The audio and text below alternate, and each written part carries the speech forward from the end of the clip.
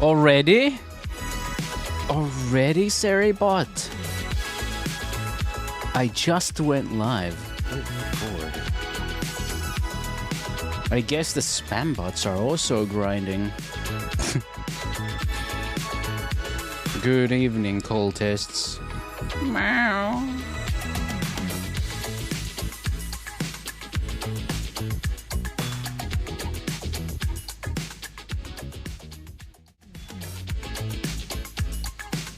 How we doing?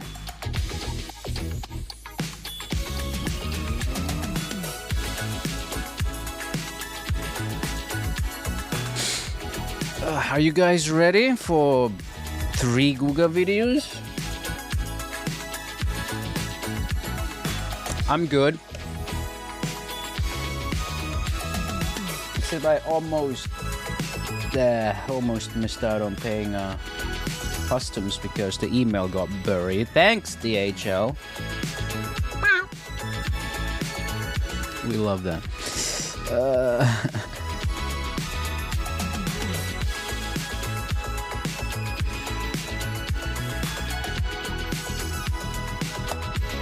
That's right. If today's been crap and bad and piss and poop, then shall we watch some food videos? Let's watch some food videos.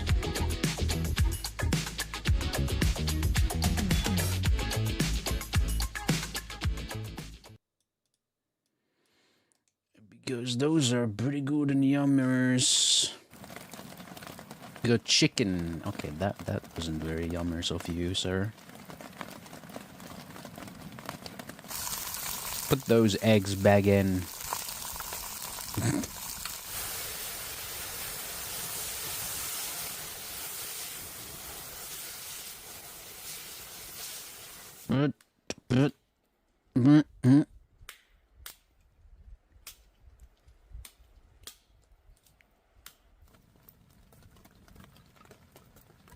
Quails. Oh, quail eggs. Have you ever eaten quail eggs? I think I've had quail eggs once.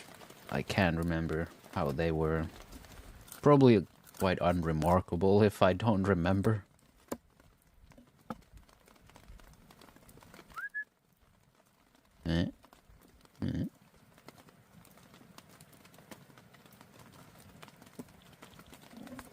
Well, they do sell them at the store always.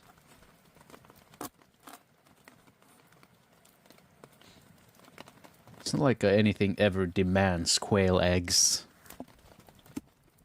Poopy.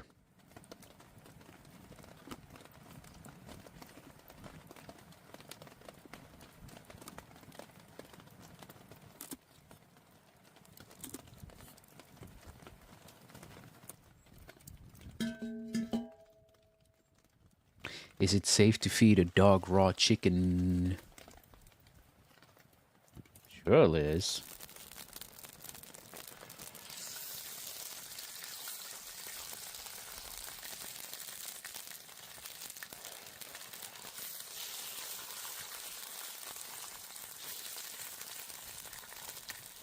They're carnivores, ain't they?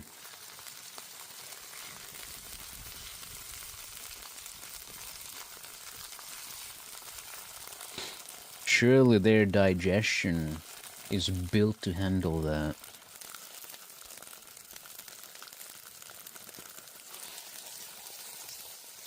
I think the only thing they can't eat is anything with cocoa in it. Coco melon? Understandable.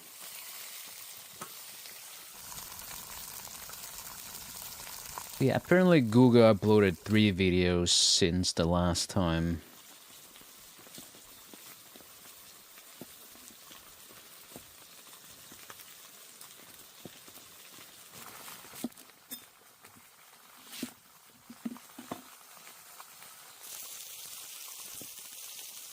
I hope that peas didn't have bone in it, because I know that dogs can't digest chicken bones, at least. Huh. You know, at the countryside with the fam, we fed them all the fucking chicken bones that were left over for years on end.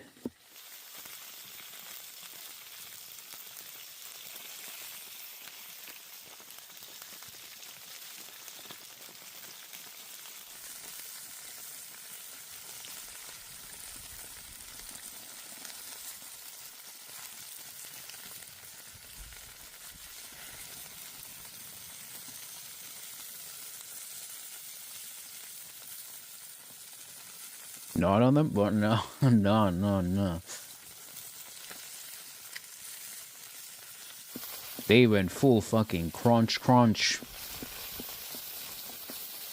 After dinner meal time.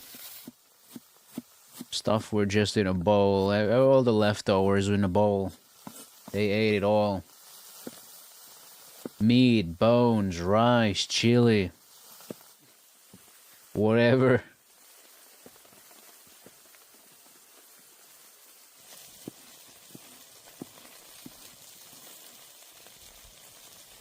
I just eat that. This makes me hungry.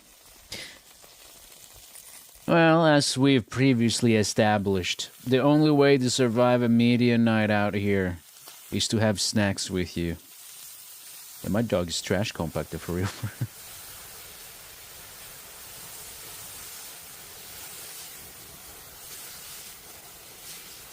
Flame grill and...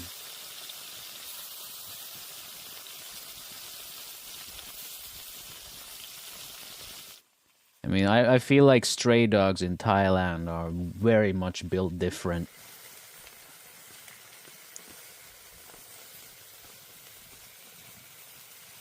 Not unlike the snowflake dogs of the West. These bitches would eat God if they were offered.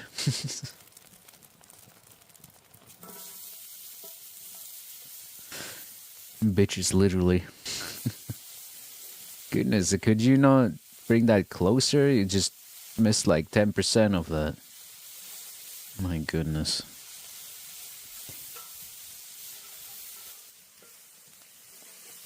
Men with the 90% XCOM accuracy.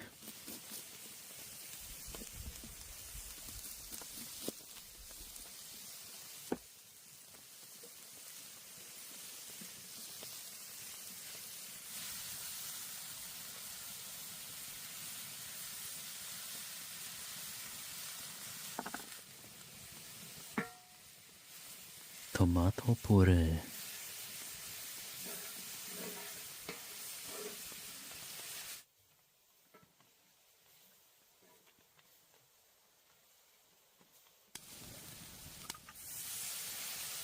Water.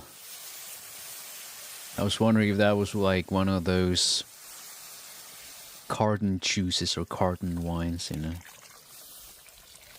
I'm not sure why I thought of that. I saw the little tap and I was like, oh, here comes the wine.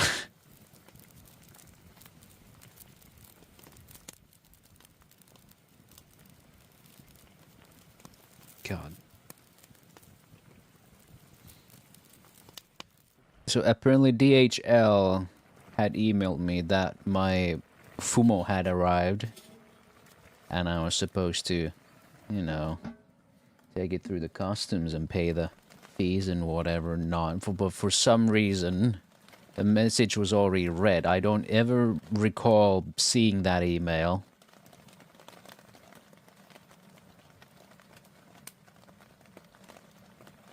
I almost missed the date. Well, almost 2 days, but still, it's a weekend. But I paid. It would have been fucking shitty if I hadn't missed on the Remilia Fumo.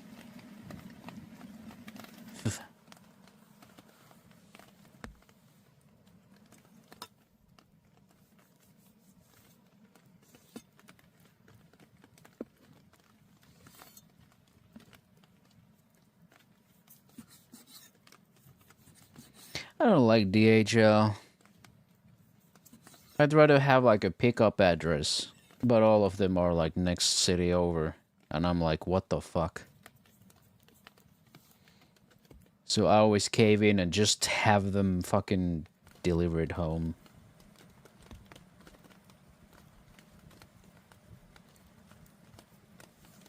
Testament Fumo. Wonder if those would ever pop up on Mandarake.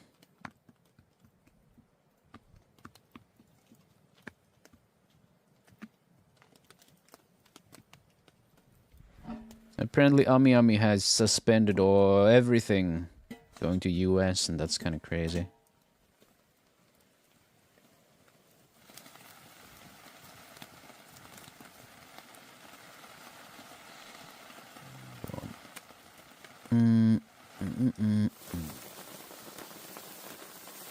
Pulling out the other browser just to make sure.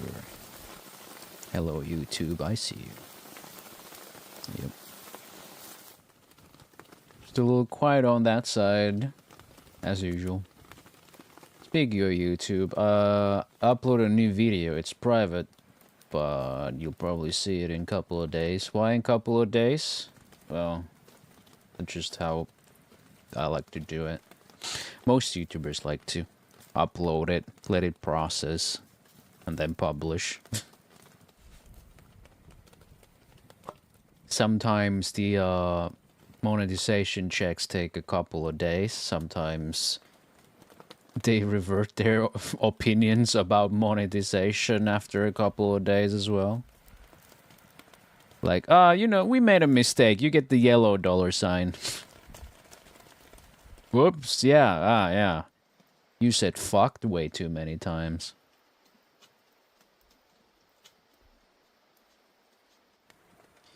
Has anyone ever watched Tier Zoo on YouTube? The channel where they kind of talk about Animal Kingdom stuff, but in a video game manner. They have a... Holy fuck, the cameraman exists? Hand just appears from behind the lens. Mike, okay, that was... that shocked me. Oh, okay. But anyway, Tier Zoo has a secondary channel called Zero2. And over there, he talked about orbs. Lord of the Cum River. Welcome to the cult. Thank you for the follow. Zero2 on Zero2 channel. He talked about YouTube tips and the myths and whatever. Lord of the Cum River. How are you doing? Welcome. And hello, Finish. How are you doing? There were a lot of tips out there.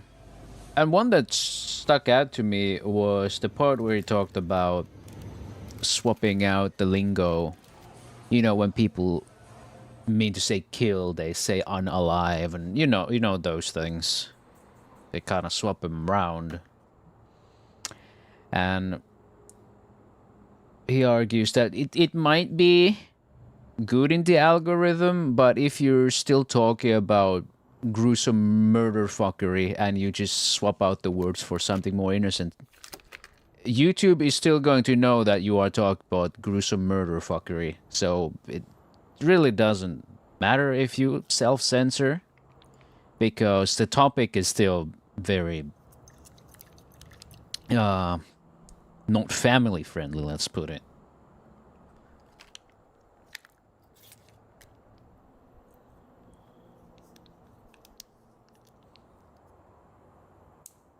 Though I'm pretty certain during with shorts it definitely cares. Maybe not so much with swearing. Swearing seems to affect it, but when it comes to anything even slightly sexual of nature, like I feel like, let me have a quick peek over my shorts. Stop me if you've heard this one before. Tanked! It's like 562 views because I said hentai, probably.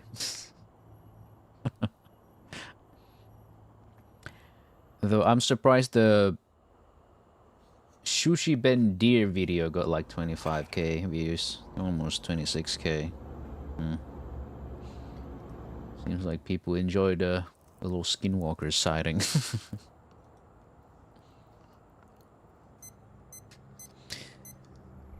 And yeah, usually when people talk about those gruesome crimes or disasters, it really doesn't matter because the subject matter is still gruesome. It's still true crime. It's still disasters. The YouTube algo isn't stupid.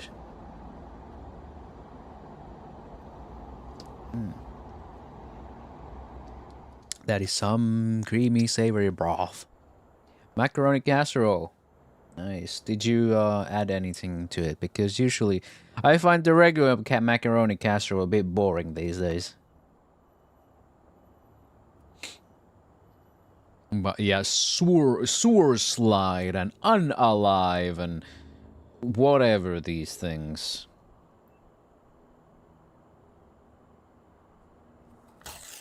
I feel like I wonder if we would have some time to watch some Zero 2 right here. I don't know, you guys. It's probably irrelevant to you guys. It's like pure YouTube algo talk and strategy stuff.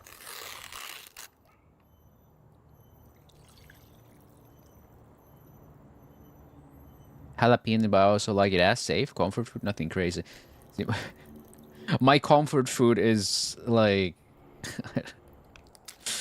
you know, I'm Asian, so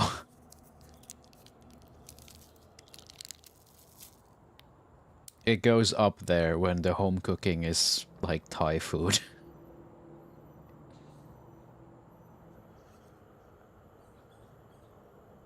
See, my comfort food is like fried rice.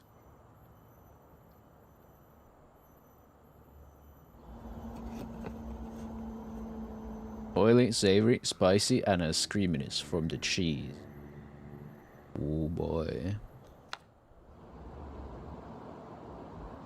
Never had any Thai food now that I think about it. Don't do it!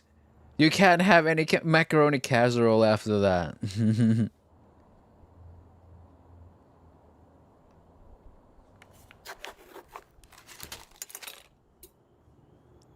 Nice. No tray though. Unless you count the table as tray. Fusilli! Any Fusilli fans out here? I kinda like Fusilli.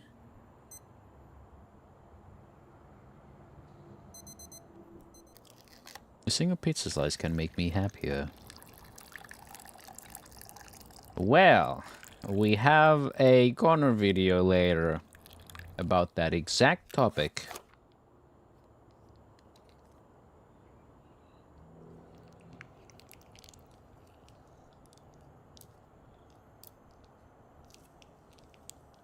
You underestimate Thai food, maybe.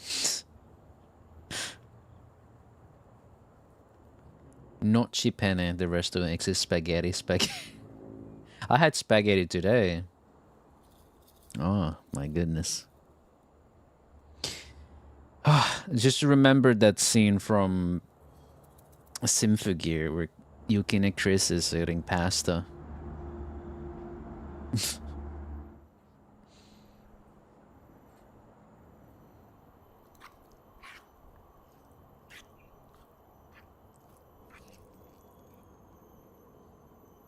Wow, a whole 3 bits of bacon in this one.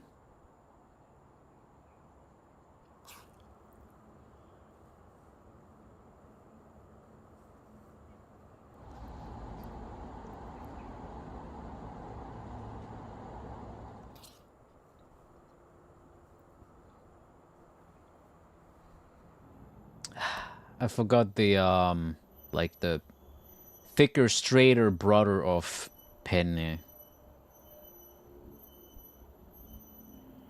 I feel like penne is like perfection, but then that one is like, what the fuck? I think rigatoni, yes. I think rigatoni is just overdoing it. Godzoom, hello, how are you doing? Rigatoni. Sauce come with fiery red looks. Oh my goodness. Glad to hear.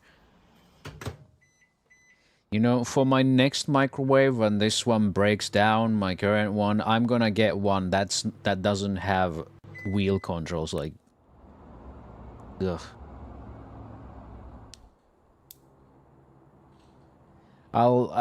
We used to have like this massive microwave from like the fucking Cold War era or something.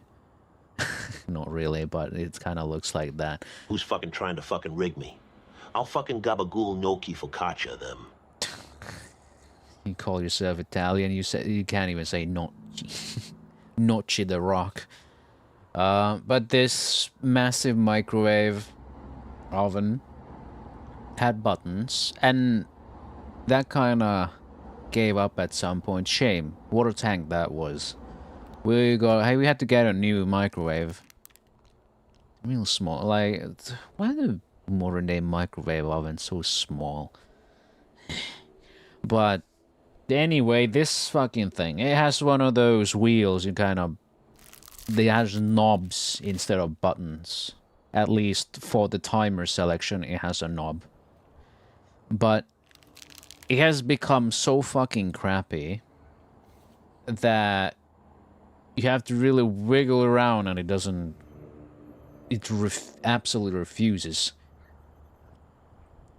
to go. Like, if you rotate it, you want to go add time, it might just randomly go backwards like 2 or 3 steps.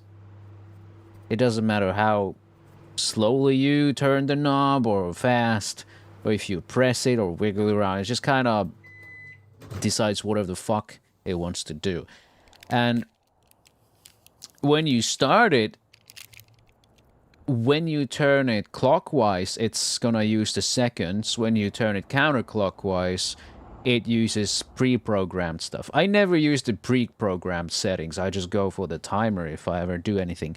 But because it's random which direction it wants to fucking go most of the time, I want to go clockwise, and it understands, oh, counterclockwise, and it starts selecting the fucking pre-programmed settings. And I'm thinking to myself, what in the fucking god, man? And then I have to, like, push stop, and then I have to attempt again to turn it clockwise. What is a cannoli? Yay. Food. So I have to keep doing this whole turn, stop, until it doesn't select the pre-programmed stuff. And then I get to the part where I get to turn the knob for the seconds. But of course, it's like 5, 10, 15, 20, 10. And it just goes back and forth. And it's just like 10, 50, 10, 50, 10, 5, 10, 50. I'm like, please, I need 25 seconds. There's a quick setting that adds like 30 with every button press. But sometimes you just kind of need to land in between that, so... So, yeah, next time I'm getting a new microwave, it's gotta be buttons. Fuck those knobs, man. They are so flimsy.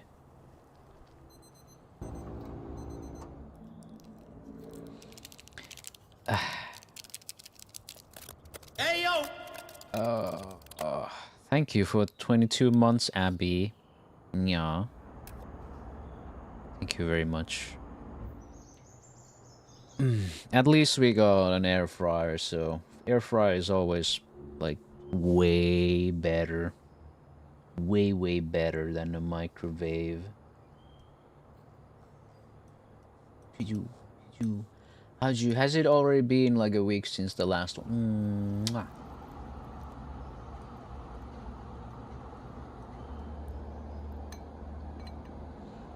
Has it been a week?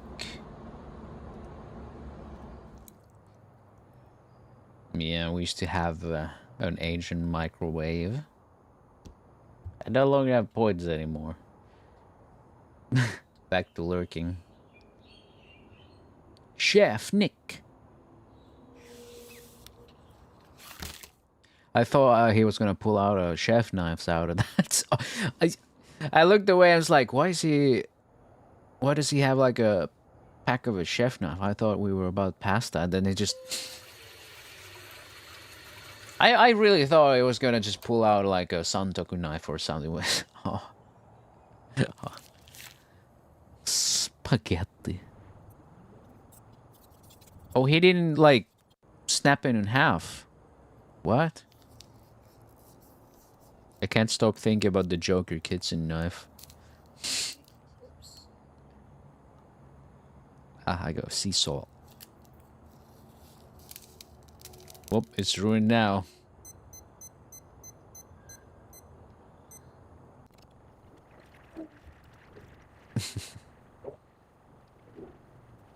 I like his timer. Just has dancing bacon stickers on it. One day, those will just be carved into it. Real merch. One day. I don't know how he doesn't. 3.34 million subscribers.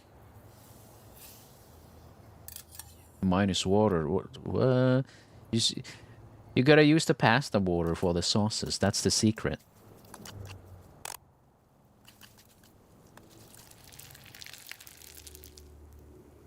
Cheese seasoning. Yeah, I had pasta. I had spaghetti today with bolognese sauce. Was it? No. It was the ground beef kind of stuff we like to eat over here, not really bolognese. You go to school cafeteria, have those kind of things over here. Not bolognese, just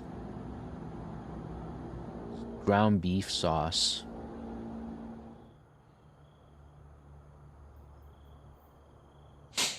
Now that's comfort food, I'd say. I think the ground beef sauce for pasta, spaghetti, ground beef sauce over here. Yeah, no, that at least has a little bit something going for it.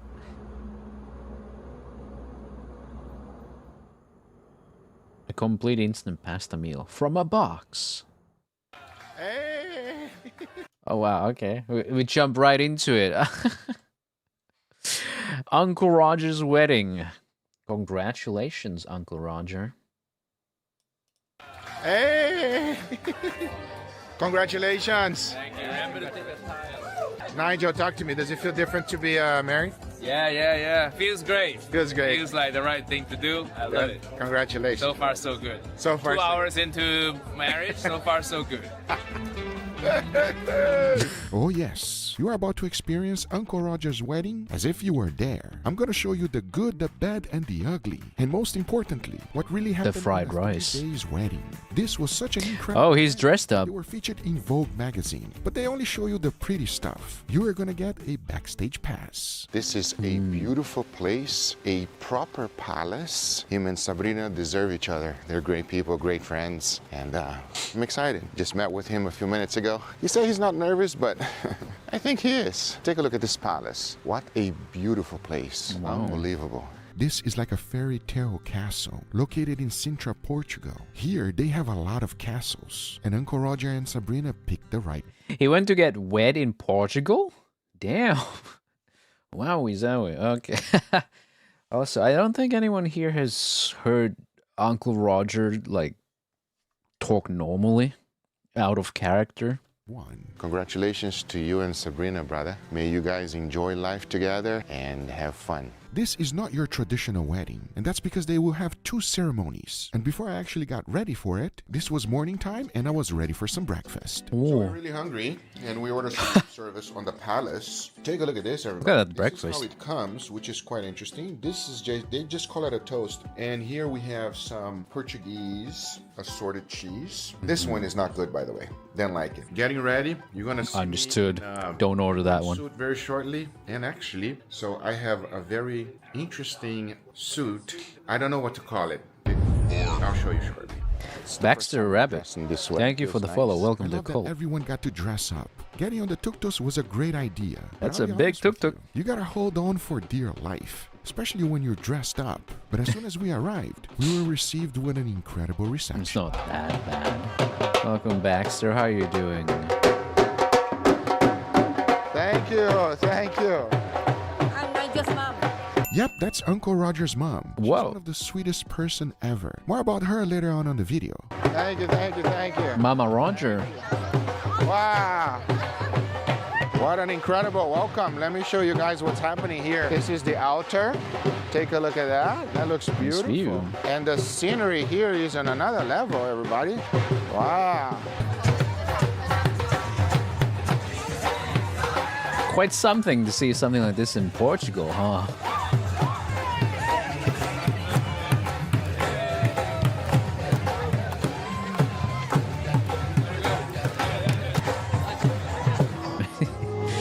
Guys, so well dressed.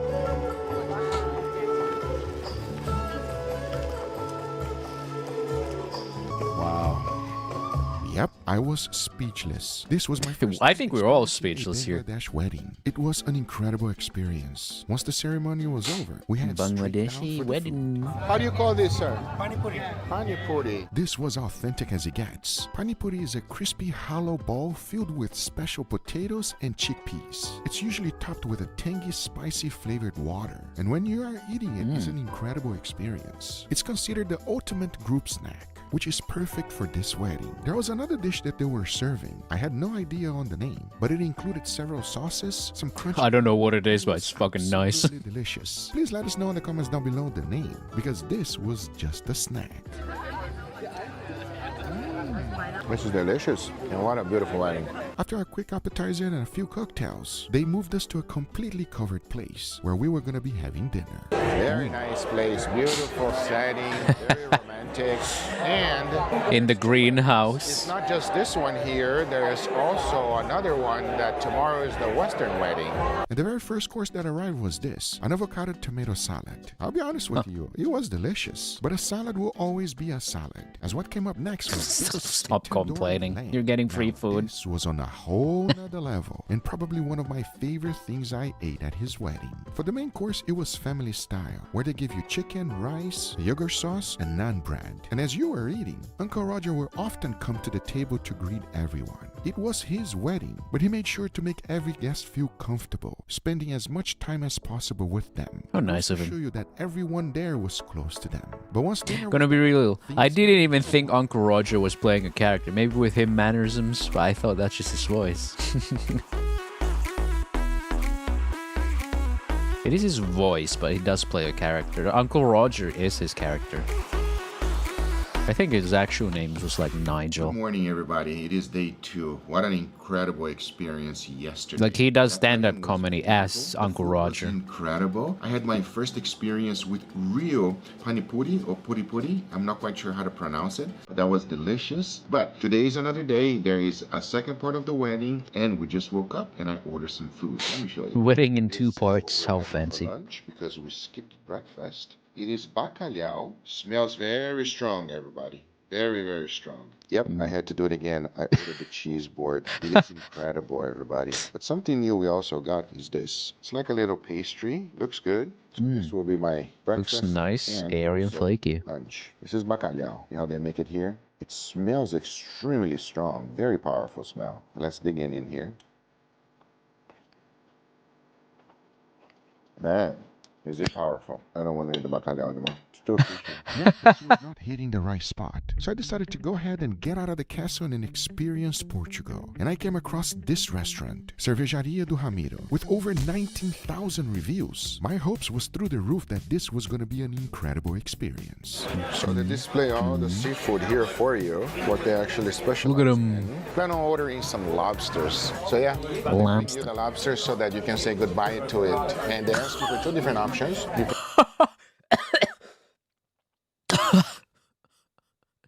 Here's the fucker. Say goodbye. Good lord. The way he put it sounds so evil. Here is the slave. Shall we kill him hostile style? And go grilled or boiled. Guess what I went with? Yep, 100% grilled. Now, they don't do much to this lobster. It's pretty basic. I don't even think they put salt at all. They just give you a generous amount of butter and some lime to go along with it. And after eating that cod on the palace, It sounds like he's disappointed that it wasn't seasoned. Maybe. What if it's just that good? You know, I don't know. That sounds like it wasn't.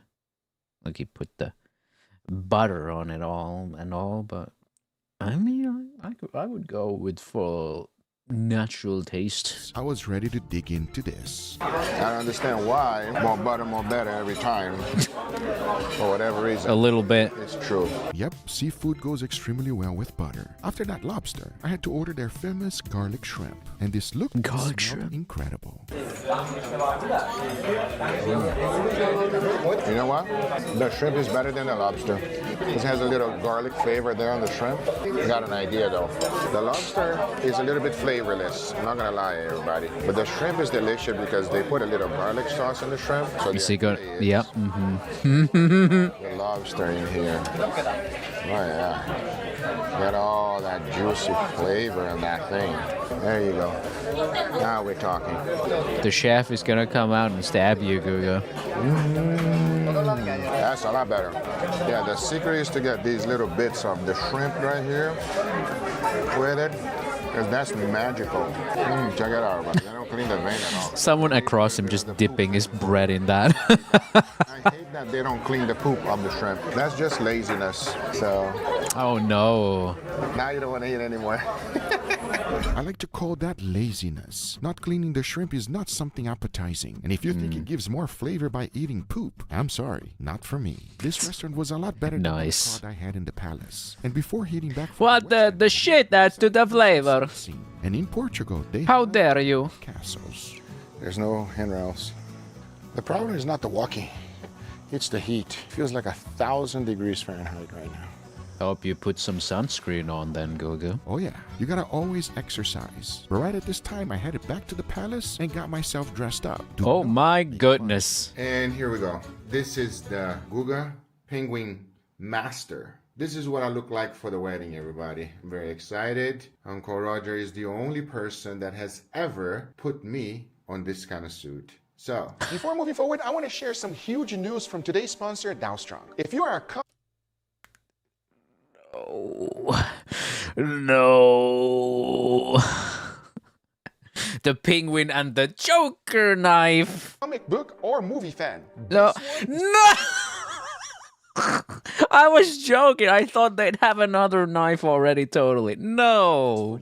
they just launched 3 brand new additions. What do you mean just? It's been a week. The Pitmaster knife and the Cleaver, officially licensed and inspired by the Joker's style. But when it comes to performance, these are no joke. Each is built to Dow Strong's world-class standards in sharpness, edge retention, and durability. So if you are a fan looking for the perfect knife, This wedding is brought to you by the Jonkler blades. Dow Strong. Thanks Dow Strong for sponsoring this video. Junk your blades You today. got me, brother. You got me. I am now ready for this wedding, everybody. I'm excited. I think it's going to be great. The one from yesterday was amazing. Great food, great people. I expect nothing less from today as well. And here we are outside, ready for the wedding, everybody. I must say, it's extremely elegant to be wearing. Here we are outside. I want to go back in and grill. Like a fairy tale. It's one of those weddings that will make you remember it for a long, long time. And here we go.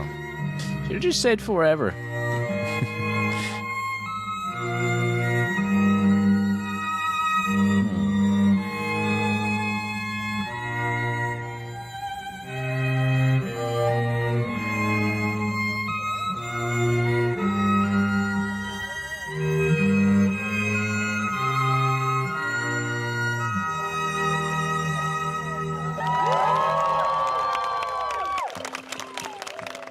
That was a beautiful ceremony. Uncle Roger cried, and it was truly a fairy tale wedding. No wonder why they were featured in Vogue. As soon as the Good ceremony man. was done, they took us to a completely different place for some appetizers and some fun. Man ought to cry during a wedding. How is it? It's great. It's good. Is he just saying God damn, I remember there was some controversy Good food. on Twitter, of all places, where they Someone just let- complained about men crying and during weddings. They're good. That is so joyless. Congratulations. Nigel, talk to me. Does it feel different to be married? Yeah. Feels great. Feels great. Feels like the right thing to do. I love it. Congratulations. So far, so good. So far. 2 hours into marriage, so far, so good. So we're having a great time here, and we're getting some drinks, obviously, because it's a wedding. They give you an edible straw. I never had an edible straw. I would not eat an edible straw though.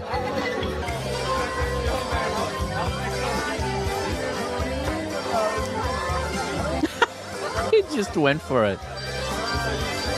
What if he just got pranked? He's just eating carton now.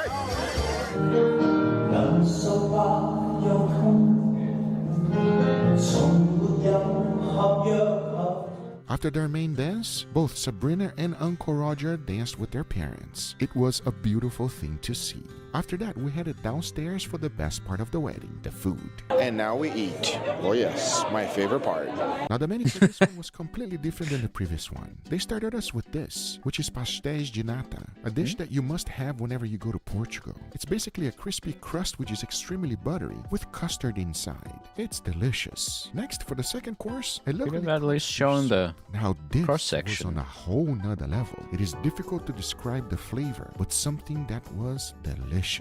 Very light. Not fishy. Very light. Very good soup. Next came up the second course, a braised sea bass with prawns. I'll be honest with you, this was incredibly light, extremely flavorful, and even made me forget about steak.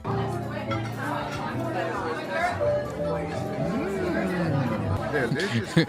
Something made Goga forget about steak. That is insane. To cleanse our palates, they gave us some lemon sorbet, which I quite enjoyed. Quite cute, huh? Creamy. The second course was this, a duck leg confit with vegetables. It was fall apart tender, and it reminded me of duck à l'orange without the orange sauce. Oh, it's a bartender. Super tender. Oh my god. It's just coming apart just like that. Oh, yeah. It's like a creamy mashed potato. For the final dessert, we got this, a mango and coconut dome. I actually quite enjoyed it because it was not too sweet. It says mango, but it tastes passion fruit. Or is it It's like a lot of flavors together, right? Yeah, I don't know how to describe this one. It's like a mix. Nice mix dinner, with a mix all with a in mix all. with a mix. Now I thought by this time the food was gonna be over. Boy, was I wrong. Because Oh. as soon as we moved to another part, we got dragons, dancing, and there was a lot more food to experience. Whoa. And Uncle Roger wanted to show off. Ah, he's cooking, isn't he? Yep. You know you're gonna get roasted because it's electric, right? No walk hay. Huh? No walk, hey. Tell him no walk hay. Where's the walk? Where's the walk? Hiya.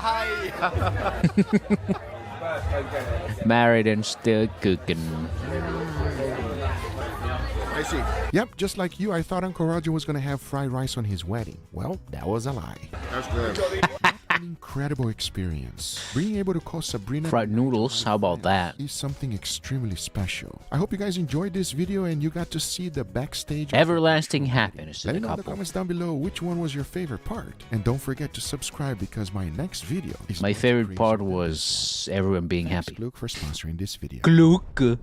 Wasn't Dolstrom Today's this video, time. I'm making the biggest feast ever because I want to find out a few things. Does $1 steak versus $1,000 steaks makes any difference for hot pot? What about flavor? Does that influence at all? But maybe the most important one of them all, is quantity over quality better for steaks? Because we're about to answer all of these questions. As today, I'm putting Japan versus China. And most importantly, He's just we are flexing making now. hot pot, a delicious mouth-watering dish that if you've never had it, you should. And as we go along the way on this video, you will understand why. So let's begin. Now Japan and China both have their versions of this type of dish. It is called shabu shabu in Japan, and hot pot in China. Both of them have the same concept, which is to dunk delicious meat in a very hot liquid, but they are completely different from each other. And we're gonna start off first with Japan. In order to make shabu shabu, you definitely want to have some quality meat.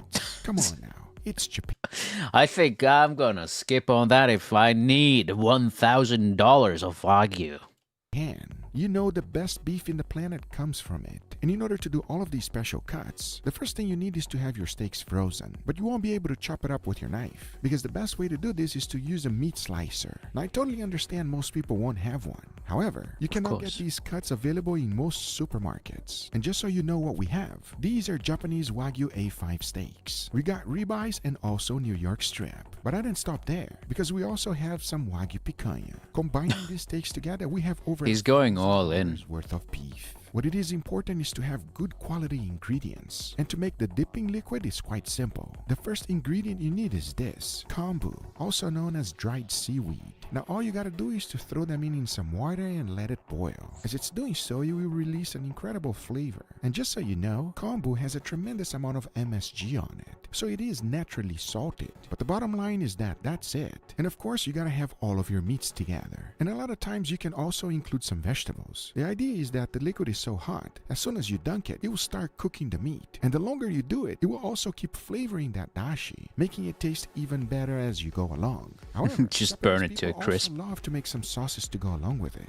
And here's a few. Into a bowl, you want to throw in some soy sauce, yuzu, and some yuzu zest. Now if you don't have yuzu How available, zesty. you can always use lemon. It's quite similar, because once you're done, this is what you're left with. Homemade ponzu sauce. And here's another one that is quite simple as well. Into a bowl, you want to throw in some brown sugar, followed by sesame seeds, rice vinegar, sesame paste, also known as tahini, and some soy sauce. Now whisk it real good. He's actually making some good food. That's shocking. Another variation to use for your meats for shabu shabu. He's not making some weird experiment this time. Chinese Just version, food. which focus 100% on a lot of flavor and using extremely affordable ingredients. Starting off with the types of meats. It doesn't even come close to what we had previously, because the very first one is what I like to call the $1 piece of meat. It's an eye round, not the best. And then we got a choice grade New York strip and another choice grade ribeye. They don't look great, however, because the way that they're going to be cooked, I can guarantee you it's going to taste fantastic. It is one of the greatest ways to use inexpensive cuts. But just like the previous one, My dream meal to make someday, man. creative if you don't have a lot of meat and wrap Yo,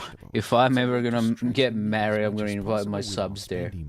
I'm gonna serve hot pot. Hot pot dish is the liquid that you're gonna dunk it in. This one is a lot more work than the previous one. To make it, you want to get a nice large bowl, throw in some gochugaru, smoked paprika, a tiny bit of hot water, and mix everything together until it becomes a paste. Into a separate bowl, combine some cloves, star anise, cinnamon stick, cardamom, and cumin. Then go ahead and add some hot water. You see, we're trying to bring the flavors out of these spices. Now set that aside. On a separate pot, combine Sichuan peppercorn, followed by green Sichuan goodness. peppercorn, and a few bay leaves. Throw in some cold water and set that aside. In order to make your hot pot very flavorful, I thought he was gonna bring in a fourth bowl and be like, in the fourth bowl? oil. I like to use Wagyu fat to go along with beef. So after putting a generous amount on a pan, you want to go ahead and heat that up. Once the temperature of 350 degrees Fahrenheit is reached, you want to go ahead and add all of the vegetables and herbs. You want to cook that for a little bit. Keep the oil at about 325 degrees Fahrenheit. Then you want to go ahead and add the cinnamon stick mix. But notice that it does not have any water. That's because it was drained first. Mix that up real good and let the whole thing infuse. Once everything starts getting a little bit of color, you want to go ahead and remove everything out. And the reason you're doing is because it already did its job,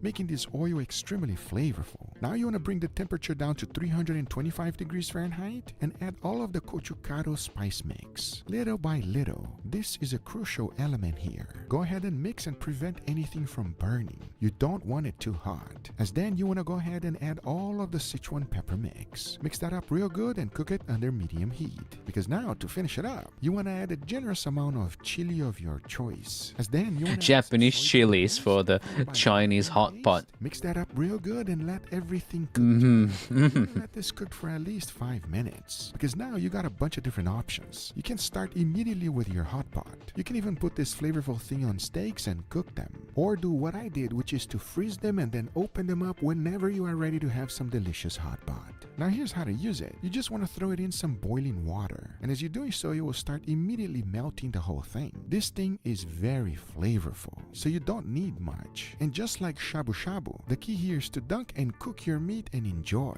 But the question is, which one is worth your time and money? Well, we're about Both to of them? find out right now. As now I say, it is enough talking and it is time to eat. So let's do it. Before moving forward, I want to thank today's sponsor, Klook. I'm here in Los Angeles and everything you're about to see. All was right, booked what with is Klook? Instead of searching a million different websites, I just opened up the Klook app and boom, every kind of tour, experience, or activity was there Klook in one app. spot. What I really love Okay, about so Klook it's is that like a one-stop shop sightseeing for all your app. activities and experiences. It is super simple to use, and honestly, their prices are tough to beat. On top of that, they're always throwing discounts and flash sales, so you know you're getting a good deal. I literally downloaded the app, signed up, and booked my Los Angeles tour in just a Always giving deals sounds very suspicious, doesn't it? get there. I just show up, scan my ticket, and enjoy. As you can see, Klook makes the whole process effortless. No hassle, just straight into the fun. Easy, stress-free, and I get to focus on enjoying the experience instead of messing with the logistics. So if you're traveling, whether it's Los Angeles or anywhere else, you need to check out Klook. Use the link in the description or scan the QR code to download the app. It only takes a minute to set up, and you can start booking your own adventures right away. And here's the best part. If you're a new user, don't forget to use code GugaFoods to get 10% off your first booking. Thanks Wow. for sponsoring this video. Now, let's get right back to it. You're All welcome. right, everybody, and here we have our feast.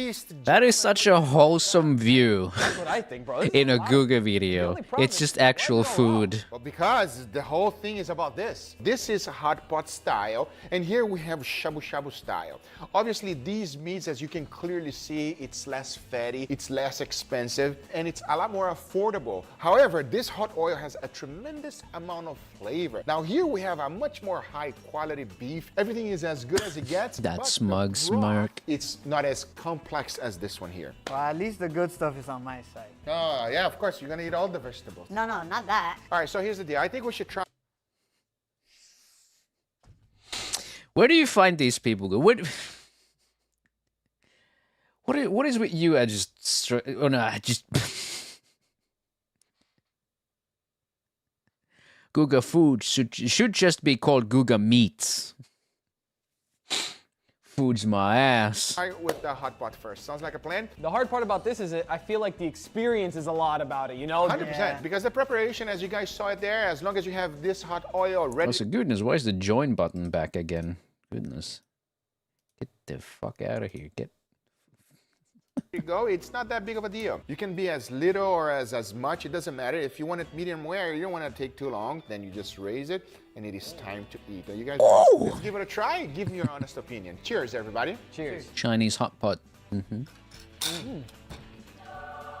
That is a very interesting broth. What do you guys think? I want to know your I opinion. think that's a spicy. That's spicy.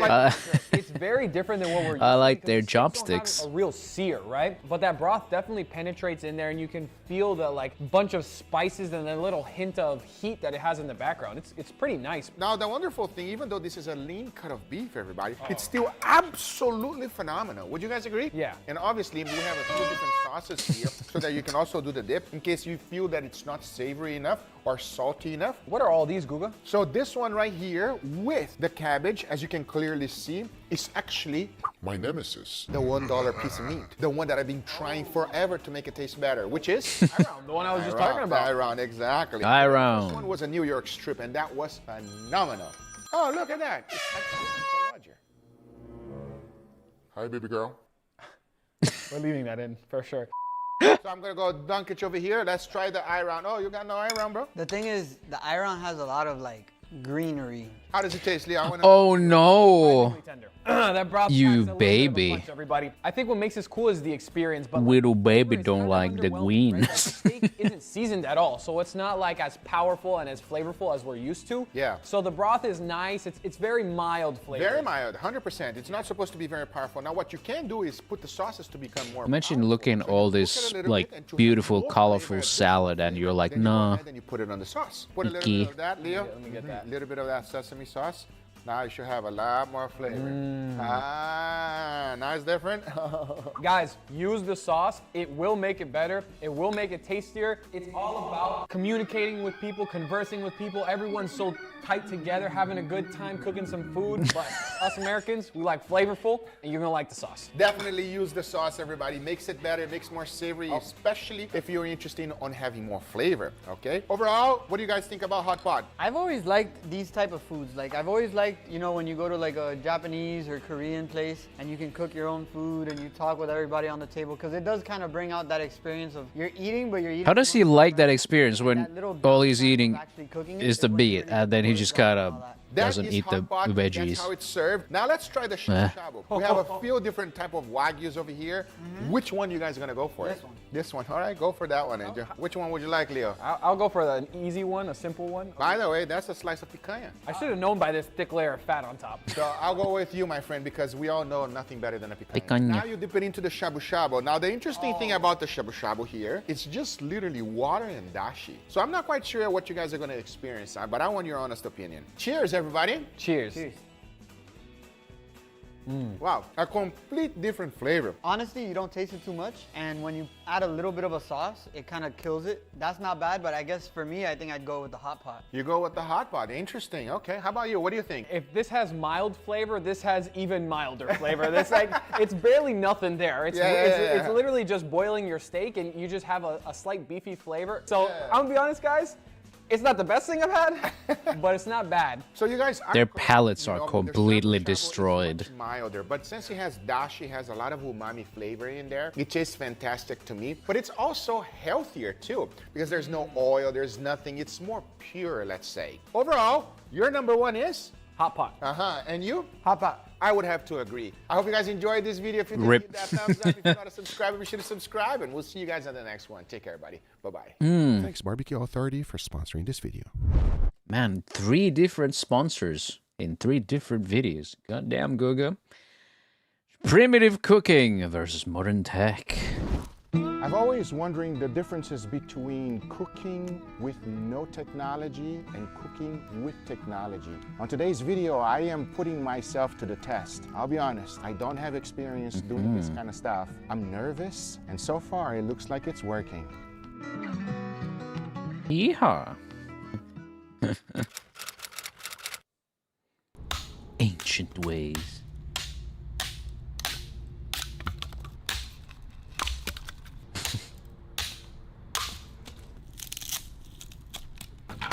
Looks good. Hold on.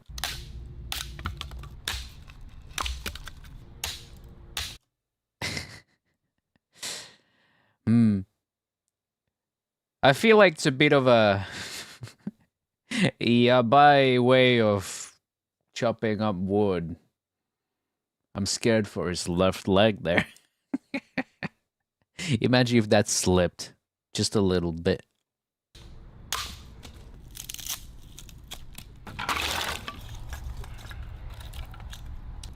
But hey, this looks fun. Don't you agree, Guga? He doesn't look like he's enjoying it. Flint and steel. Just like in Microsoft's Minecraft.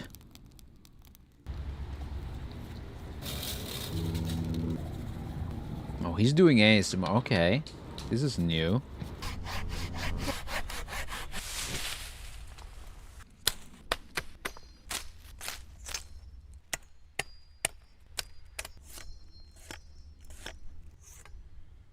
Mashembi.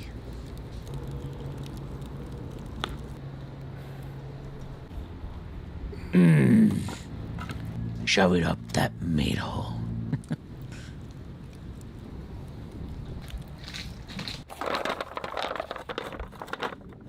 Actually, imagine if we had an actual stereo mic setup going. This would be amazing ASMR.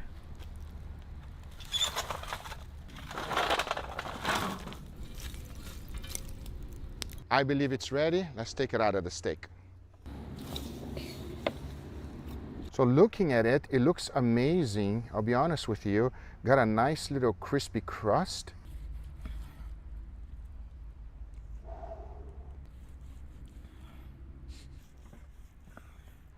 Sacred bottom. Nice. Oh, wow.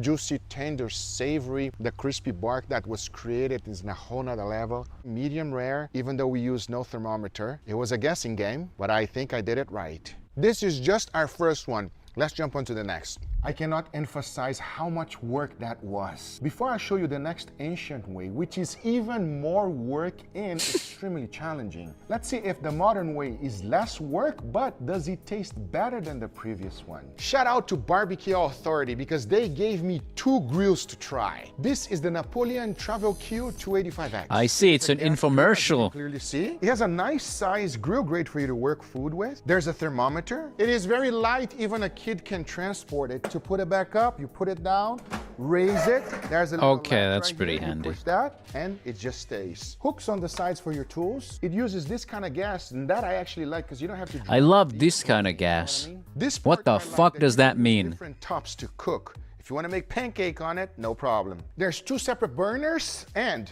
a 10-year warranty. Let's get cooking. For this entire video, It breaks I'm gonna be on using only 10 years in First, one start day. by adding a generous amount of butter in here. Thyme and garlic. Generous. Now, let's go ahead and let this melt.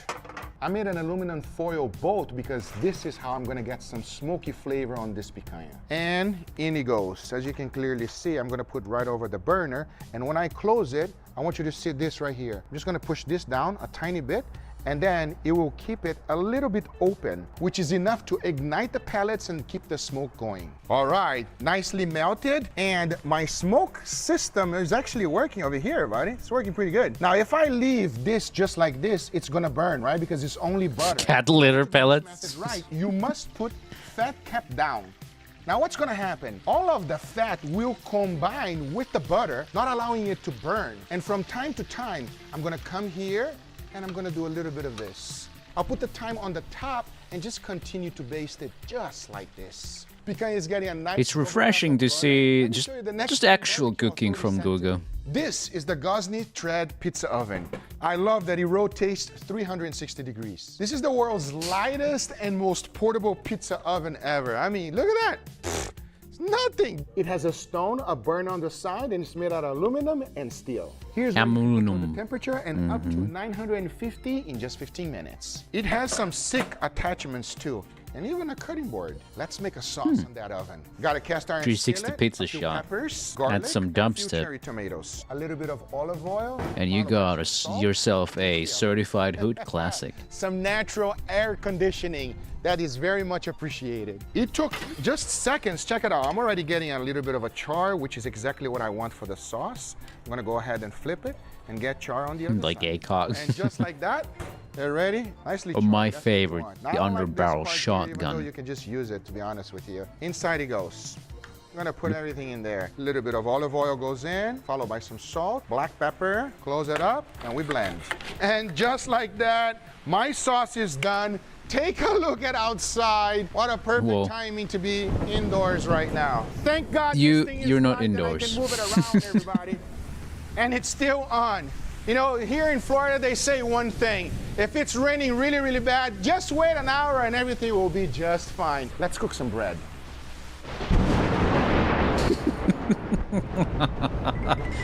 Just fine. He don't like lightning. It is done. Check it out, everybody. We got a little bit of Spooked leopard by spotting, thunder. which I actually love. And then check out the bottom. Let's see if it was nicely cooked. Oh yeah, that's perfect. Yeah. Before we slice the picanha, I'm gonna put this in because I want it super hot to get a quick sear. And I believe the picanha is ready. You see, I didn't go too hard on it because if you see the edges right here, you can see a little bit of color, which means it was smoked. That is a great way of using smoke on your gas grill, everybody, seriously. And let's take a look. Okay, I'm happy with that. I'm gonna let it rest right here just for a few minutes. It more like sounding was like, Forgot it, that's hot. It should still be raw inside. Let's check it out. Yep, just like I expected. It is extremely hot. Look at the color of that cast iron skillet, boy. Oh, even the seasoning came out. Instead of using oil, I'm gonna start with the fat just a little bit.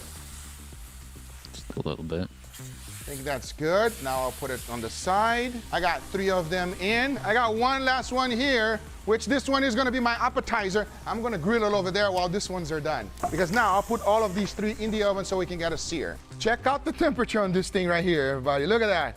I think Guga forgot about the primitive part. Oh, a nice little snack. God damn. You glutton. Oh, wow. It's extremely smoky. That works extremely well. Let's check on that pizza oven because I think the other ones are seared. And it is done. Oh, nice, beautiful crust. All right, let's go ahead and slice this up. Oh, just the way I like it. And now we build. I'll start with the drippings and the butter from the picanha, the salsa, some Parmigiano Reggiano right on top. And I don't know if you noticed, look, it stopped raining, everybody. I told you, followed by that beautiful... It hasn't been an hour, Guga. Nicely Jesus. baked, good fermentation on the dough. Picanha looks great. Let's see how it tastes. Oh my God, what a setup. I love the crunchiness of the pizza, the smokiness of the picanha, and the butteriness that it has. The sauce is just a nice combination, and this was a huge success and much easier. You know, I got a lot of my grills from Barbecue Authority. So much easier that it took way longer to make all of this. I'm about to cook with no grill, and that one scared me. I'm gonna keep it real quiet so you can understand the struggle. Thank God it stopped raining. The struggle, I don't know. My uncle plays on his PC like Guga. Wonderful.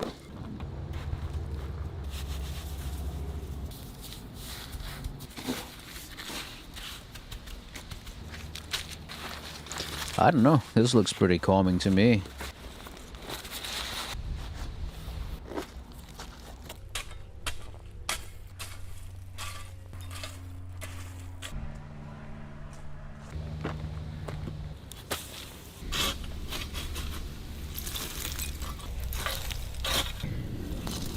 Just don't lose it, Guga. Hope you remember where you buried it.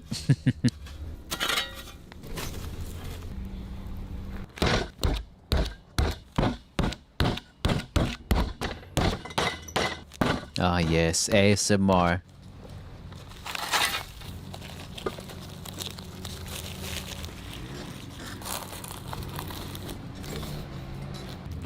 What kind of a method of cooking is this?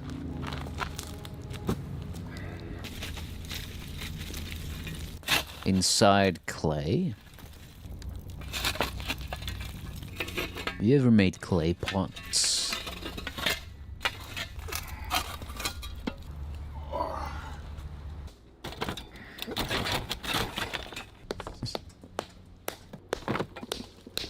Oh yeah, this looks fun.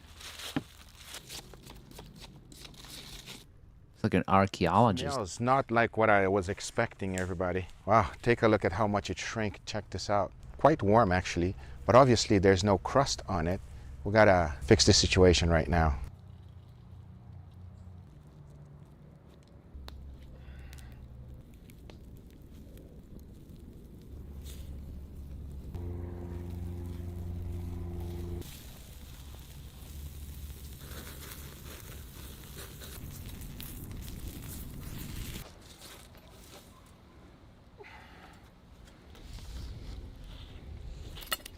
Right now it looks okay, not the best crust, but as you can clearly see, we still have a little bit of salt left here. I'm gonna get rid of all of that, and in the meantime, it's actually resting, and I'm gonna go ahead and slice this up right now. While it's resting, we're gonna cut its dick off.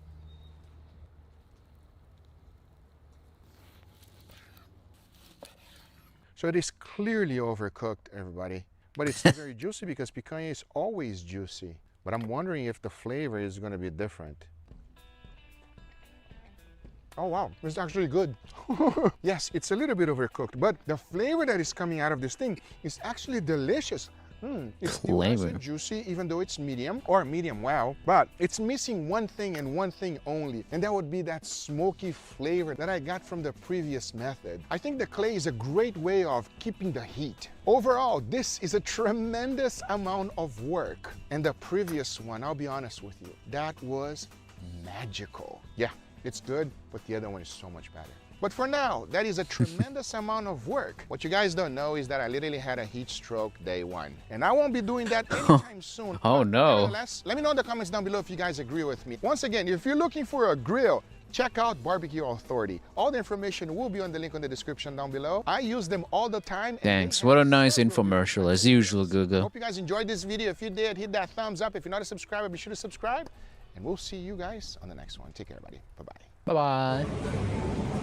Tokyo. We're back on Aiden Films. Yeah. I've gotten a little cozy on my chair. I'm gonna doze off any moment. Ba ba ba.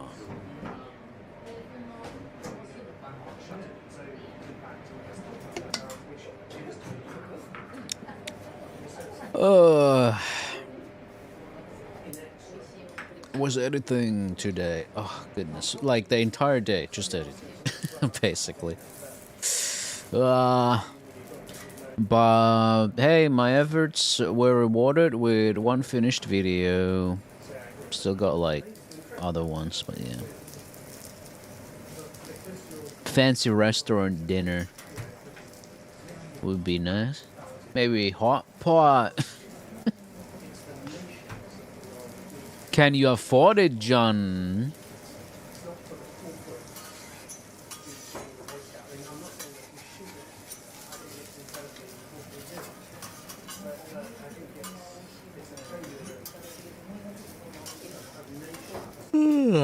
Kobe beef.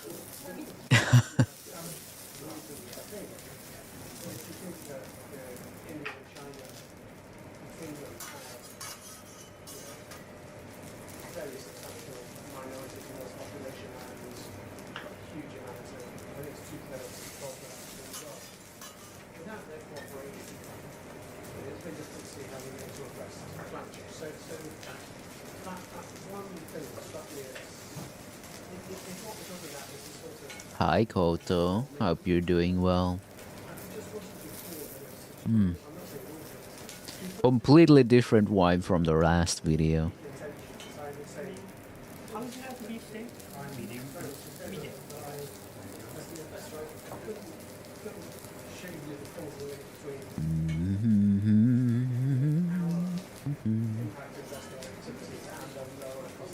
Support small content creator. Support me if you like my content. I'm fine with that.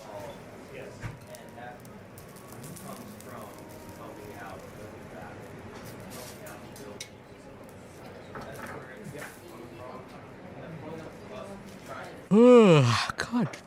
Okay, damn it. I need a cup of cappuccino. Cappuccino, frappuccino, al Pacino. Yeah.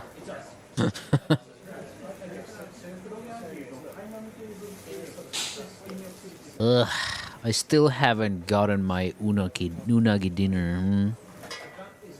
Unagi.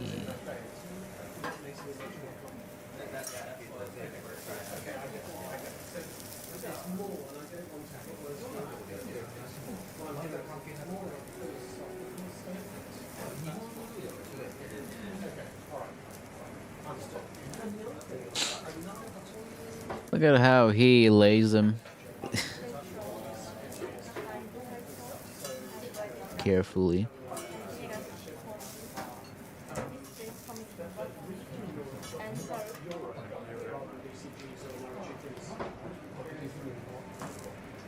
Precision cooking right here, right here.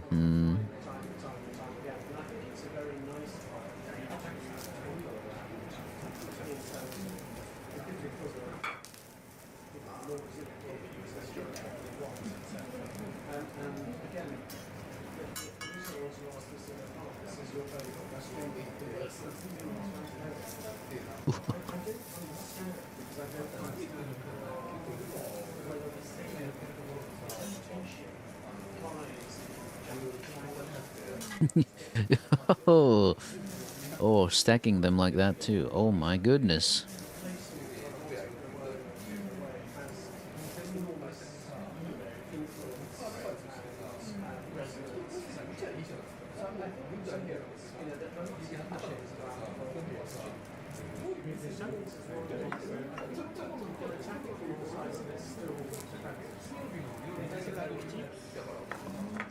Potato chips, for some reason. Well, I ain't gonna say no to some potato chips.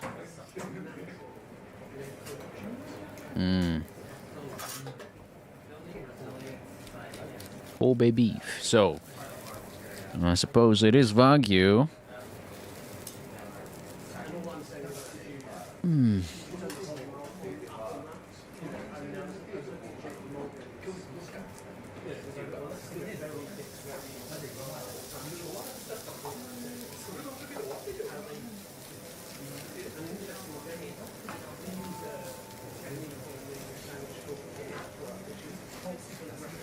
Someday I'll get me some Wagyu. Also, if you have a question, you are free to ask. It's a bit redundant to ask. If you want to ask a question, just ask it.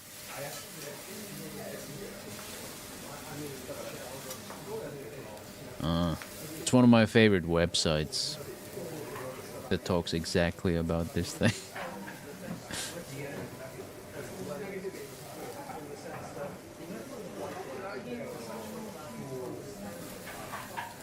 Can I find that? I like.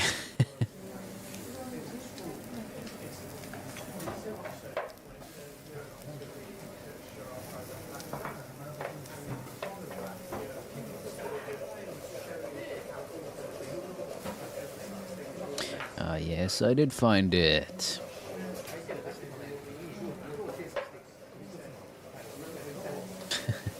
It's a website called don'tasktoask.com. Here, this is what I always say to people in my chat. Don't ask to ask, just ask. Every now and then in online chat rooms, I hang around in someone pops in and says something along the lines of, any Java experts around? This is bad form for several reasons. What the person is actually asking here is, any Java experts around who are willing to commit into looking into my problem, whatever that may turn out to be, even if it's not actually related to Java, or if someone who doesn't know anything about Java could actually answer my question. There are plenty of reasons why people who do have the knowledge would not admit to it. By asking, you are asking for more than what you think you are asking. You're asking people to take responsibility. You're questioning people's confidence in their abilities. You are also unnecessarily walling other people out. I often answer questions related to language or libraries I have never used because the answers are, in a grammar kind of way, common sense. Alternatively, it can be seen as, I have a question about Java, but I'm too lazy to actually formalize it in words unless there's someone on the channel who might be able to answer it, which is just lazy. If you're not willing to do the work to solve your problem, why should we? The solution is not to ask, but just to ask. Someone who is idling on the channel and only every now and then glances what's going on is unlikely to answer to your asking to ask question. But your actual problem description may pique their interest and get them to answer. So to summarize, don't ask any Java experts around, but rather ask, how do I do problem with Java and other relevant info? Other similar problems, the XY problem, no hello, further reading, how to ask a good question. Yibbidi baba. I think the other one was the no hello.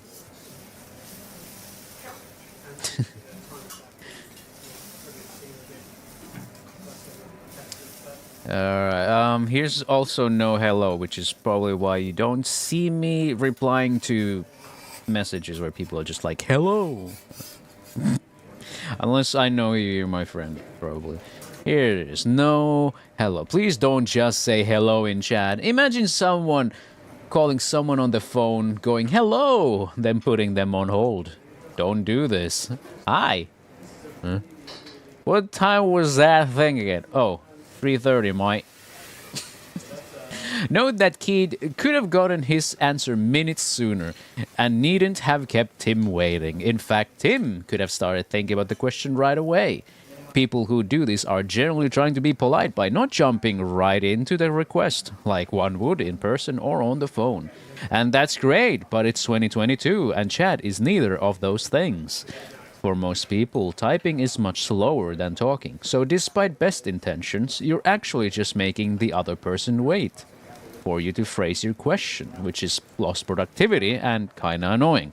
The same goes for, hello, are you around? Hi Sophie, quick question. You got a sec? YT? Ping? Etc. Just ask the question. Instead try this. Hiya, what time was that thing? Hey, 3:30. Ta, see you then. No problem.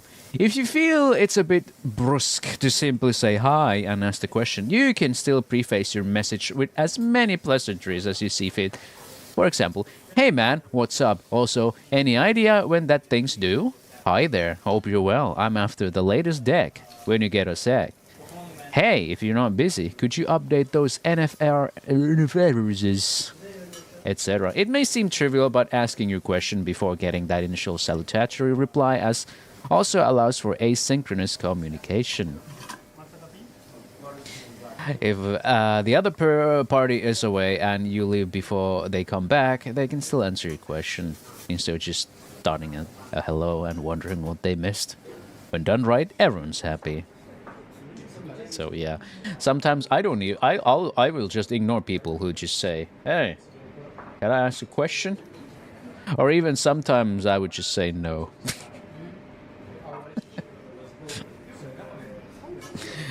Yes, yes. Are you a FE?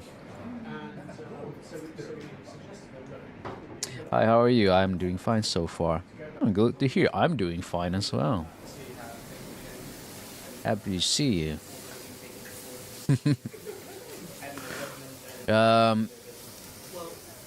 Well, I don't like to assume things, but yes, I have to assume things here. Hi, are you a femboy? Yes, I'm a femboy.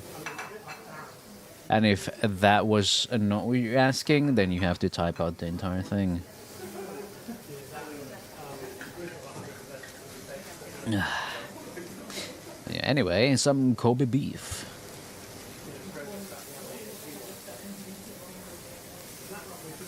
Kobe beef in a 5-star hotel in Tokyo.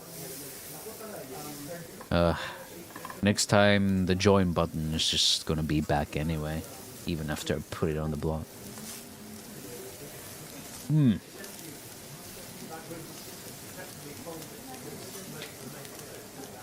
We had Guga before, since I came late. Yeah, we had some Guga. He was making hot pot and tried some primitive cooking, and he attended Uncle Roger's wedding.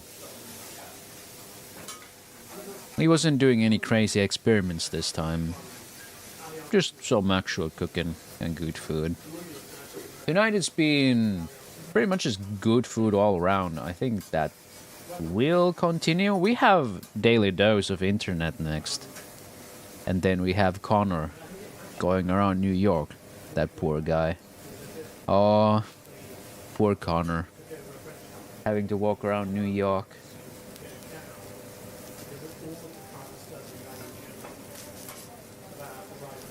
When Guga goes camping, the bears have to hide their food.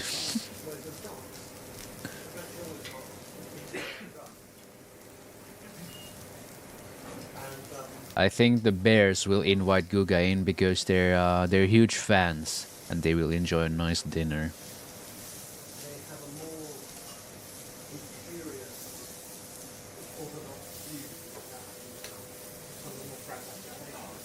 You know, I would read a children's book about that.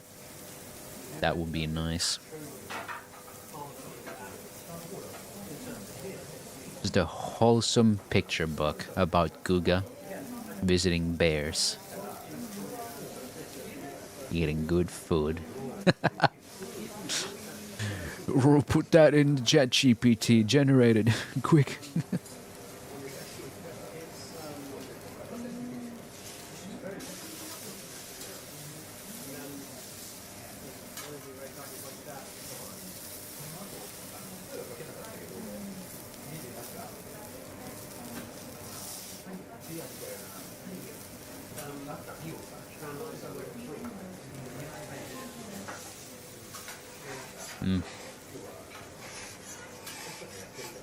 These kitchen grade spatulas, these pro kitchen spatulas. Oh.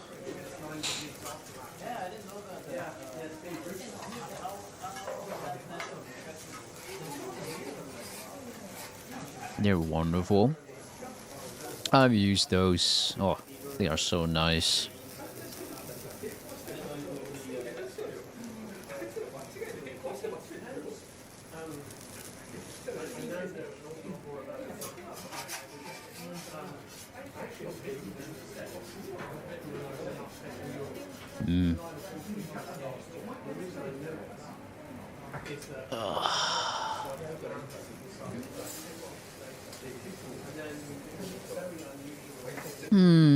I gotta think about scheduling the video I made. And then I gotta go back and edit more. A long form this time, not a short.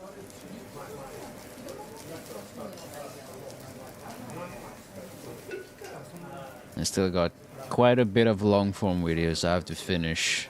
Ugh.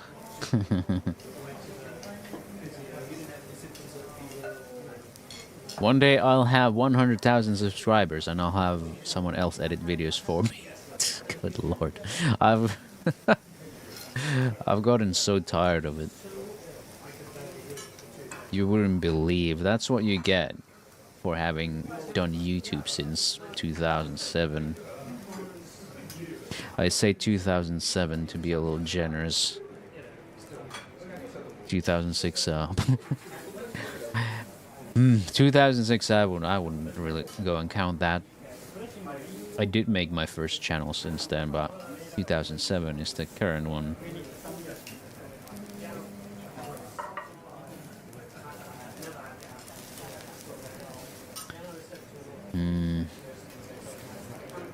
You ever have a moment when you got to talk to a person so pretty and matching for an hour, then you never see them again? I just talked to a pretty substitute lecturer. Never gonna see her again. Well, I don't see a lot of people after I've talked to them. But it's pretty, I don't know.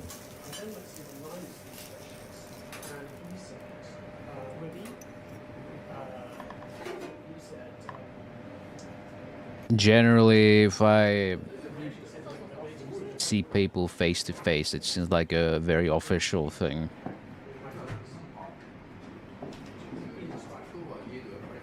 So it's not like I expect much out of it. So I might, but I don't mind it either way if I don't see them again.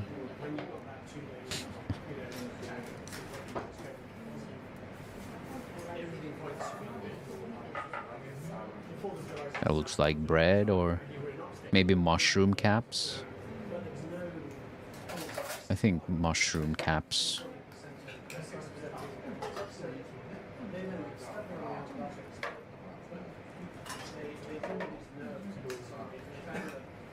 See? Yep, mushroom cap. Had me fooled there for a second. He's not using the entirety of it? Okay.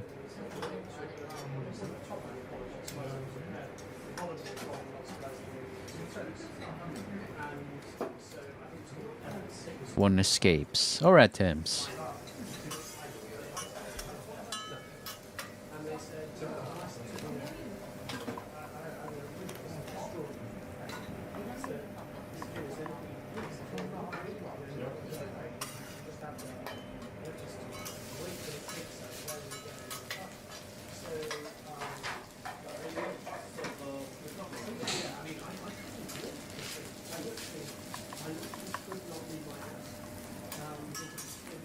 These kinds of grills always 5-star style Wagyu beef grilling. They always do it so masterfully.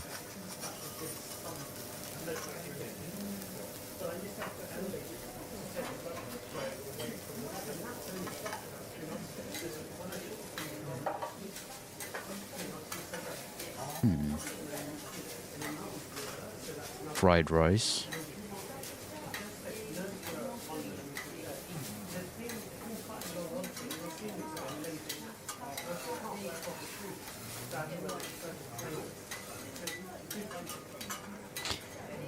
They're slightly more triangular spatulas. Haven't used those.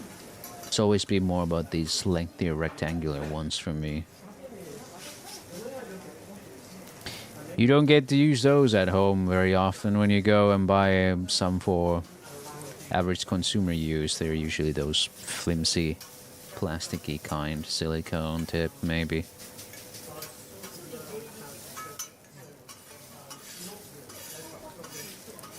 These heavy industrial kinds are nice. You'll probably find them in the outdoor grilling section though, but they always have the serrated sides or bells and whistle. No, I would just like that type. Nothing.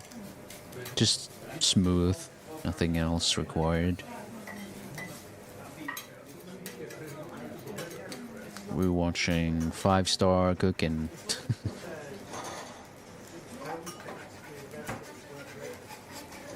How are you doing, local TF2 series? Here comes the egg for the egg fried rice and mushrooms.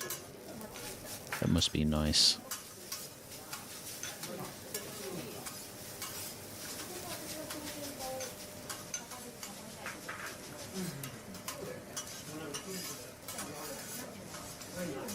You know, just watching this happen in front of you, just sitting waiting for your food would also be quite an experience. Just having good food, but also watching it get prepared in such a mesmerizing way.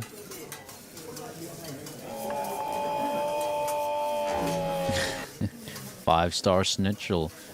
Gonna eat 2 microwave burritos. That sounds delightful though. Thank you for the €2.34 super chat, your local TF2 series.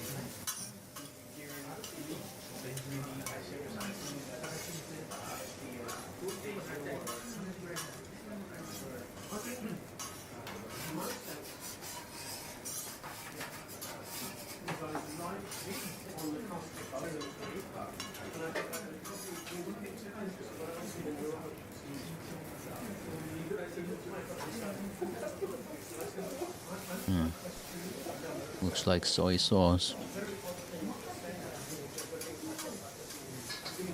The MGS Delta stream was real good. I had a great time.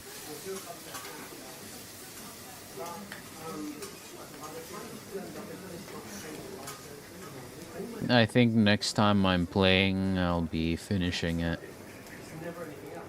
Very close to the end now.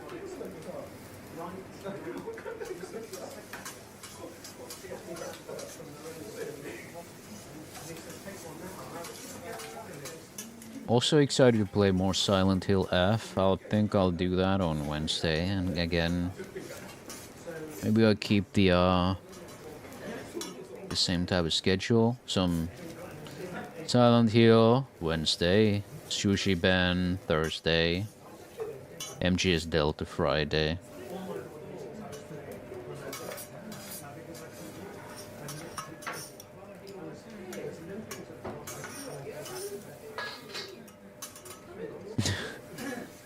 I think it's because they've been doing it for so long. But also, food doesn't need to be hammered.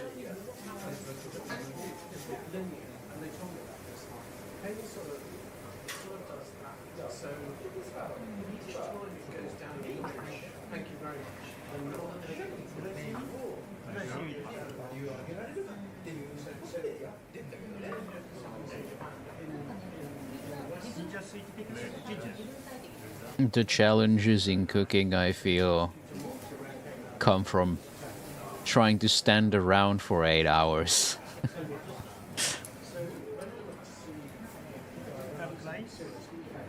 I think when I worked the kitchen, it was always more about trying to find a moment to like sit down for a bit rather than the cooking itself.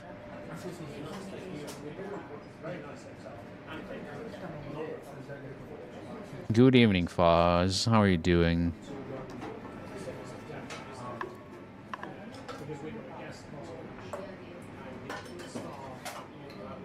Things just become saturated and you just don't care. I skip a lot of AAAs.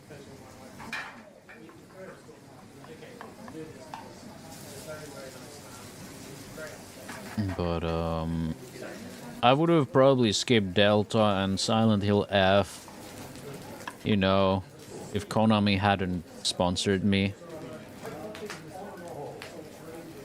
Hello, streamers, cute and funny. Hope you're doing well.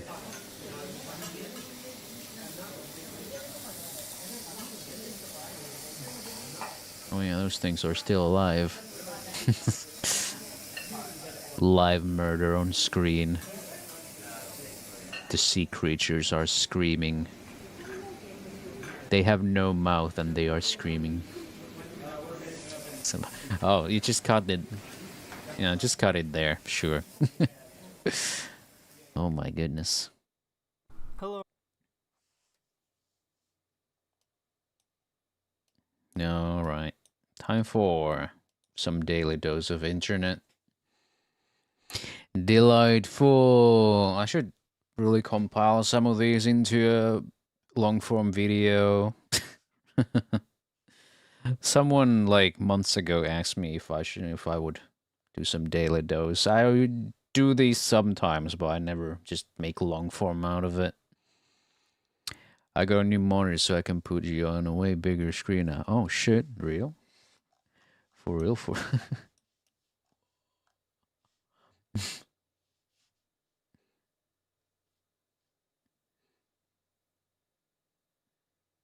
hi there. Yeah. Real reaction content. Just have my big head in the way. No fear for copyright. That is bigger than my head on 32 inches. Hello everyone, this is your daily dose of internet. I can't tell if this... What is up with your... Wait, microphone? Hello everyone, this is your daily... The cup. Whichever... Which one was it? Was it one of the F keys? No. Control? Alt? Oh, it was Alt. Okay. Alt 6. Goodness.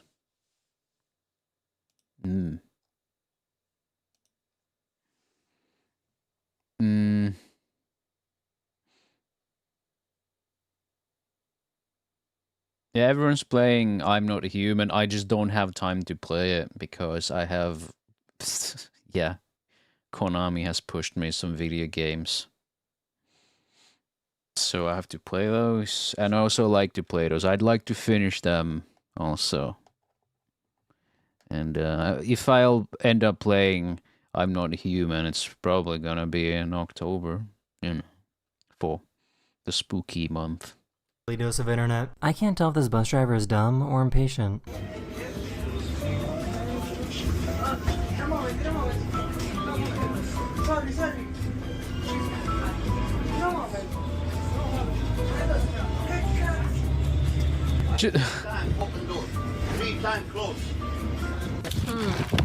Wow. Wow.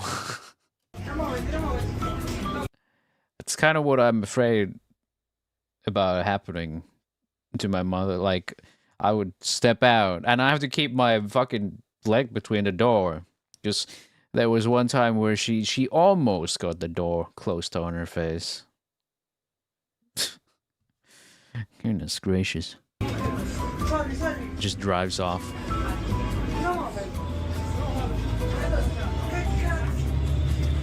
Three times open door. Three times close. Yeah, what a fucking bitch. What is it? Oh. What'd you get, baby? Oh, bravo, mama. Nothing. Oh no.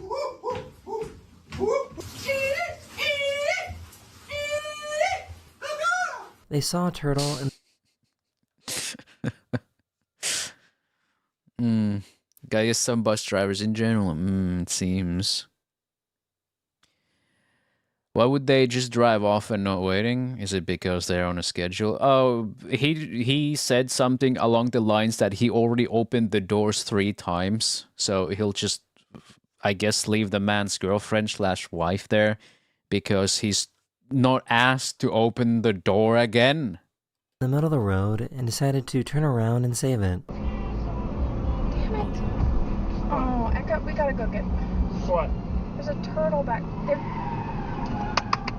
They're going to save it? He's gonna get the turtle. The police were Fucking Tokyo Drift to save a turtle. looking for someone, but the person recording didn't want to tell them. Look, we got 3 cops here. They can't find the suspect. Oh my god. They can't find the suspect. Oh, you think your cat's not right? I think, if he doesn't tell him, he's gonna be charged with something. I raised you my human or my cat. Squeaky toy.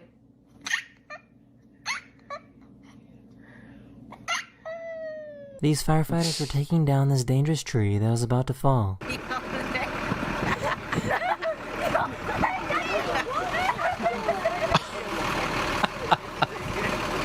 Poopy. Oh, holy fucking shit.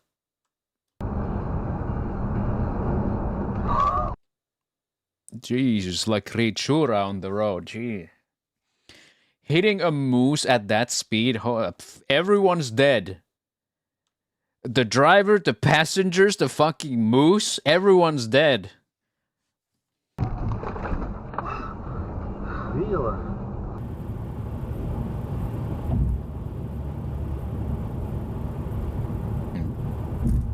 These random people were seen playing a card game right in the middle of the road. Get off the road! Damn. Why?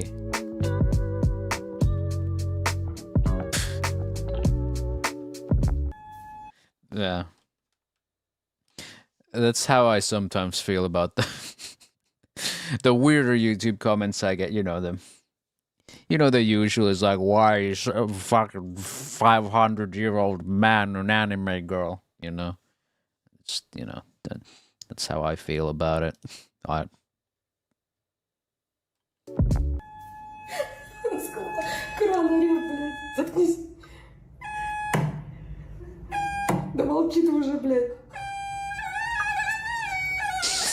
This guy went to an anime convention I hate it when that happens. dressed up as a job application.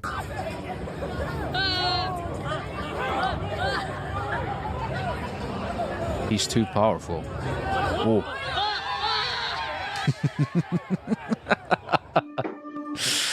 Good one. Oh. For some That scream was good. For some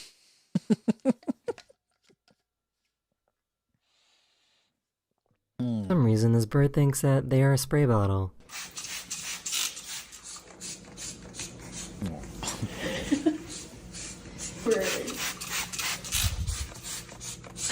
Good effort.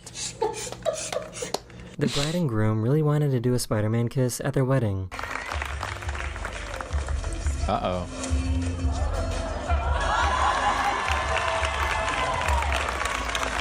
Oh, actually did it. That was nice.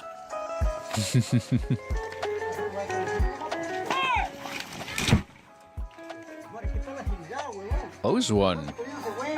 This plane in India was spotted taking off when one of the wheels fell right off. Oh no. Happy landing! These guys thought of a smart and fast way to dig a line for pipes.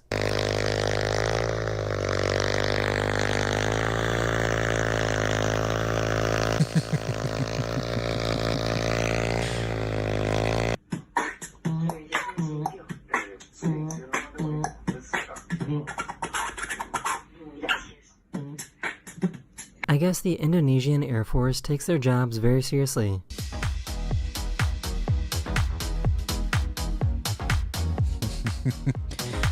I think it's the opposite.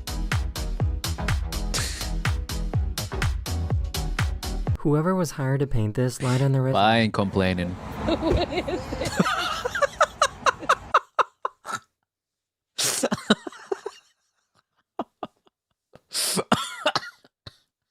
Jesus fucking Christ, what is that? Oh. Close enough, I guess. I hope no one takes offense to that. It's like, I don't look like that. I'm not that disabled. You don't know what that is. This is how they take cows to different islands to graze on better grass. Farmers in Ireland have been doing this for hundreds of years. Come on, come on, calm down. Come on, Schwimmen.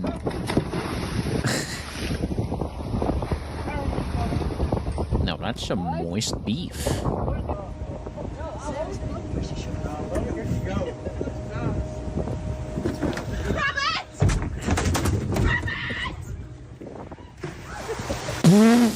Well, guess it's time to hit the gym. Police report described my build as medium.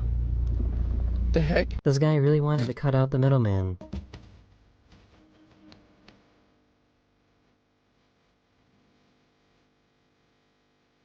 Keep it going, make it fucking go. It got a little too windy on this highway.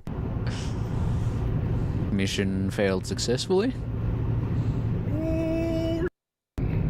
Oh no. It's a little I didn't know windy. something like this was even possible.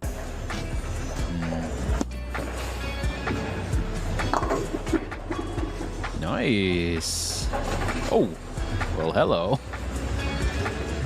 Now that's something I haven't seen. My picture I drew. Your picture you drew. That's Mummy, and that's me. And what's that? That's Steve. Steve. Yeah, Steve. Who's Steve? My friend. Your imaginary friend. My best friend. Imagine being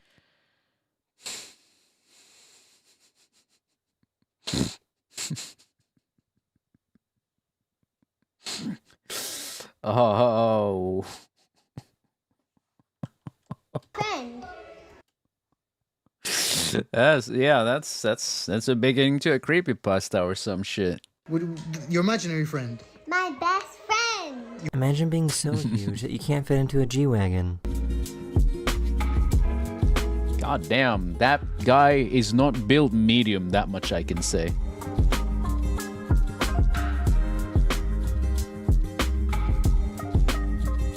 I have not actually This heard. baby penguin wandered far away from the group, so the scientists helped bring them back. You're going home, little guy.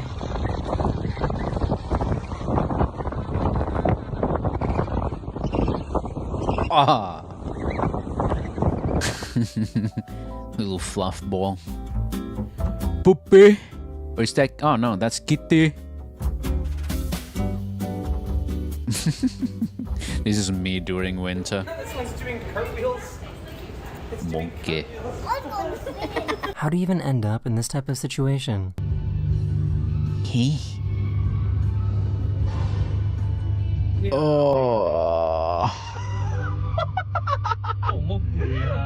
Oh.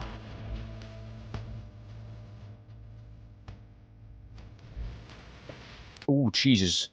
Oh, no.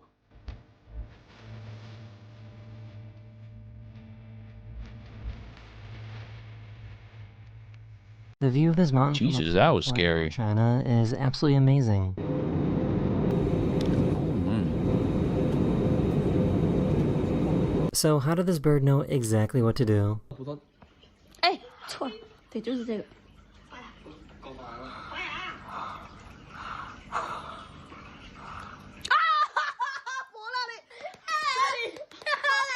This cat has... What in the heck? So, yeah, Wendigoon's explanation on why children's drawings can be creepy. It's like you see her other drawings of their family, so they represent normal people. So in that case, what would that freak of nature actually look like when translated from the drawing?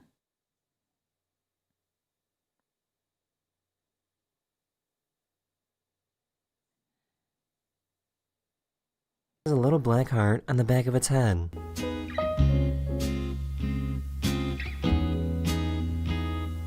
Amazing. Bro, why are you talking like that? Why are you Poopy. His arms are too short to defend himself. That is the end of this video, or you hope you T-Rex. enjoyed. And I'll see you guys again very soon. Later. Later. I'm in New York City right now. I'm so sorry for you, Connor. The Big Apple. But today we're going to be trying all of New York's best pizzas. I've asked a bunch of New Yorkers that I know, and they've told me a bunch of different spots. So we're going to go and try and get a slice from everywhere. We'll get the most popular slice. Is there emphasis on trying? Or at least maybe I'll change my mind when I see one that looks really good. We're going to get a city bike, and we're going to bike around a bunch too, because I'm going to have to burn it off. They got city bikes out there? Mm-hmm. Monkey in New York City. Target, just for the stream. Yo, is that Bestie's t-shirt he's wearing? Safety first, chat, always. Although it's not a very good helmet, I won't lie. It's a nice shirt. The best. And we're off. Yippee! These guys are cycling the opposite way. I don't get it. There's like no laws here, bro. I'll get behind this guy. Lawless lands. Dasher. He surely knows what he's doing. Okay, shit, I can, wait, everyone's going, what? Why is everyone, okay, now they can go. Holy suspension. It's anarchy, Connor. Oh my God, the city bike suspension is not. Oh my gosh. Oh my God, my gooch. I think at the end of this video, we will just see, like, a burial concession. So he's just getting buried. It's gonna be a funeral at the end of this video. Ow! Okay, I think I'm pretty close. I'm pretty close to our first pizza spot. How do I go? What is this maneuver here? What do I do now? Because in Europe, if it says I can go, like, left here, or at least in the UK, I could go forward. I'm allowed to do that move. Because normally in Japan, you have to wait, cross, and then, oh yeah, he just went. Okay. All right, well, I guess I'm the bozo. Let's get off. All right. Oh, it's 3 seconds left. Let's go. I'm taking the city bike and I'm walking it. So far, smooth operation. How was that? So far, no pizza, just Connor being absolutely confused about New York. That was a fun little journey. Our first stop is a famous, iconic Joe's Pizza. There might be a line, but we'll at least Joe's.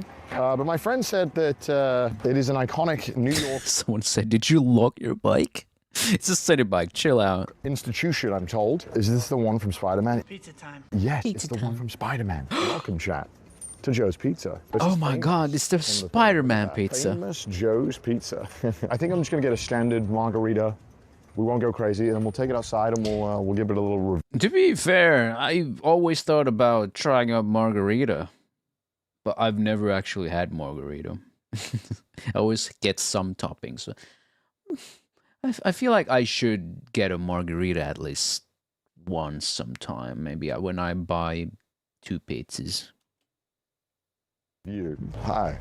Can I just get 1 slice? Thanks, guys. Wonderful. That is a nice looking slice, I gotta admit. Nice. That looks insane. Get a picture too, for the thumbnail. That is sort of the thumbnail, just edited very heavily. What's that? There you go, thumbnail, yeah. Let's give it a... Yummers. Oh my God, it was Homelander. Yummers. Oh my God. I think I would consider paying the rent for this. Oh my God, I get it. That's so good. What?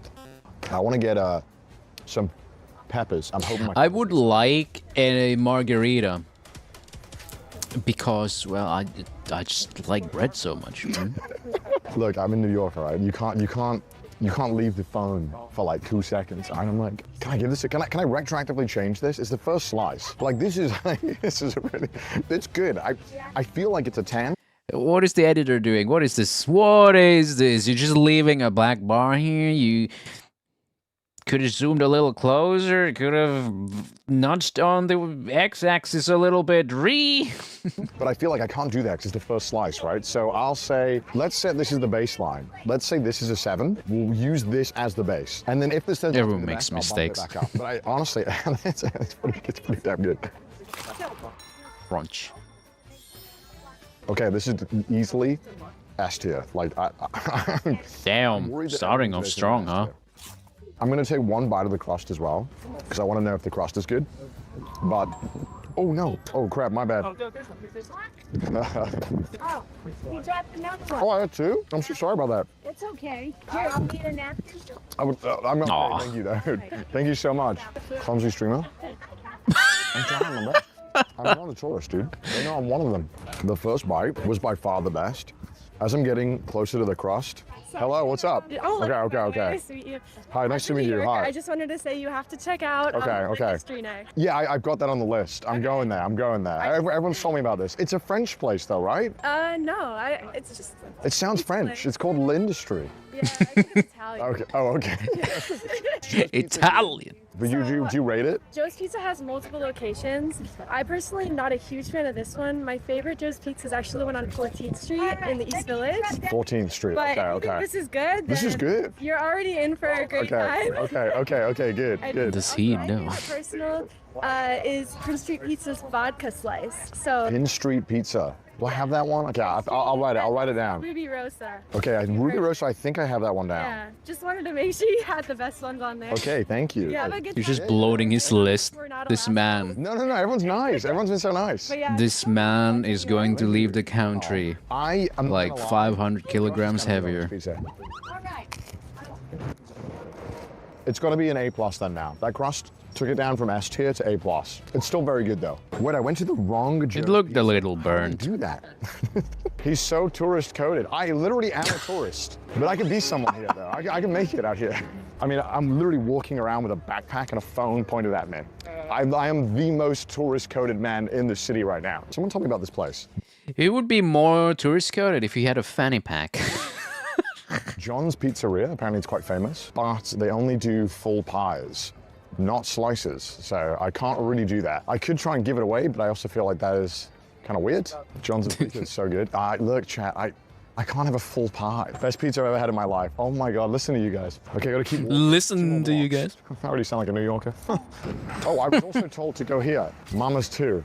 But chat, I'm so Vinny's awkward. I favorite think lining pizza up is place. gonna do me in. What the fuck is Vinny? I'll just talk in Japanese. I don't know who your daffy pals You're are. killing it. Oh my God, the line's bad. Oh my God, the line is huge. Whoa. Is that... Oh. I think it'll move fast. I think My I'll just goodness. talk to myself and be weird. You need to talk louder. It's New York City. Shut You guys, I'm already a weird-looking dude. Chat, is it okay to pay with $100? Yeah, you gotta be loud so you stop looking so weird. Oh, I only have $100 bills. Oh no. And here I was, I thought it would be too quick to get pizza. Oh, I thought it moved too fast. You know what? No, everyone's saying it's the best. I have to line up for this. I've accepted this. This is what I'm here to do. Here we go. Menu. Okay, it looks pretty good. What do we go for? And we've got to go for the industry, right? Very Canva coded. For their famous one. Right, the one over there. Look at it. It's like it's made on Canva. White. Why are you calling me white? Oh, there's a slice called white. Oh, here are the prices. Are you calling me white? Oh, there's a slice called white. Yes, Connor, you are quite white. Oh, here are the prices. Okay. Oh, that. Wait, how much is that? Wait, the margarita here is cheaper. Oh! I paid $4 a slice at Joe's. It's $4.25. The industry is $7.50 a slice. Oh! Huh? You can afford it. You can afford it, Connor. I want to get the salami, the spicy salami. Step too far. Consistent and get the Can't call a man white just because he is. But I did say get the most popular one, and like maybe the industry is the most popular one, you know, because I mean that's like their slice. It's like they've called it after them. I'm going to say the W word. Yeah, like it doesn't matter. I was just like the authenticity of my review is being spoiled. Gotta get spicy. It's spicy. I don't know actually. Oh, look at it. It's nice in there. Whoa-wee. I mean, I've lined up for 20 minutes, I think. It's not actually not too bad. It's a pretty reasonable line, I feel like. What is the most popular slice? Like the slice? Definitely the burrata or the Lindustry. Only difference between the Lindustry and the burrata is the Lindustry has prosciutto di Parma. Okay, I'll do the burrata. That was the first one you said. I'll get that. Yeah, thanks, man. We'll put us on that. All right, cool. Thanks, man. Look how busy this is. Burrata. Oh my god. Oh my god, look, he's chefing up the pizza. Oh, it looks so good. Thanks, man. I appreciate that. Enjoy. Hold up. Check this out. Woohoo! Look Nice. at the line. Holy shit. This honestly looks phenomenal. Look, I mean, look at the plate. The plate is struggling. But you know what? That's what I want. That's what I want right now. Can I sit here? I'll get a coffee. That's fine. Coffee with pizza. I like it, okay? All right, chat, here we go. L'Industrie. That slice. L'Industrie. Oh my God, the oil. It is a beautiful slice. Let's try it. Wow, this must be what it's like, what the Italians felt the first time they made it. This is incredible. This is so good. This is honestly, this is way better than Joe's.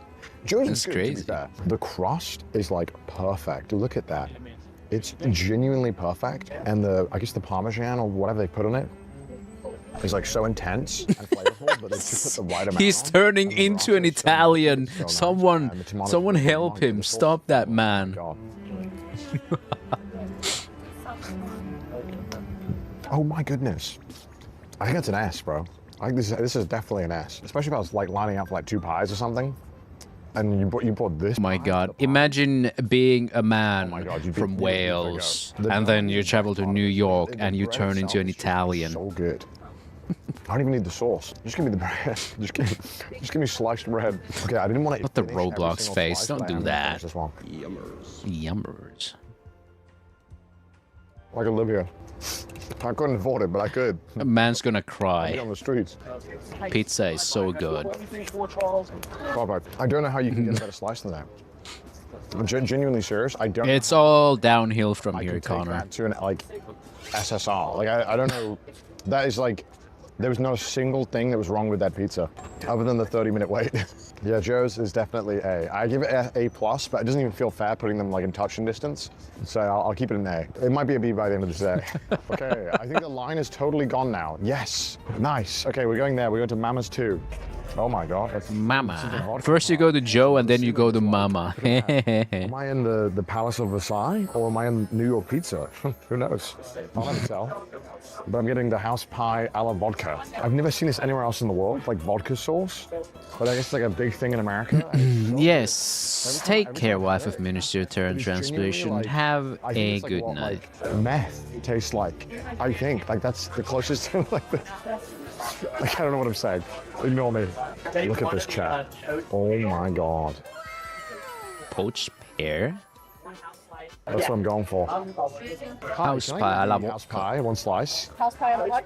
Yeah, and can I get 2 bottles of water?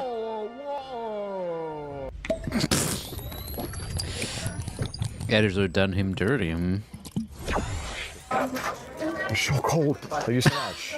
Oh. Oh my God, Shay, I gotta show you this pizza. I'm going back to my spot, bro. I had the spot. Oh my gosh, bro. Look at that. Damn. God damn. All right, guys. It looks okay. Guess who's going to the exact same spot and getting another coffee? Me. That looks Just walking around with a pizza. The vodka pizza, the house pie. And I have to say, That browning is nice. It's nice and golden. It's also probably the biggest slice we've had today. That is so big. Let's try. That's what she said. Wow. Look at the underside. The crisp is pretty intense. It's a very distinct crunch. This one is heavy. Like greasy wise? So good. If I had this 1 second, I would be like losing it. But I think the other one's better. But like the vodka sauce is carrying it because the other pizza was just like After I've had that bread and that sauce and cheese mix, I think the other one is better, man. Joe's Pizza. Vodka is supposed to have no flavor. Who knows? This is the Hey, flat The tray. industry is the S. Oh. Because of the vodka sauce. This list is evolving. Pepperoni is like a little too salty. It's like it's kind of a lot. It's kind of an intense flavor. The crunch is nice, but the bread isn't as good as the industry, for sure. The bread is not as good, but it's still very delicious. Chat, I'm be cooked, chat. I might be cooked. Okay, I'm gonna try and eat as much as I can. It's so interesting because like it is like an objectively amazing slice. I'm just trying to figure out the words to describe it because I'm not a food reviewer. Bro, it's Like, speechless. I'm just a fat ass. I'm good at eating it. Hey, how are you? How are you? I'm doing well. How are you doing? Sorry, that was so close to me, and she like was making some funny faces when she said that. That was so funny. I love New York, bro. It's like everyone is like a GTA character. I know I'm full when I'm just picking up pepperonis and eating them now. Too I'm at accurate. that stage of full. I'm still a fat ass, but I'm full.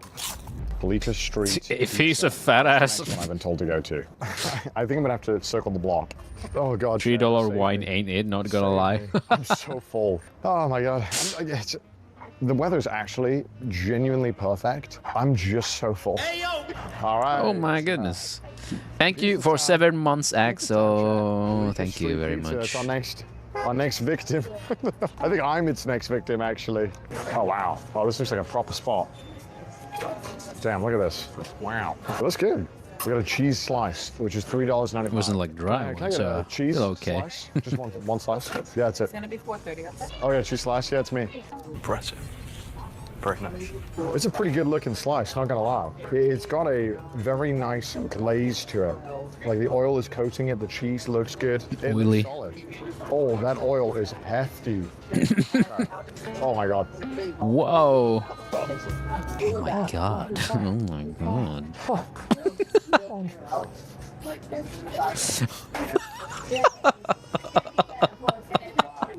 Oh my God. So much cheese. It's so good though. Oh my goodness. Look at that crust. That's so beautiful. It has that crunch, but it's so like minimal. It's like a tiny little crunch. It's like chewy right away. I've had full slices of pizza, man. I'm more cheese than man. Joe's? What the fuck? Joe's is now a C. I'm so sorry. Every pizza I have, I'm realizing Joe's was the worst one. It was the worst one. I'm so sorry, Joe. Joe started out as an ass today, and I've been cultured. Joe is in shambles. I'm so sorry, Joe. This is exactly like Joe's. Burrito, barbecue with chicken. Oh, Literally that tastier sounds in real every nice. single way. And I think for the same price. Joe's C. Joe is getting downgraded and downgraded. I think Mama's 2 is maybe B now, or maybe they're both A, but this is higher in A. Yeah, but Mama's 2 is A, and then this is higher up in A. I think I like this one more. This is like genuinely amazing, like just for the cheese slice. They're like, I think this might be the best, like marinara sauce, marinara. Yeah, what am I saying? This is the best one, I think. He's losing his mind. No. Oh no, no.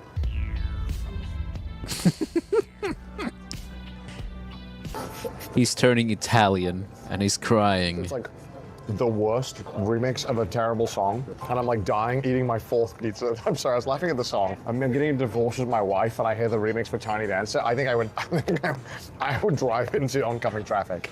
All right, chat, I need to walk. I gotta walk. I don't know which direction. I'm just gonna walk. There's just so much oil, cholesterol, and. But you look, I mean, you're only in New York once, and you got to try all the spots, right? That's what it's about. That's New York. Where am I going to next? So the next thing I had on my list, which I'm not going to release, don't ask me. I want to do at least one more pizza for now. Like I feel like I need to commit to one more. Okay, yeah, I'll just type in East Village pizza. Not Domino's. No, I'm not going to Domino's. Go to Domino's. I just need to go east. My people, they need pizza. Oh, dude. This is the chess thing. Oh my God, this is where it is? The chess thing. Me? You'll crush me. No, the guy behind you. No, you. Oh, dude, no. Are you sure? I'm really bad. What's your name, man? I think it's Kyle. My name's Connor, man.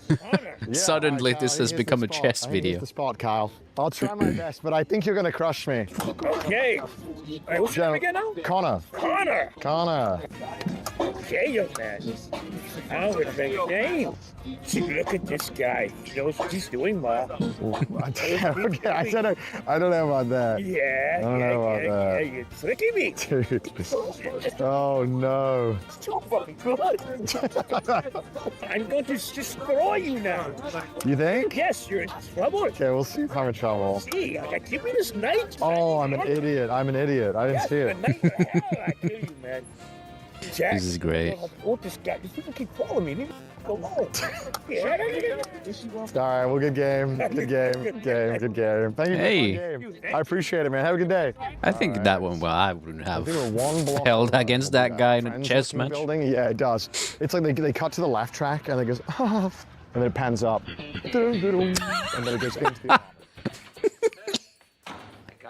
Jerry, this is it. East Village Pizza. There it is. I hope it's in the east. Ooh, it looks nice. At least Look at that cheese slice. this ain't a village anymore. Oh wow, look at that. Oh. That looks nice. We have East Village Pizza. It looks really nice, actually. It looks very like clean. It's like sanitary, man. Looks really nice. The cheese looks very solid. It's not like falling off at all. It's got a nice build. Like this shit, if you ask an AI to generate a pizza for you, that's what it looks like. It's way too perfect.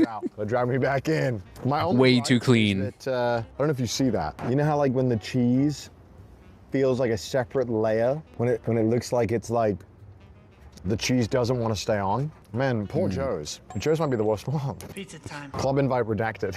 Rip Joe's. Hey, I don't want to go to the club. No, let's start from the bottom.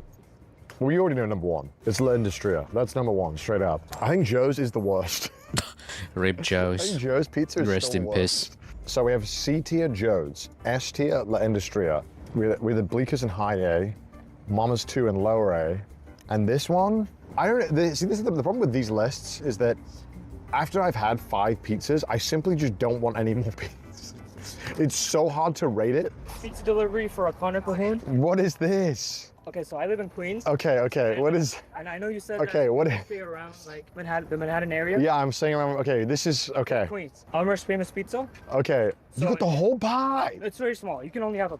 Okay, I please. Okay. I'll finish it. I'll take the smallest slice. Yeah. This one looks tiny. Go for it. I'll grab this one. Okay, so what is this? You know, I'd be terrified if someone came up to me with like this, you know, just with food. You know, but at least you said he'll eat it. I would have just asked him, hey, you should try it first, you know. Who knows how many layers of 5G rays are in there? Place called? It's called Elmer's Famous Pizza. Elmer's Famous Pizza. All right, I'll try it in front of you, okay? Yeah. And I'll be honest. If it's bad, I'll tell you, okay? So let me show the crust, okay? That is a stiff goddamn pizza. It's like a good lunch type meal. Like sometimes. Yeah, the bread is so interesting. Like it's a lot more like, I don't know how to describe it. Like, look at it. It's got like a nice like caramelized like crunch to it. Dude, thank you so much. It tasted a little bit better if it was like right away. It took me like 30 minutes to get here. Oh, dude, I mean, look, Hey man, I saw you in the area. You should try this pizza. I didn't put anthrax in it, I swear. Pizza delivery. I mean, I can't complain. Nah, worst pizza in my life. I'm kidding. Nice. I think Elmer's, that's A below Mama's 2, so 3 A's, and then this one I think is high B, East Village Pizza. I just want to be honest with you, so just so that we can clarify, Elmhurst, low A, then Mama's 2. It's like when you're a kid, someone says, hey kid, have some candy. All of these pizzas are literally S if I had them anywhere else in the world. You know what I mean? Like if you'd handed me Joe's Pizza in the UK, I'd ask like, who did you like suck off to get this? Sorry, I don't want to say too loud. I'm in New York. Who did you blow to get this pizza? No, like Elmer's made it pretty good at S. Not S, A tier. Oh, fucking Joe.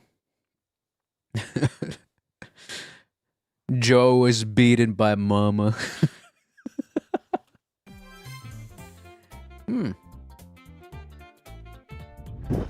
Look at that. Well, chat, I'm probably gonna end it there for now. I don't have anything else to show you today, but there's Brooklyn Bridge. Yay! That was good. Elmo's famous pizza. Elmo's pizza. That's what Elmo sounds like, right? Joe Mama, the boxing match? Yeah, I saw it. Mama won.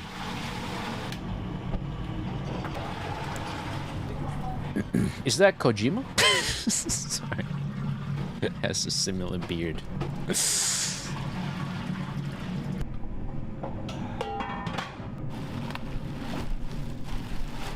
I like the fucking threatening title of the meat wall.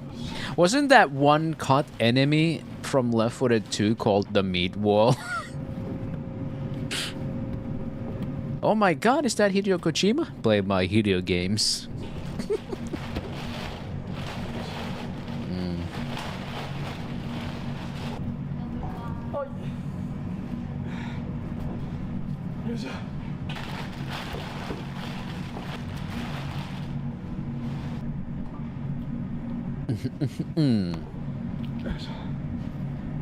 Oh my goodness, he's struggling. Whoa. The Wall of Flesh is also a major boss fight in Terraria that unlocks like most of the content in the game. Damn. So he must beat this meat to unlock all the content.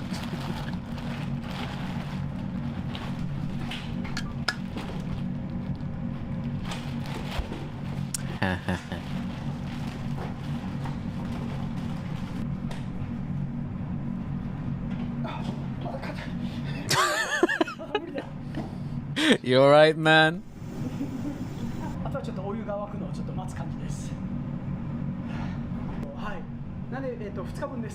This is enough for 2 days.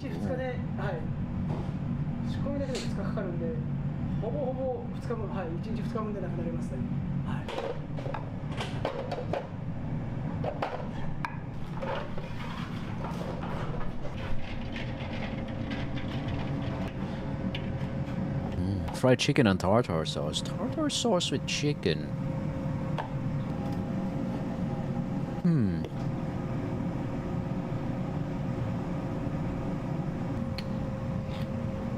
There's so a sauerkraut?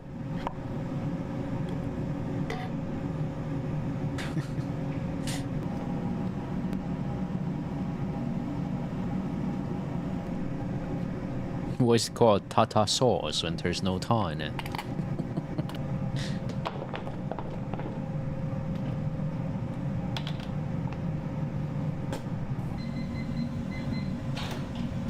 Yeah. The meat wall, ladies and gentlemen. The store manager is still wrestling with a large amount of meat. You're not supposed to wrestle with it. Well, that looks good.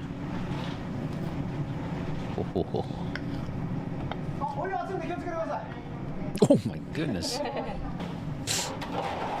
The chicken has been marinated the day before to let the flavors soak in. Good. And here we have some sort of flour. Is this potato starch or something? To put on clothes. Yeah, I mean, I would just call it breading, but...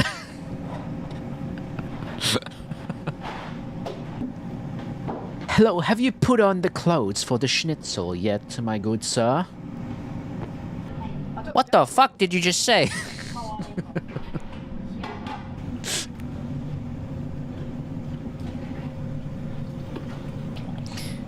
Putting on clothes is a pretty cute term.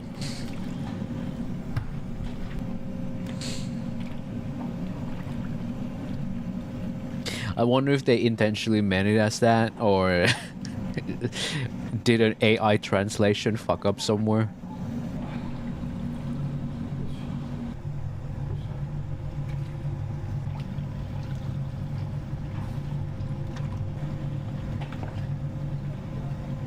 Goodness.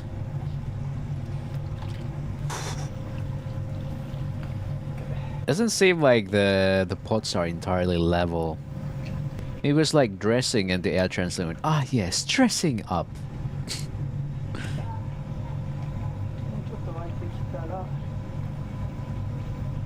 Dressing.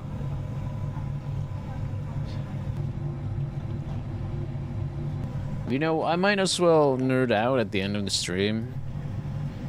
Check out that Zero 2 video I mentioned much earlier. Talk about the YouTube advice tier list. Because that looks like I'm way in on that a little bit. For some reason, meat is the nastiest looking for me in this part where it's like between raw and cooked. Yeah. I do kind of agree with that.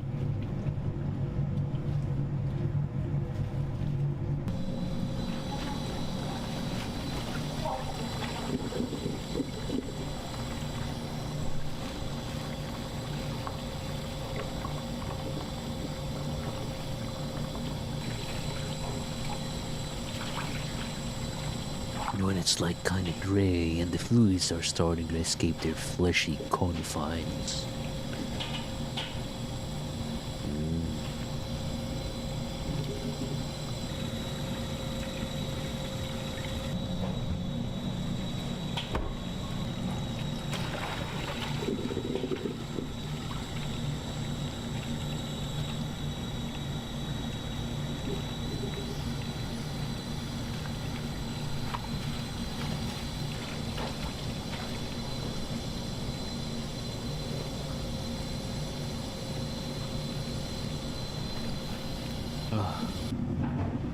UK was getting some digital ID shit.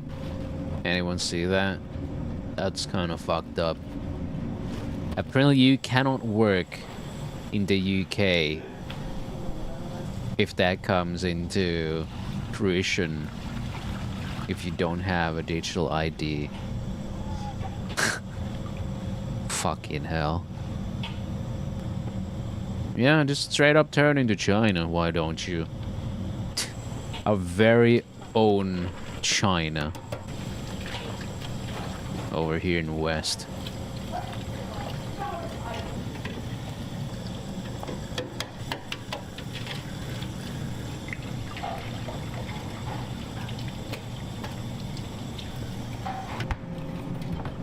Nice peeling. So good. Tartar sauce, egg, yo. Imagine all the shit they can do if they can force you to use a digital ID just to work. They can track everything about you and they can revoke everything if they don't like you. Imagine saying something politically incorrect and they're like, yep. Can't have you do anything again. Your social credit score has been gouged.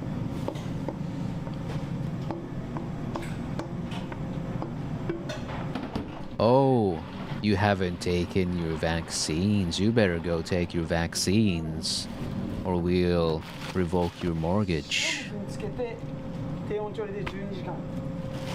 I think this is why they wanted to leave the EU. Well, majority, well, let's say majority is undecided, but then the rest of the people, the governments are saying, yeah, sure, let's add some censorship shit.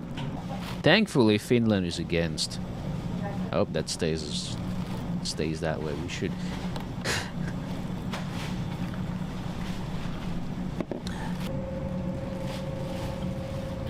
I always feel good when I read the news and it's some stupid bullshit about Big Brother surveillance shit, and then I look who's objecting and it's Finland in that list and I'm like, thank fucking God.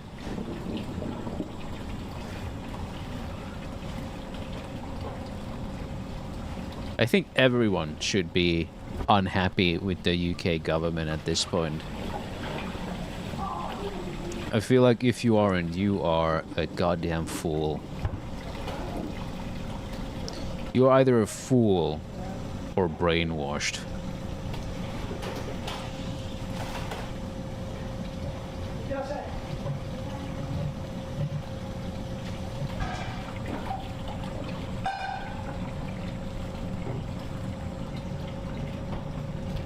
Mexico, they want to increase like 20% of the price of mature rated games.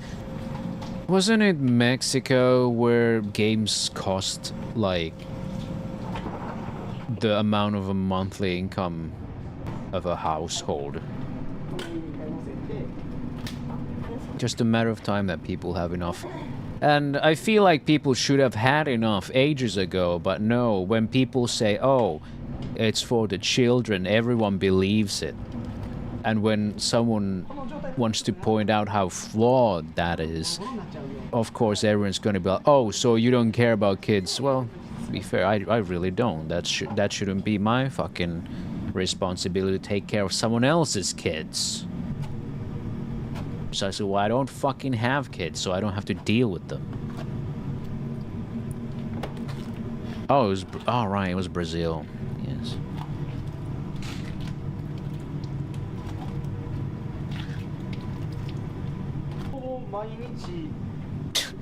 Finland's unemployment rates have gotten like twice as bad. Oh, yeah. Color me surprised. Countries I never want to visit list. Yeah, there's a couple of interesting places, but it's like, yeah, I can live without seeing the National Museum. I can live without seeing the Big Ben. But yes, I think it was Brazil.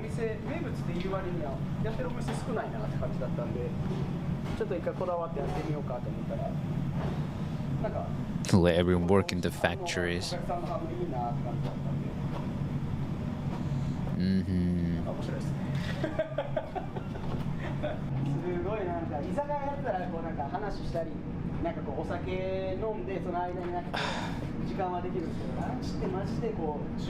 I think I started to feel really fucking weird about it, about all this back when the first things regarding the payment processors happened. That's happened like a while ago, like a long time ago, like a couple of years back, because I am an ASMR junkie. I get quite a bit of ASMR tracks from DL site. And I noticed that shit because suddenly couldn't use a fucking MasterCard. And I'm like, fuck, it's so fucking stupid. Like, instead of just purchasing things directly, I have to purchase points. Like, the result is the same, I get my stuff. And now I have to use a fucking VPN.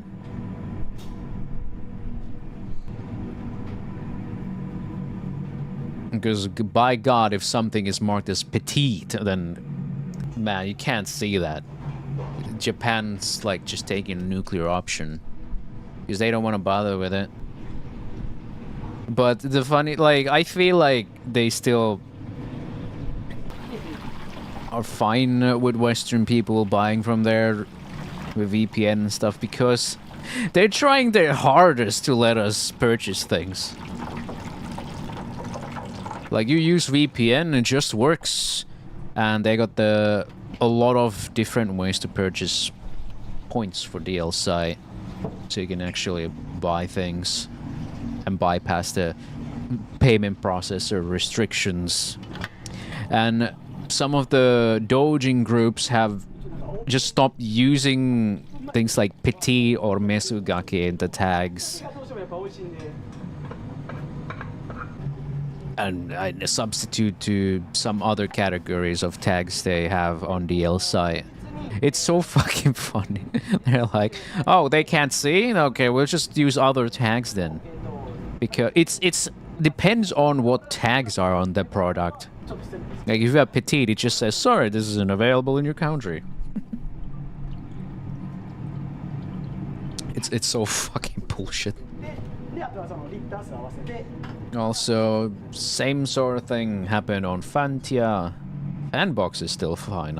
I don't know how that has slid under the radar, but Thank fucking God. Fanbox is still like the easiest to use.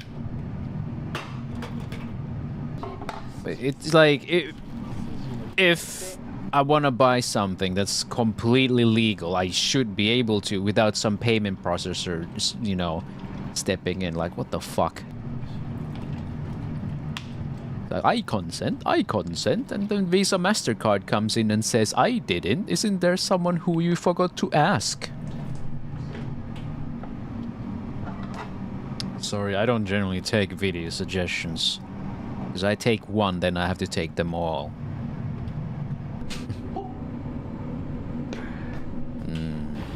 Well, this is cooking. Cooking the meat. Yeah. We're still in the process of cooking. Isn't there some random payment process you forgot to ask? Exactly. Their only job should be just process my payments. God. Elon Musk would have the funniest thing to... No, Elon Musk was there. People. Let's go, YouTube. Cronus, hello. How are you doing? Welcome.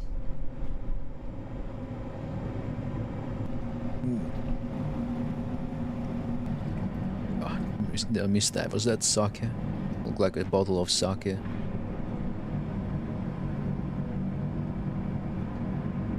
I'm doing good, thank you. I'm glad to hear you're doing fine. It always amuses me how much they use scales in Japan. Everything is measured and try to at least be as accurate as possible to the recipe or whatever they try to do. Meanwhile, the rest of the Asia, yeah, fucking just cook it with some heart. Just throw it in there. Give it a taste. Is it good? Yeah. Everywhere else. Everyone else is just fucking winging it. Japan is like, I think it's a couple of more grains of salt. Nothing wrong with that. I just like that kind of contrast. For salarymen, there is only a 1-hour lunch break, so we will set up dishes in advance to ensure quick service. Don't consider of them. It's kind of funny thinking only 1-hour lunch break, but then it's like usually when there's a lunch break over here, it's always in the same building or very nearby, some way handled by your employer. But I suppose Japanese just like to go out, so it takes a bit time to commute to the restaurant and then commute back, so I can imagine it being kind of tight. Especially if they come out here, just restaurants and stuff. Regular. I don't have work experience because, haha, yeah, cool. Of course I wouldn't because...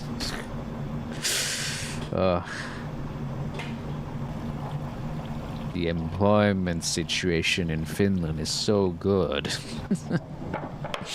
But, well, schools were that way, workshops were that way.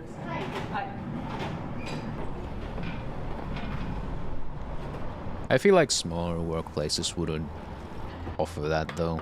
I wouldn't know. Never worked a day in my life. Not exactly happy about that, mind you. Kinda affects me, I feel like. Used to be young and feel like, oh my god, all these works I could do, all these jobs I could take. But now it's like, what the fuck do I actually want to do? I do not know. I don't feel like doing anything anymore. I found my place in VTubing and now it's like... I'm supposed to find a job. I mean, not like I ever stopped looking for a job. But it's like... if they don't want to give me a job, what the fuck can I do about it? It's not like there's free jobs out there. It's not that I just want to laze around or whatever. It's not that. It's more like that I can't do anything about it. When they want to try and help me get a job from the government side, you know, the government workers are saying, hey, you should go, you know, have you thought about studying again? I'm like, ridiculous fucking thing. Like, these people who work for the government probably get paid a decent salary or, you know, whatever. All of my income is basically from them, like a few hundred per month or so. If I were to go to study, I wouldn't get that unemployment benefit anymore, and it would tank to like 200 per month, which is... that doesn't even cover utility. Ridiculous. Like, the idea is because I live with my family, so that affects the amount of support I get. And, the idea is that, you know, I'm supposed to be mooching over my mother's fucking, you know, pension or whatever. Like, it's kind of a ridiculous position to be. Like, I kind of understand why they do that, but at the same time, it's like, what the... If I want to pay my bills, then I have to beg my mother? What? No, like... And if I do go study something, that doesn't guarantee me a job. Good lord, I've studied to be a cook, I've studied media. I'm very highly educated, but where are the fucking jobs? I haven't gotten a job ever. I do not see why studying more would help me get a job. It's like, oh, you're still young. No, what? I'm not. I know what they're trying to do with the go study shit. Like, go study and take the student loan. Like, I'm trying so hard not to take any loans. I don't have mortgage. I don't have any debt with anything. I pay everything, like, just up front. To be youngins at the 20s. That's how I feel. Everyone's like, oh, you're still young. It's like, no, fucking no, I'm not young. Goddamn. Consider, like, I went to see a nurse and she was like, hey, you ever thought about starting a family? You're at that age. Like, starting a family age is not young.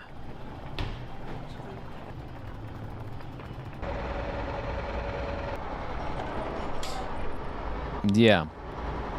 So that's why I do YouTubing so hard. Not 100% why. I do enjoy this. I'd rather be doing this for a living. It would be nice. I like doing this. But it's also kind of like... not really of a... I chose this line of work. It's more like... I'm kind of dependent on how people perceive me. It's more like the job choosing me in this case. Like, you can strategize. You can make it in the YouTubing scene just with knowledge and stuff. But it is still easier, probably, just to earn by working. That is if you get your foot between the door.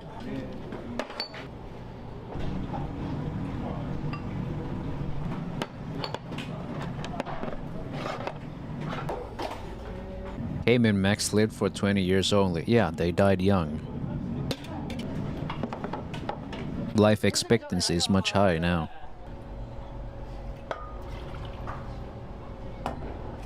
I mean, some people still max live only 20 years in like third world countries. So they die young.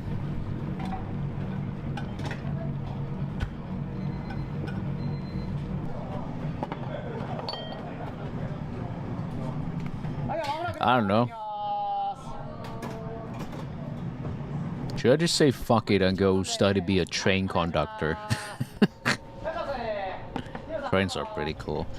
I kinda wondered that about that. Doing the Payday 3 collab with Chaser and Batman. It's like, I wanna know how that would be. Probably kinda chill. Our generation is the first in the history of the fucking planet that is more poor than the previous. I can believe it. Kinda insane, isn't it? And yet the older generation laugh at us and wonder why are we so lazy while some people work 3 jobs and still cannot afford shit. Especially in the States. Oh, that looks nice. Oh.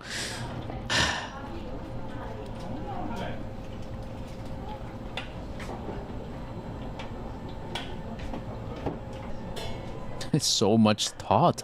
Good lord. I'm a private school, so I have to give a monthly payment to keep in the school. The problem is that they already said they're gonna be increasing 10% off the price every 4 months. Yeah.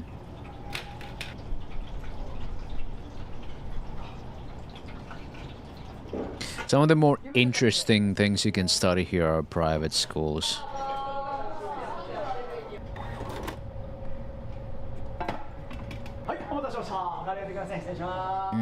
You know, out of curiosity, I'm gonna ask Gemini. Why Gemini? Because I have fucking Chrome open here. Let's see. Let's see. What does it take to become a train conductor in Finland? And I have now doxed myself.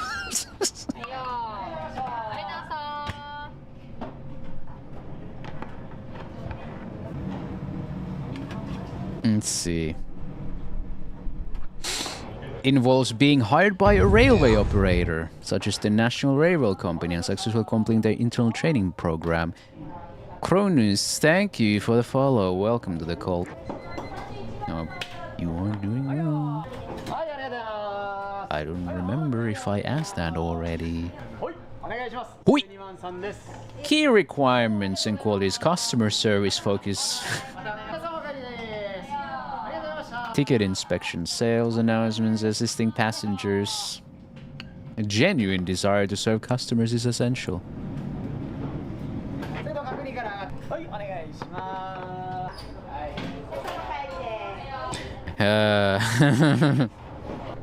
Stress tolerance and initiative. You need to be able to work well under pressure, manage situations where you have many things to do simultaneously, and handle disturbances or exceptional events with calmness and self-initiative. I feel like everything needs stress tolerance.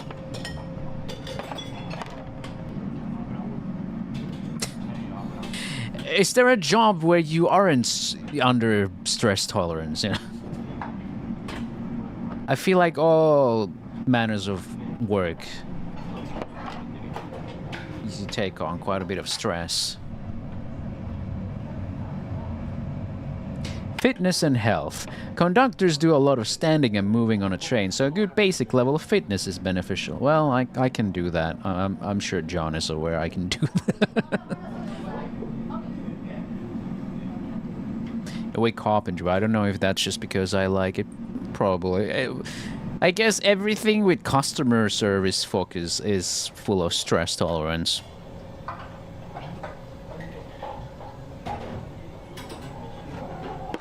Language skill. Good Finnish language skills are necessary. Well, duh. Its ability to serve customers flexibly in English and Swedish is also often required, with other languages being an advantage. Oh shit, Swedish? You must be prepared to work irregular shift hours, which can include nights, weekends, and holidays. Well, I don't really give a fuck about those. Long-distance conductors may also have rest breaks or overnight stays away from home.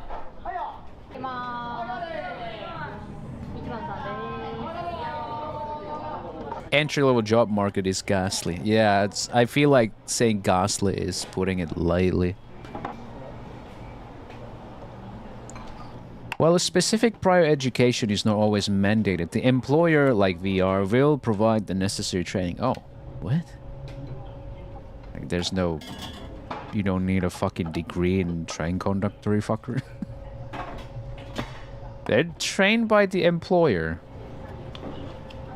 Online learning, contact teaching, significant period of on-the-job learning. The duration can vary depending on whether it's for commuter or long-distance trains. Long-distance conductor training may last about 7 weeks. Less than 2 months. Path is usually meet the selection criteria for customer service, health and schedule flexibility, apply for an open conductor training position, complete the employee's conductor training program. Holy fuck.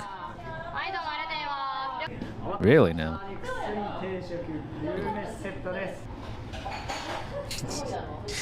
Guys, I'm gonna become a conductor. I'm gonna graduate and become a conductor.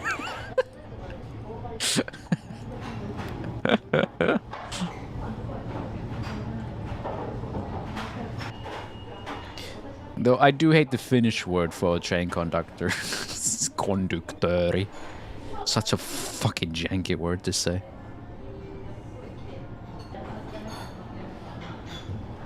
Oh wow.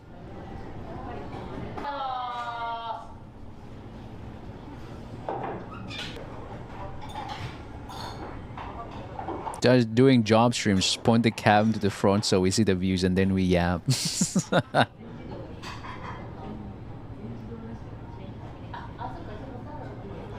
Long distance train conductor.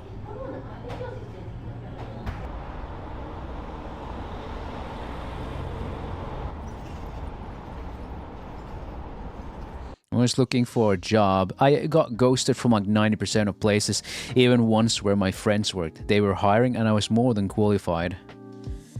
I feel like that is because they already have someone, and the reason they have job postings for open jobs is to just kind of show off to whatever government worker that, you know, they are actively hiring people so they won't get sanctioned or whatever. Does that make sense? It's for appearances in some cases. So probably some of those at least weren't actual job openings. They were just pretending so it looks good. They just knew already who they were hiring. They just put job postings up. Most open jobs are like 90% of them are hidden. You won't find them in job postings because it's all fucking nepo hiring, right? I work as a plumber, but I'm still in the 3.5 year learning thing. But the problem is I'm always left alone in the warehouse for 2 years. I should come pick you up, Jesus.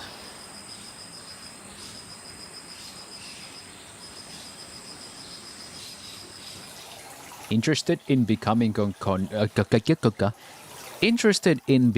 conductor? Are you prepared to work shifts?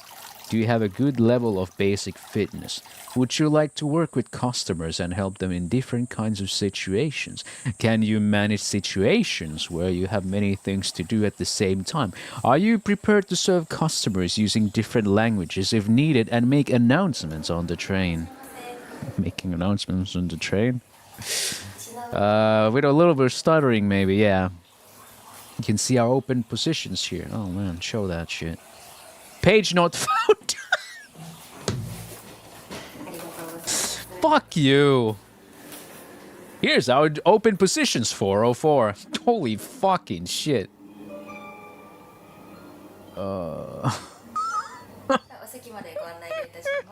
You fucking dicks. Why? I think the worst part about Finland is that we can't make websites for shit. No one knows how to make websites or apps. They're absolute dog shit.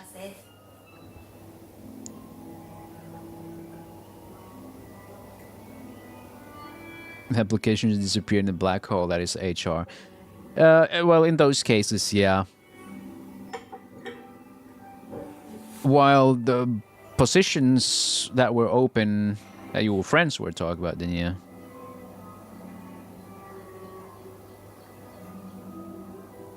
But is it more that you had no candidates, or is it because your friends were told that you have no that they had no candidates?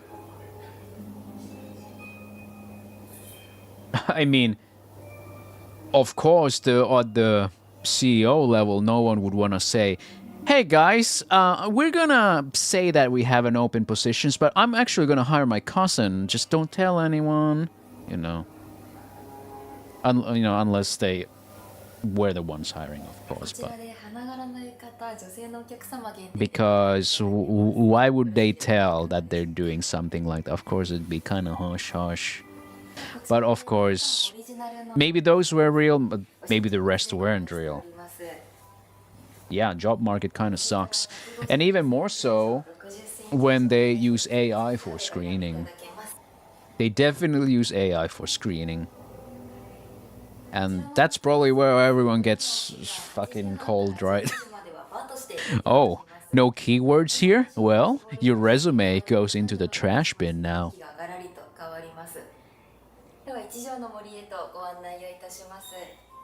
Yeah. Exactly. They already know who they are hiring. And the illusion of an open position is just that it's an illusion of an open position. It's scummy. They're just trying to keep up appearances, because it would be kind of bad if they never post job openings on like job marketplaces. It's like, why are you guys never hiring? And they're like, I mean, we just hire friends and shit, and then they get sanctioned. The way to get around is to just keep nipple hiring, but then post fake job openings. And then, even if they have open positions like that, they're just gonna use AI to go filter through that. So when you submit your resume and it doesn't match all the requirements to get past that AI filter, it's just gonna automatically be scrapped.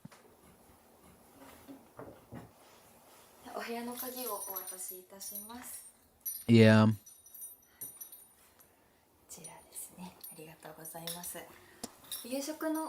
Like, you really need to know someone higher up, or someone who knows a higher up. And even so, yeah. Good luck.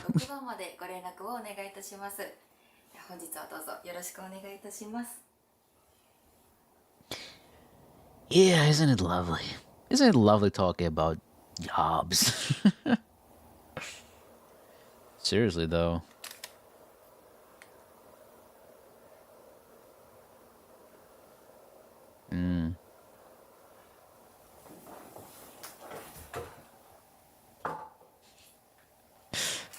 A waiter?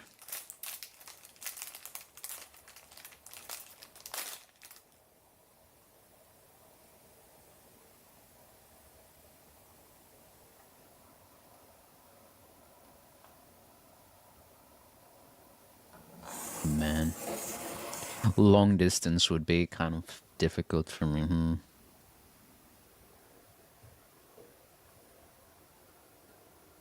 The best way to get a job. Just know someone at the company where you want to be. Not just anyone, right? Just someone higher up. Because like Faz said, Faz had friends working at places, but he didn't get in. So it's not even just random someone. Yeah, someone middle or high. Preferably high, but good luck with that if you've never worked a day in your life. Hey, that's me. Absolutely no network whatsoever. So, yeah. Wow, am I supposed to do something? Like, I'm being reprimanded by people who who have a job. It's like, you know, you should really get a job. It's like, fucking how?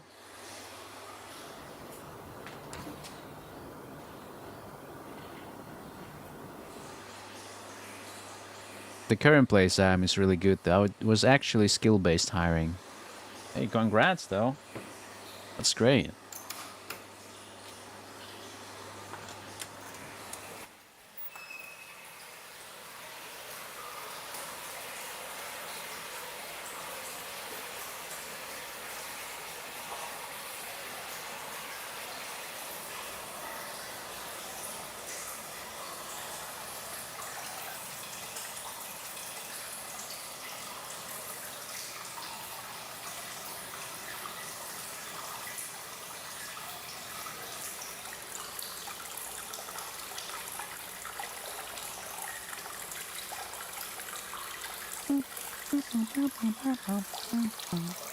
I guess it doesn't hurt just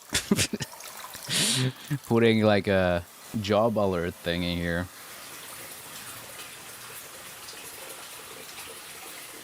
Oh, it's just you just leave your email and that's it. No. Be crazy being a conductor. Trains are cool. I wonder if that's why I like the Shupogaki so much. You need a LinkedIn, sadly. It's the only way. I don't know if Finland cares a fuck ton about LinkedIn. We are just that archaic.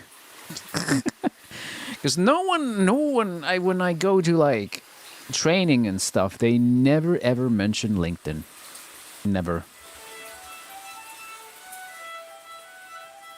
Lincoln? No, LinkedIn. The Microsoft platform for job lads.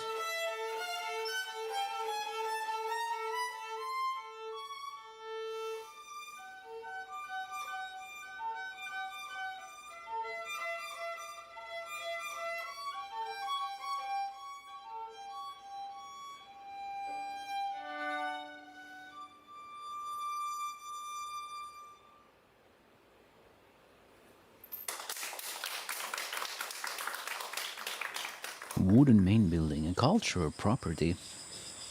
Hmm.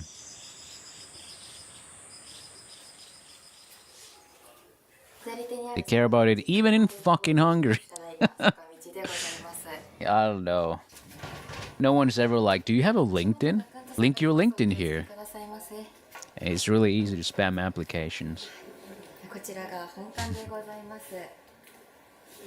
本館は大正末期から昭和初期にかけて地元の宮大工によって建てられました。釘を一本も使わずに通し柱で建てられているのが特徴でございます。 No nails on that? Hey John, as a carpenter, what's your opinion? This structure has no nails. こちらは東日本大震災でも一枚も割れることなく持ちこたえたカラスでございます。 No pains on that wood. Ah, nails, not pains. ぐるっと一周してまいります。本日料亭手前から2番目の料亭でございます。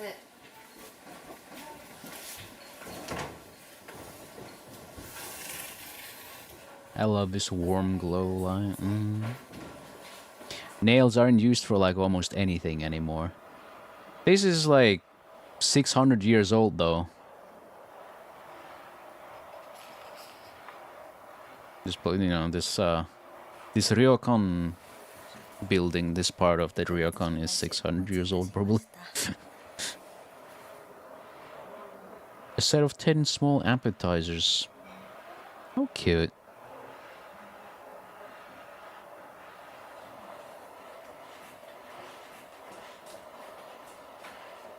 Aperitif vinegar is served in a traditional... It is a house-made red shisho vinegar, a Japanese herb.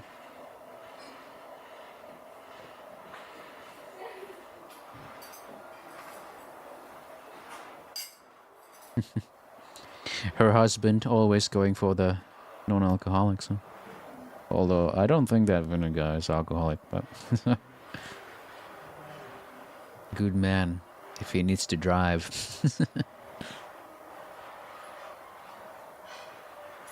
I mean, to be fair, I don't have any alcohol either. Don't much care for it.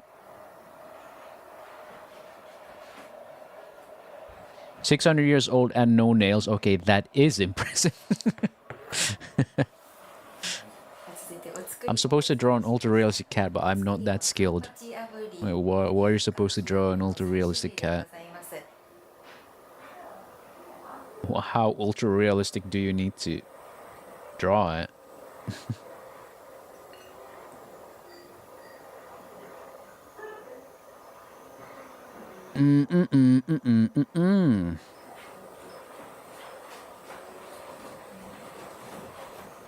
Homework.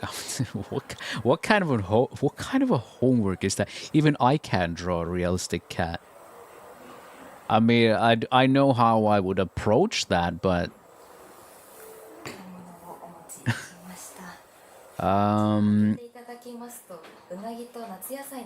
good lord. Crash course in drawing.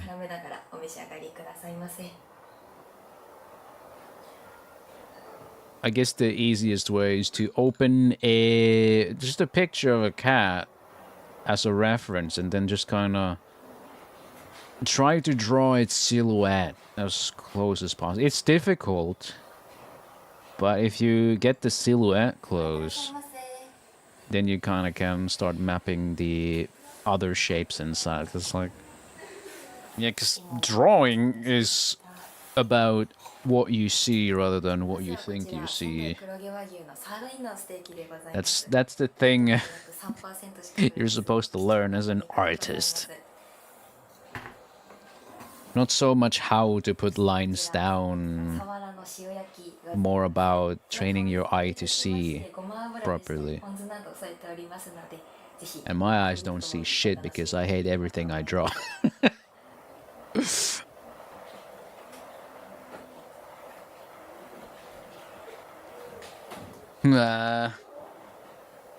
I'm gonna take this opportunity and torture myself.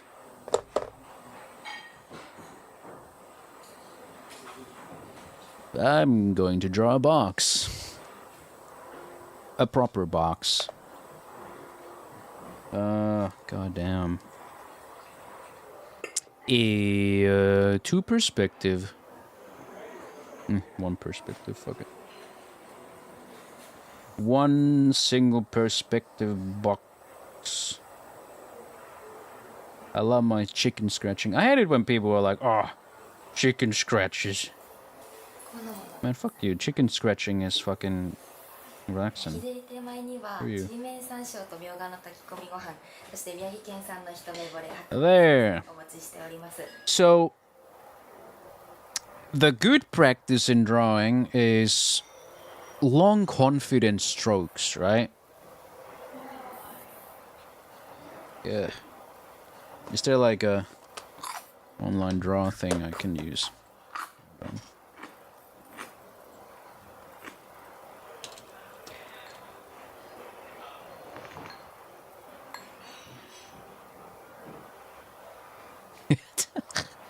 I have my previous thing here.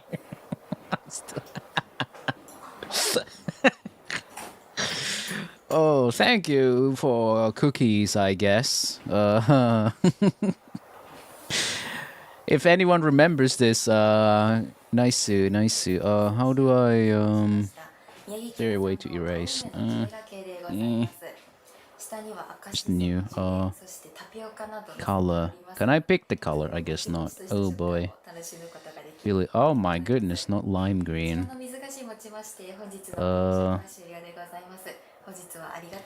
So what you're supposed to is like do long ass strokes, do confident strokes, but a lot of people just kind of, you know, do this, right? Because, you know, they don't have the confidence to just do that. whatever, do a circle, whatever. they just kind of, you know. But sometimes you just chill, you know, just to do chicken scratches, right? Like whatever, man.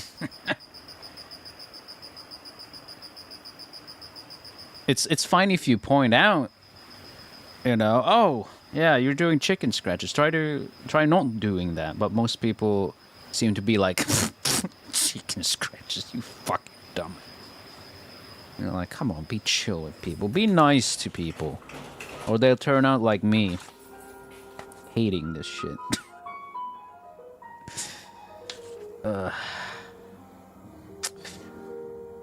Drawing from imagination. You know. I started drawing when I was like 4 years old. Sure doesn't look like it, I gotta say. You know, whatever. My Loomies heads here. And teeth. I drew teeth. Do I just do some teeth? Or pretty cute. Oh, wavy. Just chicken scratcher. Who cares? Who cares? Just do it, boy.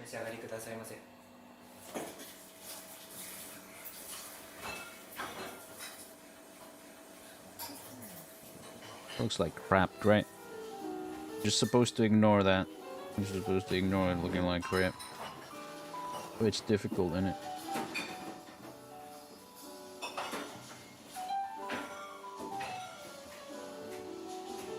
It is difficult. Because they do look like ass. But you're supposed to be fine with that. I ain't fine with that. I hate it when it looks like crap.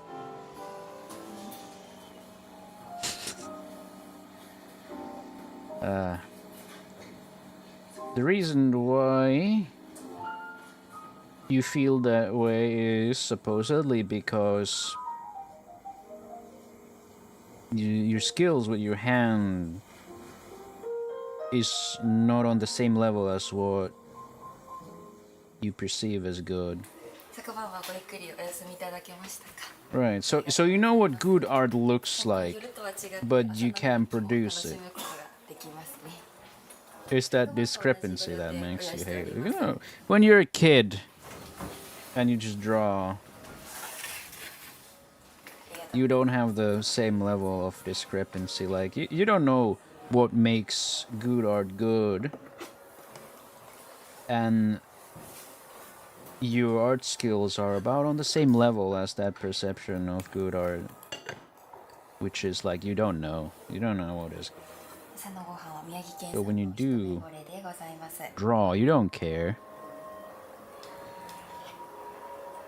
TF2 is a game with no chat filter. You don't want to know what type of shit I say there. I played TF2.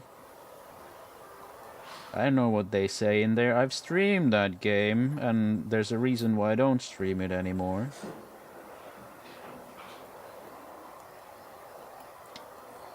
I can pretty easily say that when it comes to game communities, TF2's is the worst. I don't say that lightly. I played League of Legends. But League of Legends toxicity stays in League of Legends. But shit, when I stream TF2, that shit leaked into my stream, that leaked into my Discord. Yeah. They are fucking obsessed.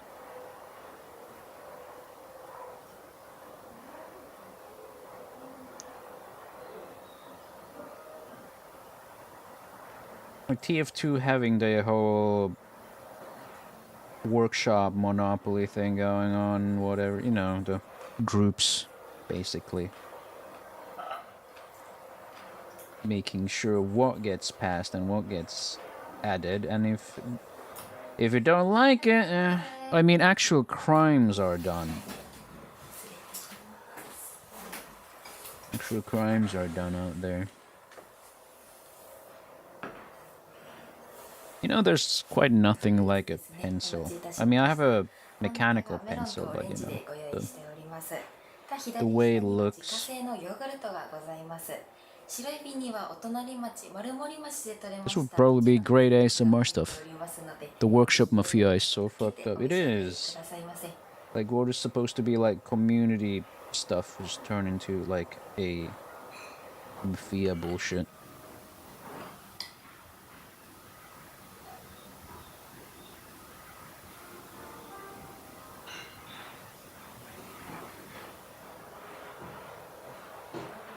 Can I just kind of grab the mic?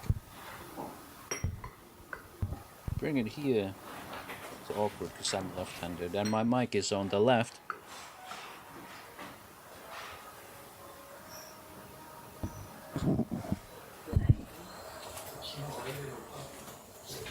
Nah, it's not that sensitive. My ASMR microphone would be.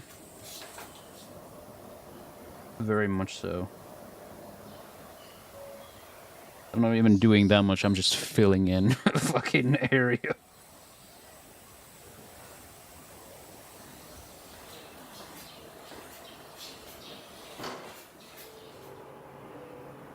I hate seeing the errors in my drawings because I know what's wrong with them, I just can't fix them. But to fix them I would need to draw more. But if I have to draw more, then I will hate it more. What bullshit is that? But at least it's not a unique feeling to me. Sometimes you just kind of do art and at some point you feel like you're just getting worse. Apparently completely normal and apparently also completely bullshit.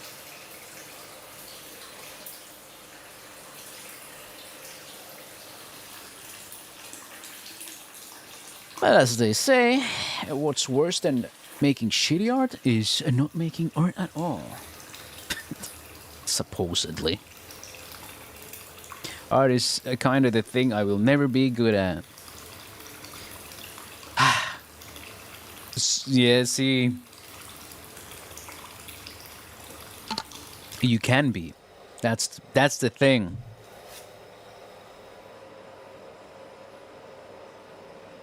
It's about mileage.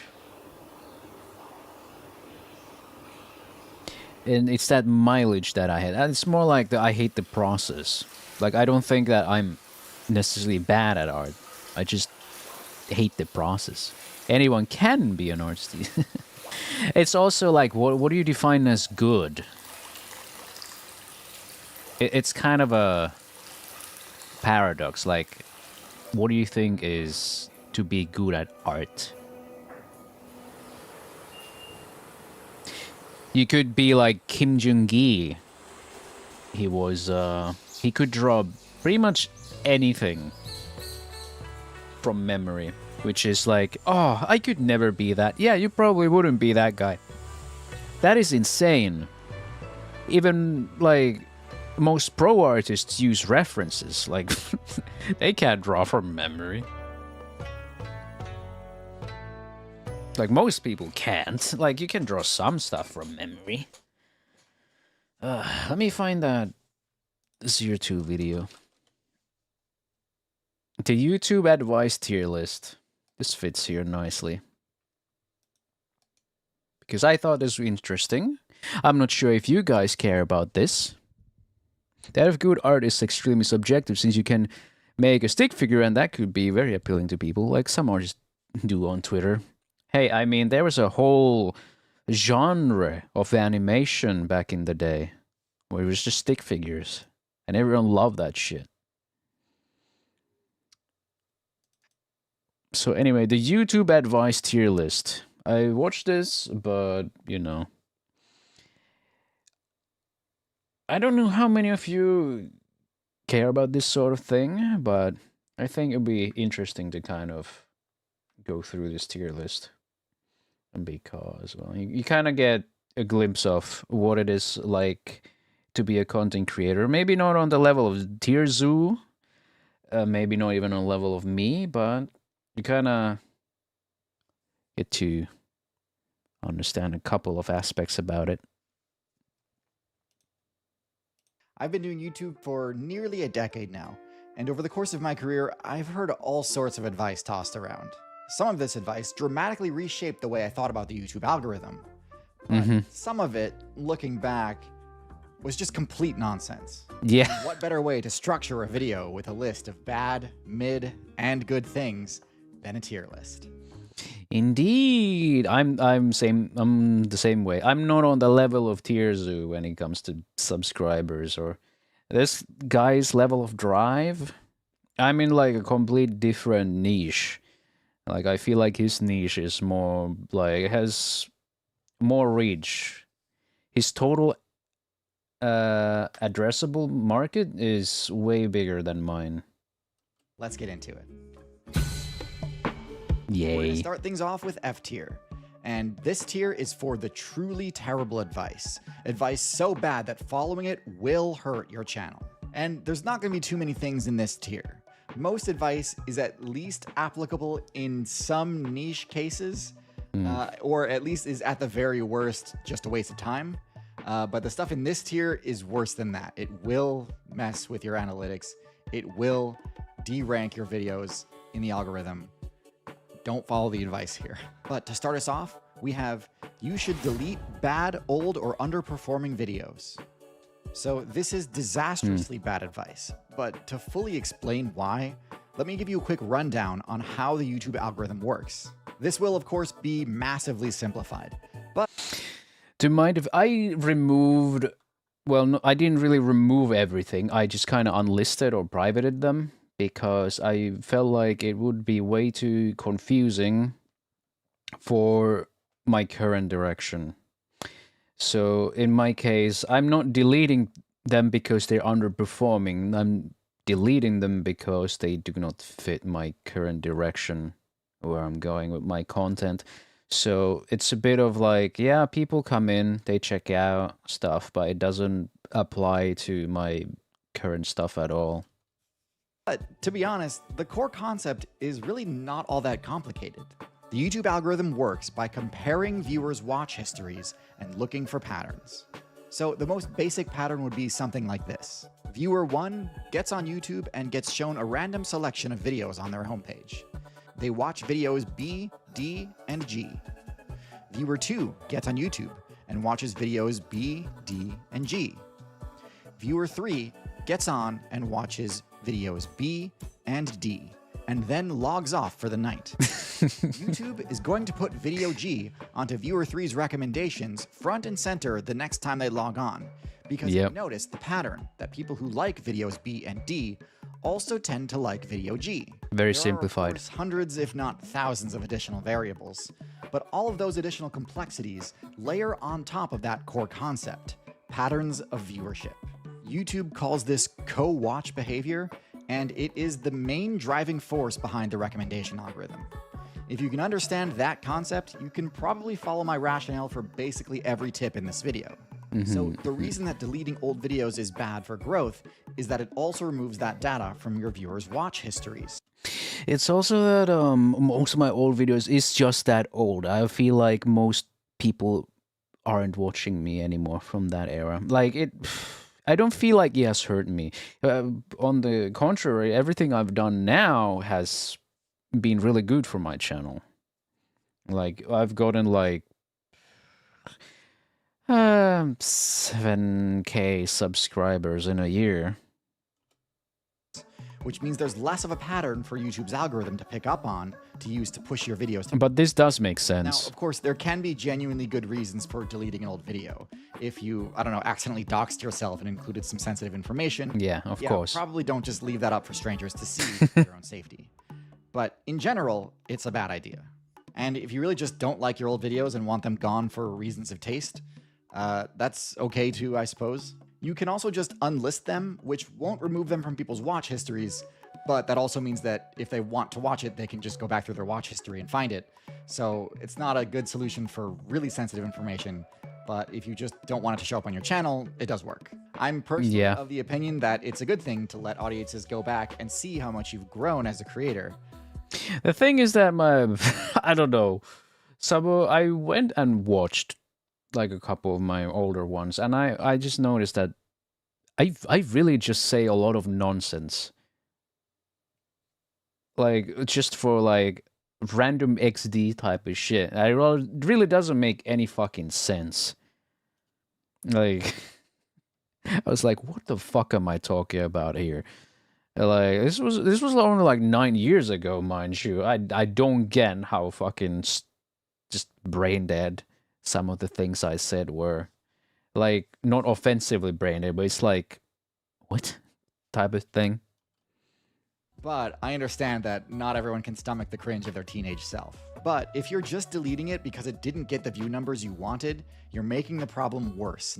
It's never about if view numbers for me, right? It's always something like it doesn't actually fit the direction I'm going, or it's a little too negative for reasons, because I do want to appear kind of clean, especially like if I make way too many negative opinion videos about like VTubing or whatever, or corpos, VTuber corpos or whatever.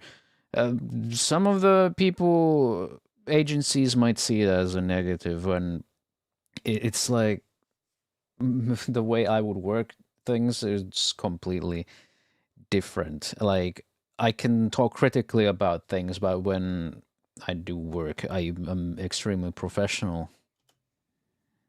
Not better. I actually know a few YouTubers who delete low-performing videos to make sponsors think that they hit higher view counts more consistently than they actually do, so that they can use that data to negotiate a higher rate. But this is playing with fire, in my opinion. And second in that tier, we have the advice, all engagement is good engagement. I think everyone who thinks about this for more than a second knows it's not true. But still, every so often, I'll see a creator going back and forth bickering with one of their fans, and they'll invoke this as a sort of attempt to reframe the whole interaction as like a gotcha. Like, the viewer will be criticizing or insulting some aspect of the creator's video, and the creator will counter, aha, I got you. You see, you thought you were damaging my reputation by insulting me, but actually, you've just given me more engagement, boosting my influence even further. Ha ha ha, joke's on you. But this is usually, frankly, a pathetic attempt to stop people from criticizing them. But still, there are some people who earnestly believe this. I've even heard of a few creators who will include 1 or 2 spelling mistakes on purpose in order to generate more engagement in the form of comments that are correcting them, thinking that that is helping their Funny enough, I kind of like believe this, like on some level, not like I didn't think that negative engagement was as good as positive engagement, but I do think it's like, all right, he's looking a bit weird there. But I always thought that negative was worse than positive engagement, you know, like dislikes and negative comments. Sure, it's still engagement, but I do not hold it as some like on the same level as all the positive engagement, like liking, sharing, subscribing, watching more videos, leaving a positive comment. But then again, I never really cared about trying to farm comments or engagement by including typos or engaging with like the really dumb comments that are just in bad faith. I don't care about that. What I do care about is how I appear to people. Johnny Somali level shit. Oh, no. No. We're not talking about that kind of stuff. We're talking about people commenting on videos, like going down into the comments and saying like, oh, this you stupid fucking idiot. And then you as a creator going there and basically rage baiting them to, you know, comment more, or using some other form of rage bait, or just thinking negative comments are as good as positive ones. It's just not true. Like, it is some level of engagement, but it is not that good. Recommendations reach more people. It's just not. I don't know how else to say it, but the people who literally designed the YouTube algorithm have said as much. It doesn't work, don't do it. Now, of course, if a creator posts something that's so bad that the badness of it becomes a spectacle in and of itself, that can override the negative effects of negative engagement. But even in those cases, usually the big winners in that scenario are going to be the commentary channels that farm that misfortune for views. Yep. Well, there you have like the Johnny Somali thingy. You know, that's like a good example. That becomes such a spectacle. And like commentary channels are farming the shit out of Johnny Somali. You can see that in great effect there. YouTube comments are so ass. You cannot have a discussion because a third of the comments are shadow banned or deleted later and the whole thing is just incoherent. Yeah, and some just don't show up. Well, someone got mad at me because they thought I deleted their comment, but it's just probably because YouTube shadow banned them because they said the N-word. Like, have some fucking realization there. Like, come on, you do realize that, right? What in the fuck? Like, I didn't reply to them, of course. Like, yeah, I can still see the comment, but if I go to the comment section of the video itself on the page, you can't see it, but I can read it. I can still read it in my dashboard, which is surprising because sometimes I just don't see shit on my dashboard. Honestly, the only advice I've heard, which I do think actively hurts your channel's ability to rank highly in recommendations. Let's move on to D tier. This tier is for advice which I don't think actively hurts your channel, but can indirectly hurt it by nature of just being a complete waste of time. This is going to be a pretty packed tier because honestly, most of the advice that I hear as a creator falls into this category. First in D tier, we have you should post at specific times or days of the week. For like 99% of YouTubers, this just doesn't matter at all. Now, sure, if most of your audience is American and you post at 3 a.m. Eastern time, or you post during the Super Bowl, or you post during Christmas morning, yeah, the amount of people who are immediately dropping everything to go watch your video is going to be lower. But if a viewer likes your videos, they're going to see it the next time they open YouTube. And in fact, your video already being up and ready to watch when they sit down at their desk for the first time to start their day might actually play in your favor. I've learned that I don't like my For You page, so I basically stopped liking everything and returned to actually watching what I like. I'm happy now. Yeah.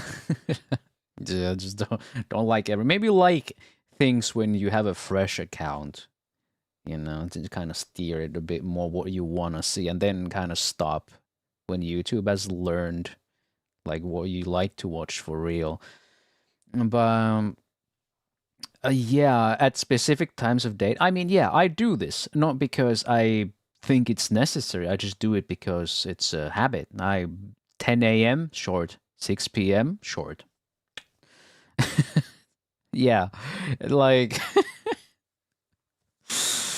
I don't think YouTube is that picky about it. It just kind of I don't know. It might not be good for their productivity, but still. The point is, in the long run, a video is going to get about the same amount of views that it would have no matter what time it was uploaded. So, but I guess this is more about long form. Unless you make time-sensitive videos. If you're doing a news show, yeah, or God forbid, YouTube drama videos, you do have to keep your topics relevant to the current news cycle.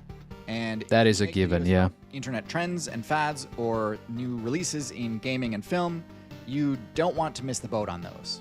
This is like exactly why sometimes when I talk about some bigger drama thing in VTubing space, that video comes out like the next day immediately.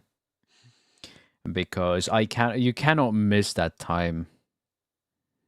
Once you miss that time frame, it's kind of like, well, no real reason to post it after that. You better just move on. Because everyone's already covered it, and it's yesterday's news. Although, even in those cases, a good video can still work after the fact as a retrospective. But yeah, for most creators, this just isn't something you need to concern yourself with. I used to upload all of my videos at 10 a.m. on Saturday morning. because that's when I personally would have been most likely to just be chillin' looking for something interesting to click on. But eventually I stopped caring about it and just started uploading whenever a video was ready, and I didn't see any difference in performance at all. Next in D tier, the algorithm will punish you for taking a break. So if that was true, I wouldn't have like 9,000 subscribers right now. in general, no. There's no amount of time you can take off that would trigger some sort of massive downranking of your videos in recommendations. If your audience really likes your videos, they're gonna keep sharing them with their friends, and probably even go back and watch some old ones. As an example, at the beginning of the year 2020, I had about the same amount of subscribers as my friend Sam from the YouTube channel Sam Onella Academy. Sam proceeded to take a nearly 3-year-long break, all the while massively diffing me on both subs and views. And this isn't me saying there's anything wrong with the algorithm or anything like that. His audience just really likes his videos and likes to go back and rewatch them. And when he finally did come back after those 3 years, all of his new videos did basically just as well as you would have expected had he never taken a break at all. Bill Wirtz made what I think could be reasonably described as the greatest educational YouTube video of all time. And even though he hasn't posted in years, his channel still pulls plenty of views. Real. If he ever posted another history of blank, I think the internet would go bananas. Absolutely, I feel that way too. Absolutely. If Bill Wirtz comes out and posts something, goddamn. Like he posted some musical stuff, but I feel like another, like the entire history of blank. Yeah, that would blow up the same way. Doesn't matter if he uploads it tomorrow or next year or 3 years later. Yeah. Now, these channels are, of course, outliers. I don't think everyone can expect that level of audience loyalty. But what I'm getting at is that the performance of good old videos is not negatively impacted by the lack of new videos. Yeah. Even channels whose videos are highly time sensitive still take breaks from time to time, and they still have an audience when they come back. Now, obviously, you don't want to be too inactive. If you just up and ghost the internet for years at a time, it's not just your audience who's going to notice. YouTube channels are businesses, and like any business, you're going to have competition. If you've left your audience with sun nothing is a to deadly watch for laser. years on end, Okay. I would expect your competitors to notice and for them to try. For me, it's the entire history of Japan, which is like sexy times. Wait, where do I know this music from? And emulate your style in order to capture some of your audience. So take breaks when you need to, don't burn yourself out, but never think that success is guaranteed either. Next in D tier, just do this one weird trick. God, I hate this one weird trick advice. There is no such thing on YouTube. Holy shit, I'll let him explain it though, but this pisses me off the most. There is no one weird trick to YouTube. You will not gain millions of viewers with just this one weird trick. Alright, I don't want to stoke drama, so I'm not going to name names, but I do have a bone to pick with... Okay, I'm re-recording this bit because after watching it back, I think I started to come off way too heated for no reason. Basically, what I want to communicate is that there's a lot of videos out there that can really just get you barking up the wrong tree if you're not careful, by convincing you that there's a lot of subtle tweaking that you can do to your video's metadata. No. You know, things like the video tags and the file names and like things you can do with the YouTube Studio Editor. I mean, I just do the... God damn it. I just do the file name thing just because. Why not? Do this one weird trick. Make good videos consistently. And... No, I could make it shorter. Make good videos. That's it. Or make a good video.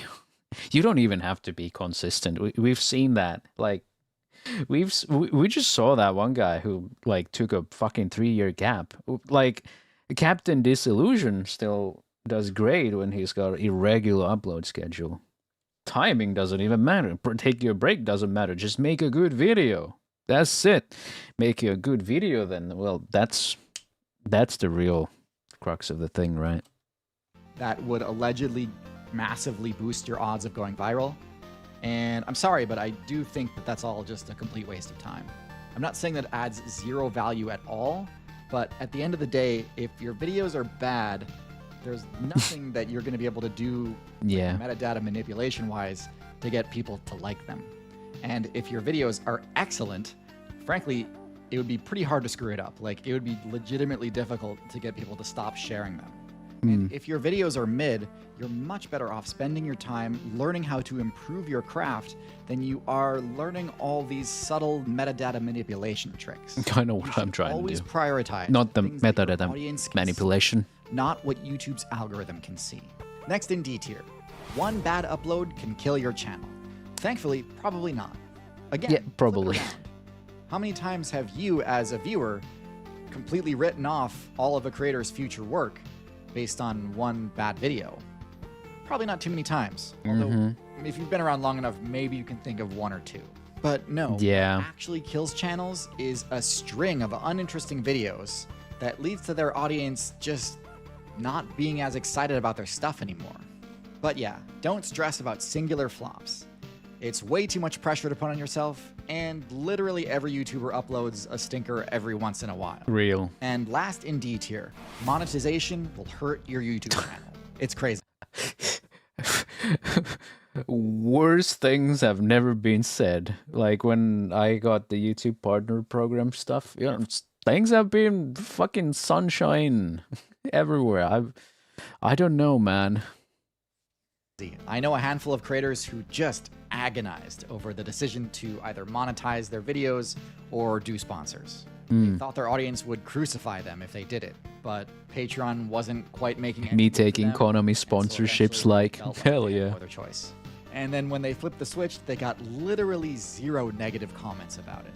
And the same is true for sponsors. In fact, oftentimes I see the exact opposite happen, where they'll suddenly get I think everyone here is fucking happy to see me play, you know, the big AAAs like Silent Hill and MGS Delta, you know.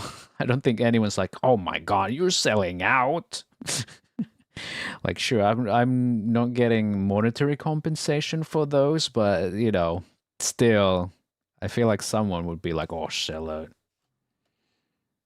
a lot of comments along the lines of like, yo, our boy finally made it. Hype. It's an understood milestone in a creator's career, and I think most audiences Hell yeah, understand John. that. I've even heard of creators faking sponsorships because they feel like it gives them more legitimacy to have them than to not. I wouldn't do that. Faking sponsors is also D-tier advice, but so is completely writing them off as selling out. That's it for D-tier. All the rest of the stuff on this list is at least somewhat applicable and definitely won't hurt your channel. In C tier, we have advice that is potentially useful, but isn't universally applicable. Yeah. And first in C tier, this is going to be a controversial one. Collabs are a good way to grow your channel. This one's interesting because YouTube Creator Studio actually tells you that this is a good idea. I did a ton of collabs in the early years of my YouTube career. And Oh my god, you're selling out. Meanwhile, all of us are okay with it because we get a free preview of a game. Now, I'm not saying they can't work. They can make for fun and entertaining videos. But for growing an audience, one, they're not that great. And two, you want to build your own audience. Yeah, that's exactly the thing about VTuber collabs and stuff. Like, sure, I can go and collab with other creators like VTubers, whatever, but stuff doesn't overlap. Like, the audiences don't overlap as aggressively as some might hope, you know. Goodness sakes, I had a collab with Banmin in it. I have a couple of those, but you know, I'm still not on the level of someone like Banmin, like in terms of like Twitter or live views or whatever, you know. That hasn't changed because, well, the audience doesn't translate that way. It just doesn't work.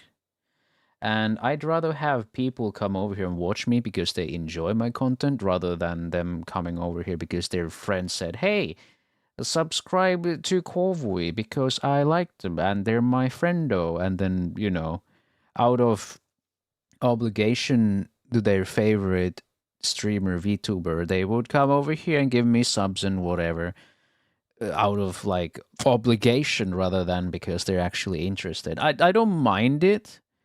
but but like, you know, you don't have to, right? I understand you don't have to, you know, subscribe to me or follow me on Twitch or whatever because you felt obligated to. You are not obligated to. If you don't like my content, that's fine.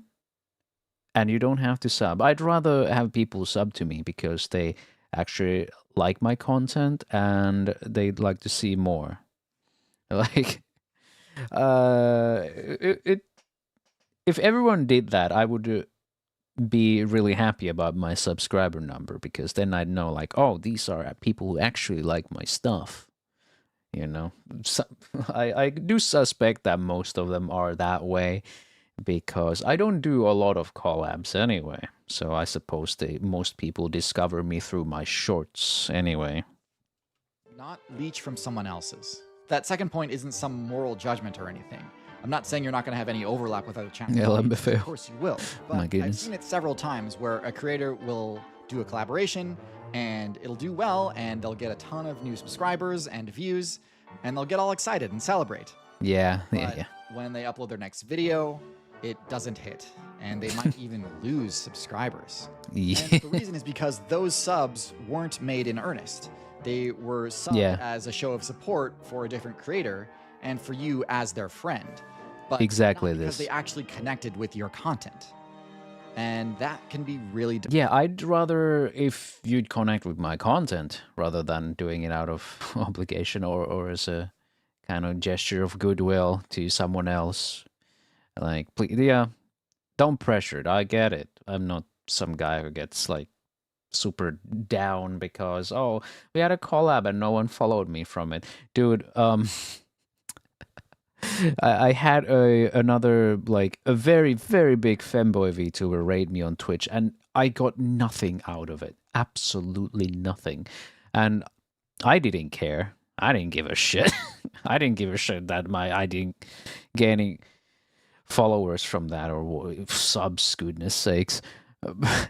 The only thing that I gain is a huge anomaly in my Twitch analytics. We got a good story of how unpleasant he was. It's funny, he was unpleasant, but like his audience was really nice. Like, shout out to those guys. They really know how to behave. Like, it was You may hundreds have noticed of that people, like, collabs in general or so. are just not all that common these days on YouTube. And I think this is the reason. They're just not all that effective in the long run. You want to share who they were? I could, but I don't really want to. Now, there are other creators who I think do it well, but I think I'm the reason sure they make you've it seen work them. is that they do cameos or games where it makes sense to involve other creators. My friend Magic the Noah does this amazingly well with his game shows, but even then, after being in multiple videos, I don't think I've ever noticed the spike in subscribers or views. So do the collabs that make sense, but definitely don't force it, and especially Though now that I call chase them down other unpleasant. YouTubers asking to collab. Yeah, let's. Because It's like it's more of a story of how a larger creator doesn't necessarily mean that they are a unpleasant person, and how their audience can still be like it's more about the behavior and expectation and raise in general, and how I don't really care about raiding or like high profile raids to my channel. I appreciate raids, but like most of the time I gain nothing out of it. Not that I really want to gain anything, but it's like I don't want to. Generally, I don't want to raid because like it just feels like I'm advertising or like I'm just leaving people out there while I have to skedaddle because it's usually so late I have to sleep. Not even worth it. Next in C tier, censor your speech using euphemistic slang. I talked about this is why I show this video. We're getting to the crux of this now. The whole unalive and sewer slide stuff. Yeah. But anyway, I appreciate the goodwill from the gesture of raiding. I just, feel like it doesn't actually do much. Look, I'll be honest, I really wanted to put this one in F tier. I find it immensely disrespectful when people use such corny language to discuss serious topics. But I will admit that this is a matter of personal opinion, and that at this point, clearly that type of thing has become pretty firmly ingrained in the online vernacular. And I hate I it. watched a pretty interesting series of videos by a channel called Etymology Nerd, who makes a pretty good case that these words do serve a social function beyond just dodging a platform's censor bots. I don't know. I'm not an ethics philosopher, so I will leave it up to y'all to decide what is and is not appropriate for serious online discussions. But what I do know is that these supposed censor bots do not exist. There are no guidelines saying that you cannot use terms like kill, sex, and yeah, even rape and pedophile in your videos. Now, I've noticed with the pedophile word. Because, yeah, we're talking about the antis sometimes, and that starts flying at times. But yeah, I've noticed other creators talk about pedophiles as well, and it doesn't affect their content. I still get served them, and they just say that word just willy-nilly. Well, not willy-nilly, but when necessary, right? Now, sure, if you're using those words in a graphic context, that's one thing. But if the context is there, if your video is about those subjects, removing the word doesn't suddenly make your video family-friendly. A true crime podcast about vicious, evil murderers is still a true crime podcast about vicious, evil murderers, even if you say unalive instead of kill. Either talk about it or don't. Next in C tier. Please just help talk. your channel grow. Premieres are fine. I don't like premieres, but sometimes I do want to put a premiere when it's like a real big event video, right? Maybe next one will be the Left 4 Dead 250. They can be a cool way to build hype and even result in a bit of bonus revenue from super chats. But do they help you grow? Probably not in a significant way. In fact, some people, myself included, find them to be a bit obnoxious. They are, yeah. A bit of a buzzkill when you're bored and looking for something to watch, and you see a new notification from your favorite creator. Yeah. And it's for a premiere that's in 24 hours. Yeah, it is. Cool. I'd rather you just have told me tomorrow. If you're late to a premiere, you gotta either wait for it to end or awkwardly try to rewind it. Meanwhile, chat is talking about a totally different part of the video and spoiling stuff. And yeah, premieres are fine, messy, but fine. At that point, if you know the chat is spoiling things and you care about those, you should just hide it, right? Next in C tier, you should engage with your audience by doing update videos, Q&A videos, and milestone videos. So on my main channel, TierZoo, I decided very early on that I was going to never do these. So when I was first starting out, I created a list of rules for myself to keep me on track for growth and keep me out of trouble. And the number one rule on that list was to only ever upload exactly the sort of video that I thought my audience had subscribed for. My channel was about looking at the natural world through the lens of gaming and nothing else. I don't think that's bad either. My audience did not care who I am. And I do think this rule served me well. I mean, not to toot my own horn, but for a while I was the fastest growing educational channel of all time and reached 1 million subscribers after only about 18 months. But damn, I have no control data to compare against. And I know plenty of other channels that have done just fine uploading that style of video alongside their main content. I think it makes more sense to flip. Yeah, then we start talking about like content buckets, like having one channel but like 3 different content buckets. One that's like always works, like for TierZoo, it would be like the TierZoo videos, and then you could have like a, you know, like update videos could be a second bucket, and then you could have an experimental videos bucket. That works. It's a lot of, you know, YouTube strategists say that, you know, it's a good idea to kind of have like a bucket system.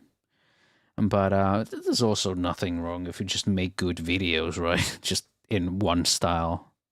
But again, to the viewer perspective and ask if your favorite channel, or Actually, let's say not your favorite channel. If a channel that you like, but perhaps isn't even in your top 5, uploaded a Q&A video, would you watch that? Cultist, would you watch a Q&A video from me? Or an update video? I know you regulars are, they're gonna say yes. But I guess this also goes back to one of the earlier points on this list, which is that one bad upload isn't going to sink your channel either. The performance of my first video on this channel certainly proved to me that there can be a ton of value in doing these more personal videos, as I've been able to since connect with more of my audience and fellow creators than ever before. It is like, I like this because he's not like a YouTube guru. He's just a YouTuber who has made a successful YouTube channel, and this is very valuable, you know. I think if you're a new creator, you should totally watch this. It's 36 minutes, but it's 36 minutes that could save fuck ton of hours, days, weeks, months in the future. Like, this is, you know, yeah, man who's been through the ringer, yeah. And, you know, he's not like trying to sell a course or something. There's clearly merit to both approaches, and I look forward to learning more about how to best make this genre of content. So subscribe if that's something you're interested in. And last in C tier, basically everything you've ever heard about fair use. I wish I had the time and the expertise to try and properly debunk all the misinformation about fair use, but for now, I will just say go watch the Tom Scott copyright video. Yeah, it's great, It's crazy, that though. one. In my behind-the-scenes video, I got a lot of comments saying, why on earth would you pay for stock footage when fair use exists? Look, I do wish some of them charged a bit less, but ultimately, I fair still use want does the incentive to exist. exist for nature videographers to go shoot interesting videos for me to buy. If it were legal that I could just rip their videos and run it through a watermark remover, that would be cool for a short time, but eventually these nature videographers would just find better uses for their time and film experience. I want to have a good relationship with nature photographers.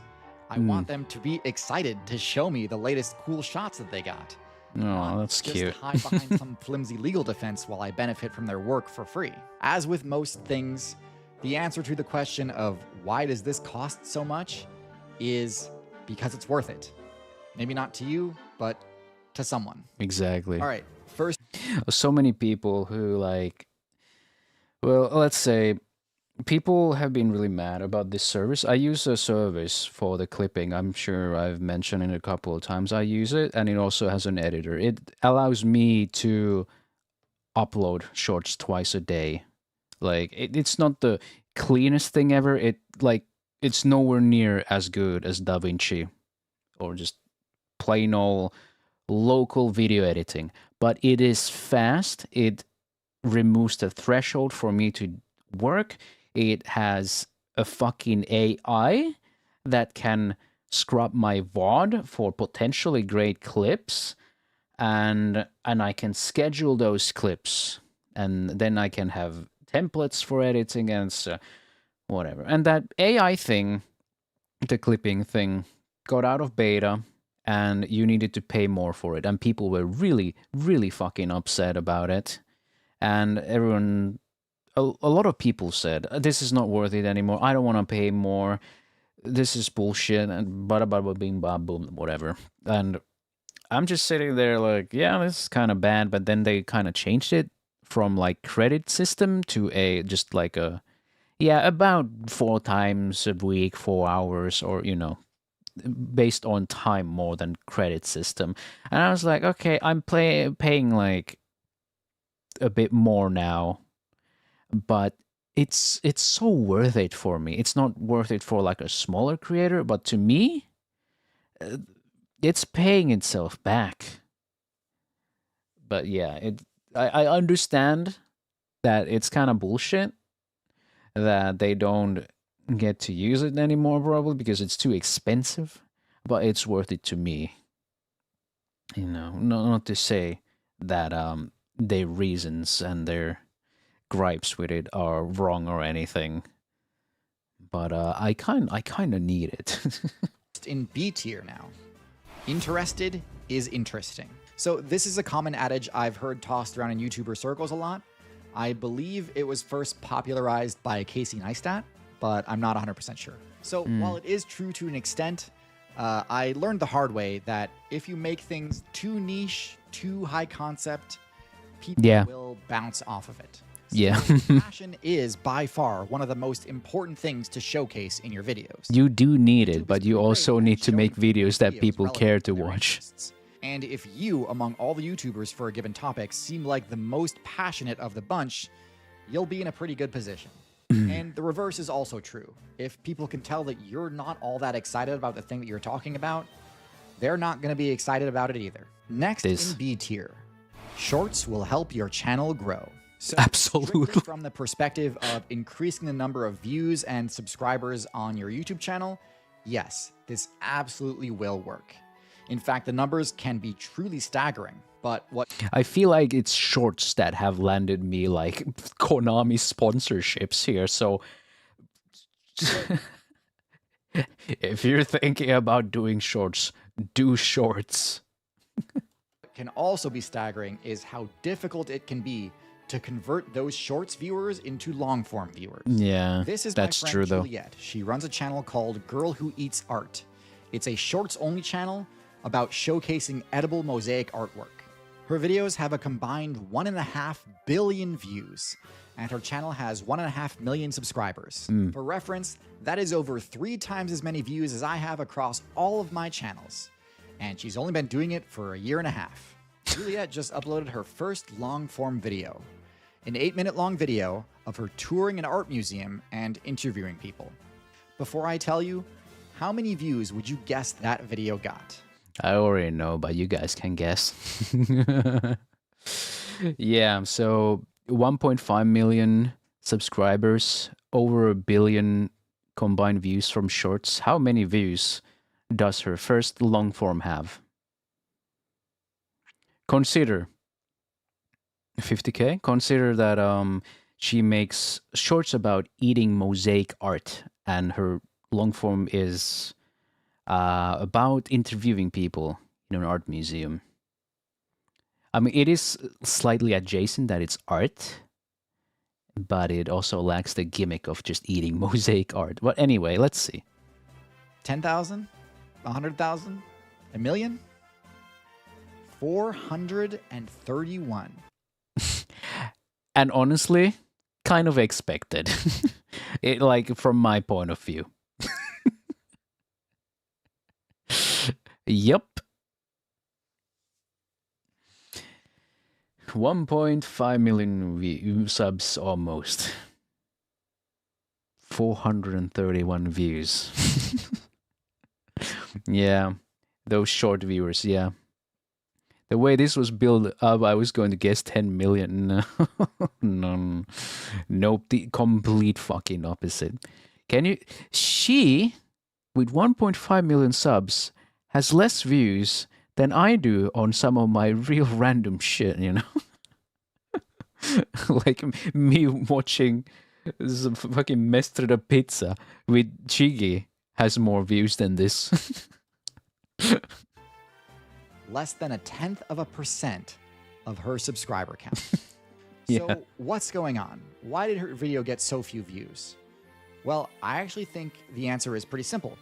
While most long-form viewers do watch a few shorts here and there, most short-form viewers never even open the YouTube homepage where long-form videos are shown. I also think it's a bit not close enough to what her shorts are about. At least from what I saw, they look really colorful. They have like a funny gimmick where she eats the art. Like, yeah, a lot of people would probably stay and watch a couple of those, be interested. But I don't think those people would be interested in like a 8-minute video about interviewing people in said museum. Same place, kind of like in the art niche, but not the same kind of hook to it, right? I've seen some viral posts going around saying that YouTube Shorts should have just been a separate app. And if you ask me, it basically is. Basically. So if the last thing you watched on the YouTube app was a short, the next time you open YouTube on your phone, it'll open directly to the Shorts feed, so you never have to see anything else. Now, if you ask me, it is a bit ridiculous that Shorts are also shown on the YouTube homepage. Yeah. Especially with Fuck these that tall shit. thumbnails that take up double the real estate and crowd out long-form stuff. But in fairness, on the Smart TV app, which is frankly where long-form creators most prefer their videos to be watched anyway, Shorts usually don't show up there. Hey, Andrew. I hope you're doing Point is, well. you can pull insane numbers on your Shorts, hundreds of millions of views, but still struggle to pull even a tiny fraction of a percent of those viewers over to your long-form videos. You really do have to treat them like a separate audience. Yeah. Still, if the content of your Shorts specifically references long-form content... Only 4 cards fit on the screen, on a 4K screen as well. They've made it like, they made the thumbnails bigger even on desktop, and it's fucking ass. ...content that people watching that short might also like, you can see excellent growth across your entire channel via Shorts. This is something that I myself am far from mastering, but my friends over at Extra History have been crushing it with this strategy. So yeah, Shorts are powerful for growth, but they're easy to overestimate and tough to convert into the audience you actually want. On a similar point, my next piece of advice in B tier is to ask your audience to subscribe during your videos. So there's really no reason not to do this. I do it, all the best creators do it, and we do it because it works. It does. I know it does, but... And we really like it when the number goes up.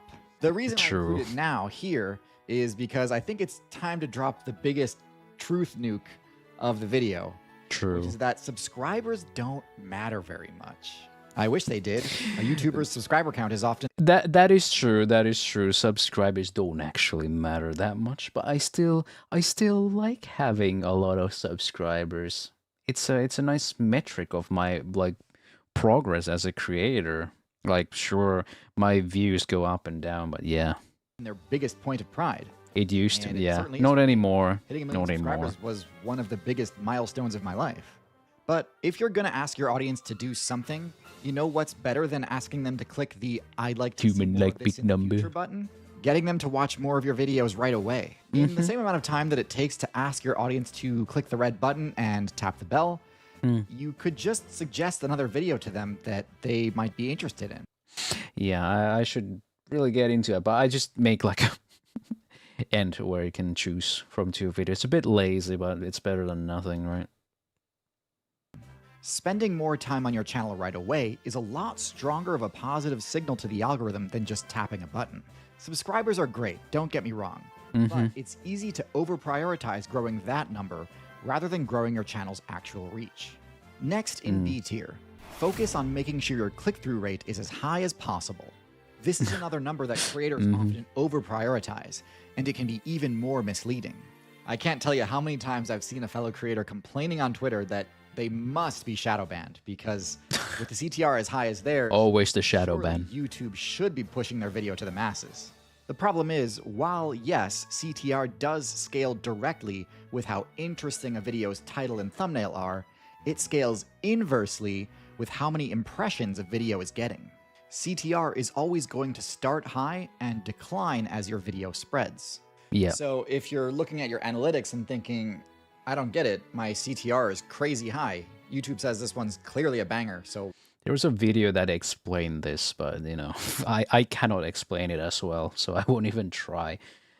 But it does make sense. Like, YouTube does, like, first tier test audience and then the second tier test audience. It's that kind of, like, second tier test audience where it falls apart, where you might have a high click-through rate.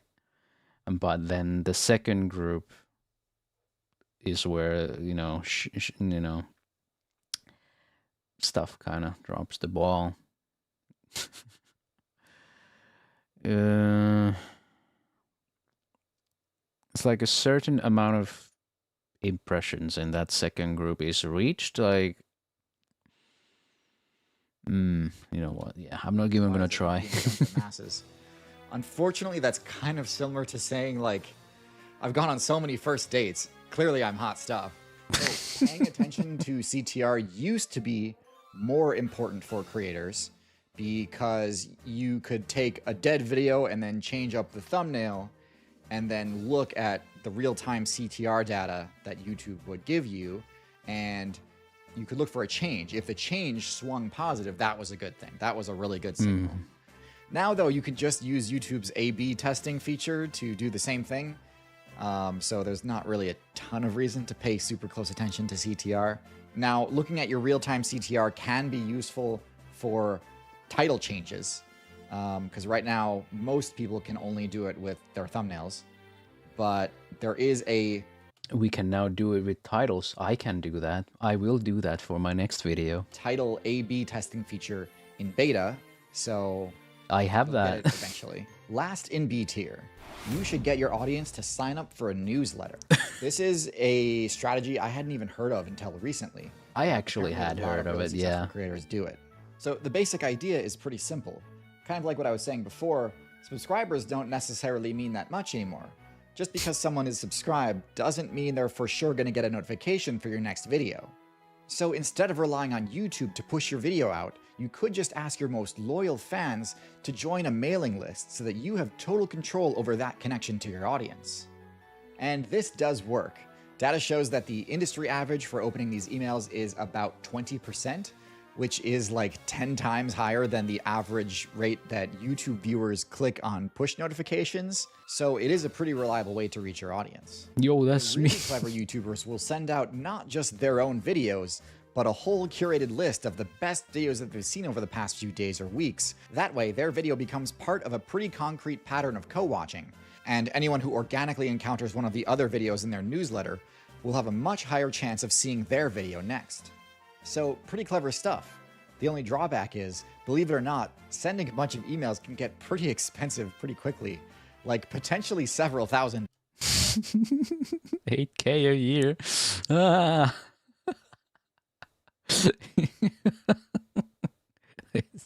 Ain't no fucking way I'm doing that. Fuck that shit. Dude, I should be like Iron Mouse before I even consider this shit. Dollars a year. So definitely useful, but not something to worry about unless you're already an established creator. Thank fuck. We're leaving the mid-tier now. So, look, I'm not trying to be a YouTube guru or anything like that. I'm not going to promise that these tips... That's good. are, It's like, better that he's not. guaranteed to grow your channel and propel your career to new heights and make you rich and famous overnight. But I do think everything from here on out is genuinely great advice that I would give to anyone in the industry, both new and old. All right, listen up, future content creators. You should use the A/B thumbnail testing feature. Some people say do not use A/B, so this is a, you know. So this just works, pure and simple. If you're not A/B testing your thumbnails, you're almost certainly leaving views on the table. Now, it is a lot of extra work to create 3 thumbnails instead of just 1, but I've seen some truly explosive growth on old videos after successfully finding a new winning thumbnail. I'm talking... It works, but it's annoying as fuck. I wish it didn't exist. It's also kind of like, does it actually work, or does it like hurt the early growth? It's one of those, again, kind of complicated things to explain, but most people think it's a great thing, and most people want it. Talking like doubling or tripling the amount of views on the video. There's also a title A/B testing feature in beta right now. I got opens up even more possibilities. I don't have a ton more to say about this one. It just genuinely is a really powerful tool. Next in A tier, you should translate your videos into multiple languages. Yeah, if I could afford it. I mean, I got the auto dubbing thing, but does anyone actually auto dub my videos or some shit? No. But actually, I could actually show what the A/B testing looks like. I got title A/B testing. I hope Mr. Breast watches this video. Hold on.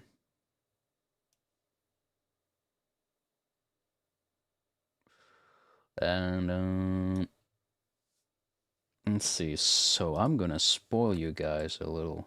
I'm gonna spoil what my next video is, or maybe you'll be disappointed by what it is. Who knows? This is what it looks like. The title A/B testing. Where did Mr. Breast come from? I mean, it's Mr. Beast. You just add Mr. Breast. You just you just add the R in there. That's it. Some people say it. I think cold ones say that at the very least. But yeah, this you click on this and you get like a wild fucking menu where you can pick 3 titles, 3 thumbnails, blah blah blah blah blah, and you can choose if you wanna do just title testing, just thumbnail testing, or combined of those. Yeah. But yeah, that's gonna be my next thingamajig. I just need to schedule it, that's all. But I ain't releasing it yet. So pretty much every creator that does this that I've talked to has said that it basically doubled their revenue for very little extra effort.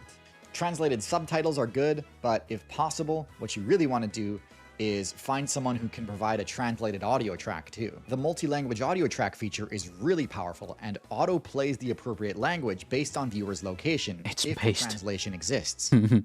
For most people, AI translation and auto dubbing should be sufficient. I really wanted to make this work for Tirzu, but because my videos are so jargon heavy, unless I find someone who specifically knows like the ins and outs Maybe of I gamer should do that. culture Should I in do that? language, the translations just don't capture AI the same dubbing gaming connotations and translations that they do in English.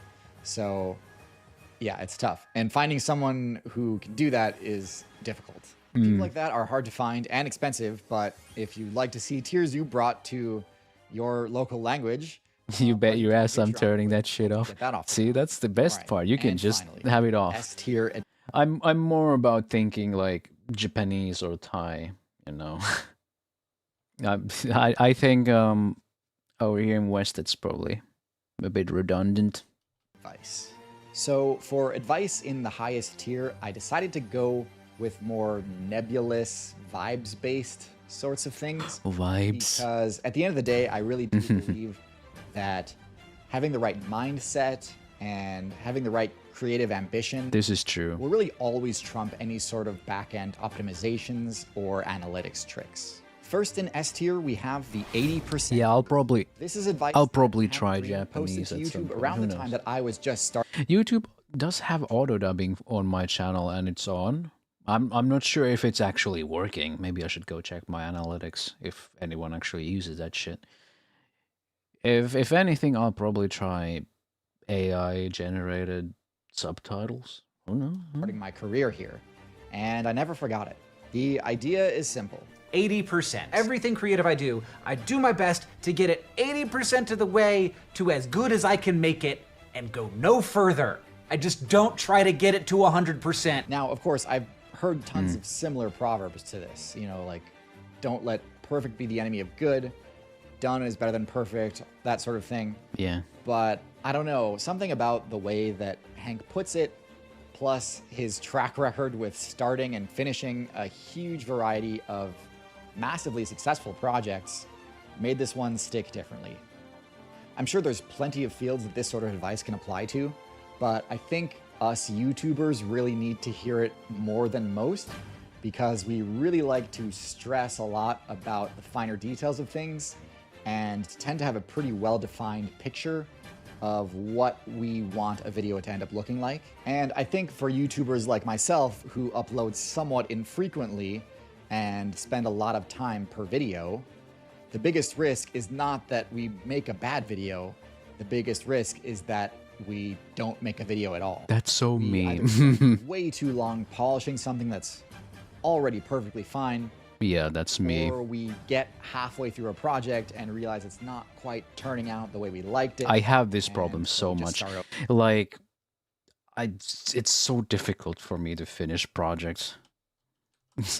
Like, with the Maxer video that's coming out, the reaction video, yeah, you can see that probably the end tail is going to be a bit more boring, but it's like, it's better that it exists than it doesn't at all. It's still better than some of the reaction videos of Maxer I've seen out there, and that's perfectly fine for me. And I'm just saying to myself, it's perfectly fine, Connie. Just it's fine now. You put more effort than other people, than most people. Over. It's tough because one of the pieces of advice that I see passed around a lot in creative circles is just make it exist first. You can make it good later. But on YouTube, once you publish a video, it's out there. You can't. This allegory works for YouTube. It's just not for, you know, it's not for per video. It's for your channel. Like, you can start your channel now and make it perfect later. I don't think it applies to like individual videos, right? Because you cannot make those better later. You can remake them, but I think this is more about if you want to start a YouTube channel. You can make it now, but make it good later, right? But yeah, for videos, make it good later doesn't apply. But for channels, absolutely does. Can't change it. You just have to let it ride, mistakes and all. Yeah. And even with that being said, the 80% rule is great advice. It is. And the last advice on this tier list. I think that's great advice. Algorithm is the audience. There's even someone who said to stop thinking this, but I still think this is great advice because at least, like, without getting into like complications why you shouldn't think this, it's still much better advice for a starting YouTuber who just kind of, the algorithm sounds so mysterious. It's like, what the fuck is that, you know? But when you kind of treat it as like the audience, it makes way more sense. Basically, the idea that every time you would normally use the word algorithm, swap in audience. So instead of the algorithm, oh my goodness, John. more than that one, you think your credit to the team audience likes this thumbnail more than that one. And instead of thinking the algorithm isn't pushing this video, you think the audience isn't pushing this video. Real. This is advice that Todd Beaupre, head of search and discovery at YouTube, aka the guy that leads the team that manages and designs the YouTube algorithm, says every chance that he gets. I've kind of been trying to condition you guys to think this way over the course of this video by frequently asking you to re-examine all conditioning advice through the lens of an audience member rather than the perspective of a creator. The things that matter to the algorithm are the things that matter to the audience. And if something doesn't matter to the audience, it's probably not worth fussing about for the algorithm's sake either. Personally, the things that determine whether or not I want to click on a video are, does it look interesting? Is it by a creator who I really like? Does it look like it's about something that I've already watched another video about? Do I have time to watch something that's that length? If the thumbnail looks like a still frame from a video, do I want to see the rest of that video? That sort of thing. There have been a lot of videos on YouTube lately from YouTubers complaining about low views and speculating about possible algorithm changes that are affecting them. And in fairness, the video that I posted a few weeks ago was also about challenges that I was facing as a creator. But I hope the takeaway from that video was that I don't believe that there's any nefarious YouTube suppression going on, but that the audience is just changing. And yes, I did hear also about the potential ad block shenanigans. Yeah, and that those one. sorts of things do happen from time to time. But as a creator, the advice that I would give is that you still have to just prioritize focusing on the things that you can control. Yeah, if you're a creator in YouTube and these kind of algorithm changes happen, you still need to turn up, right? You still need to make good shit, right? You still need to make great content. The algorithm changes, whether real or not, be damned. You gotta be there. Also, when I saw all this fear-mongering about it, or maybe it was real, but it didn't change the fact that I still need to run my YouTube channel. What viewers want is a moving target, and sometimes strategies and formats that used to crush it suddenly don't work as well anymore. Yeah. I apologize if the S tier section came off as a bit disappointing. I get that just make good videos doesn't really feel actionable. Yeah, it's kind of hard to be actionable, but it's also the kind of mindset you need to have. You need to forget about all the gimmicks, the tag spamming, and file name stuff or rage baiting or whatever. You just gotta think that it doesn't take that kind of tinkering. It really is only about making the best content you can. It's a bit of boring advice. Advice you cannot, it's not actionable advice, but that's just the reality of it. And every successful creator probably had to realize that themselves at some point, right? And again, I'm not trying to be a YouTube guru or anything like that. I'm just sharing my opinion as a creator. I hope this video helps you avoid red herring advice and helps you focus on what really matters. And that's the tier list.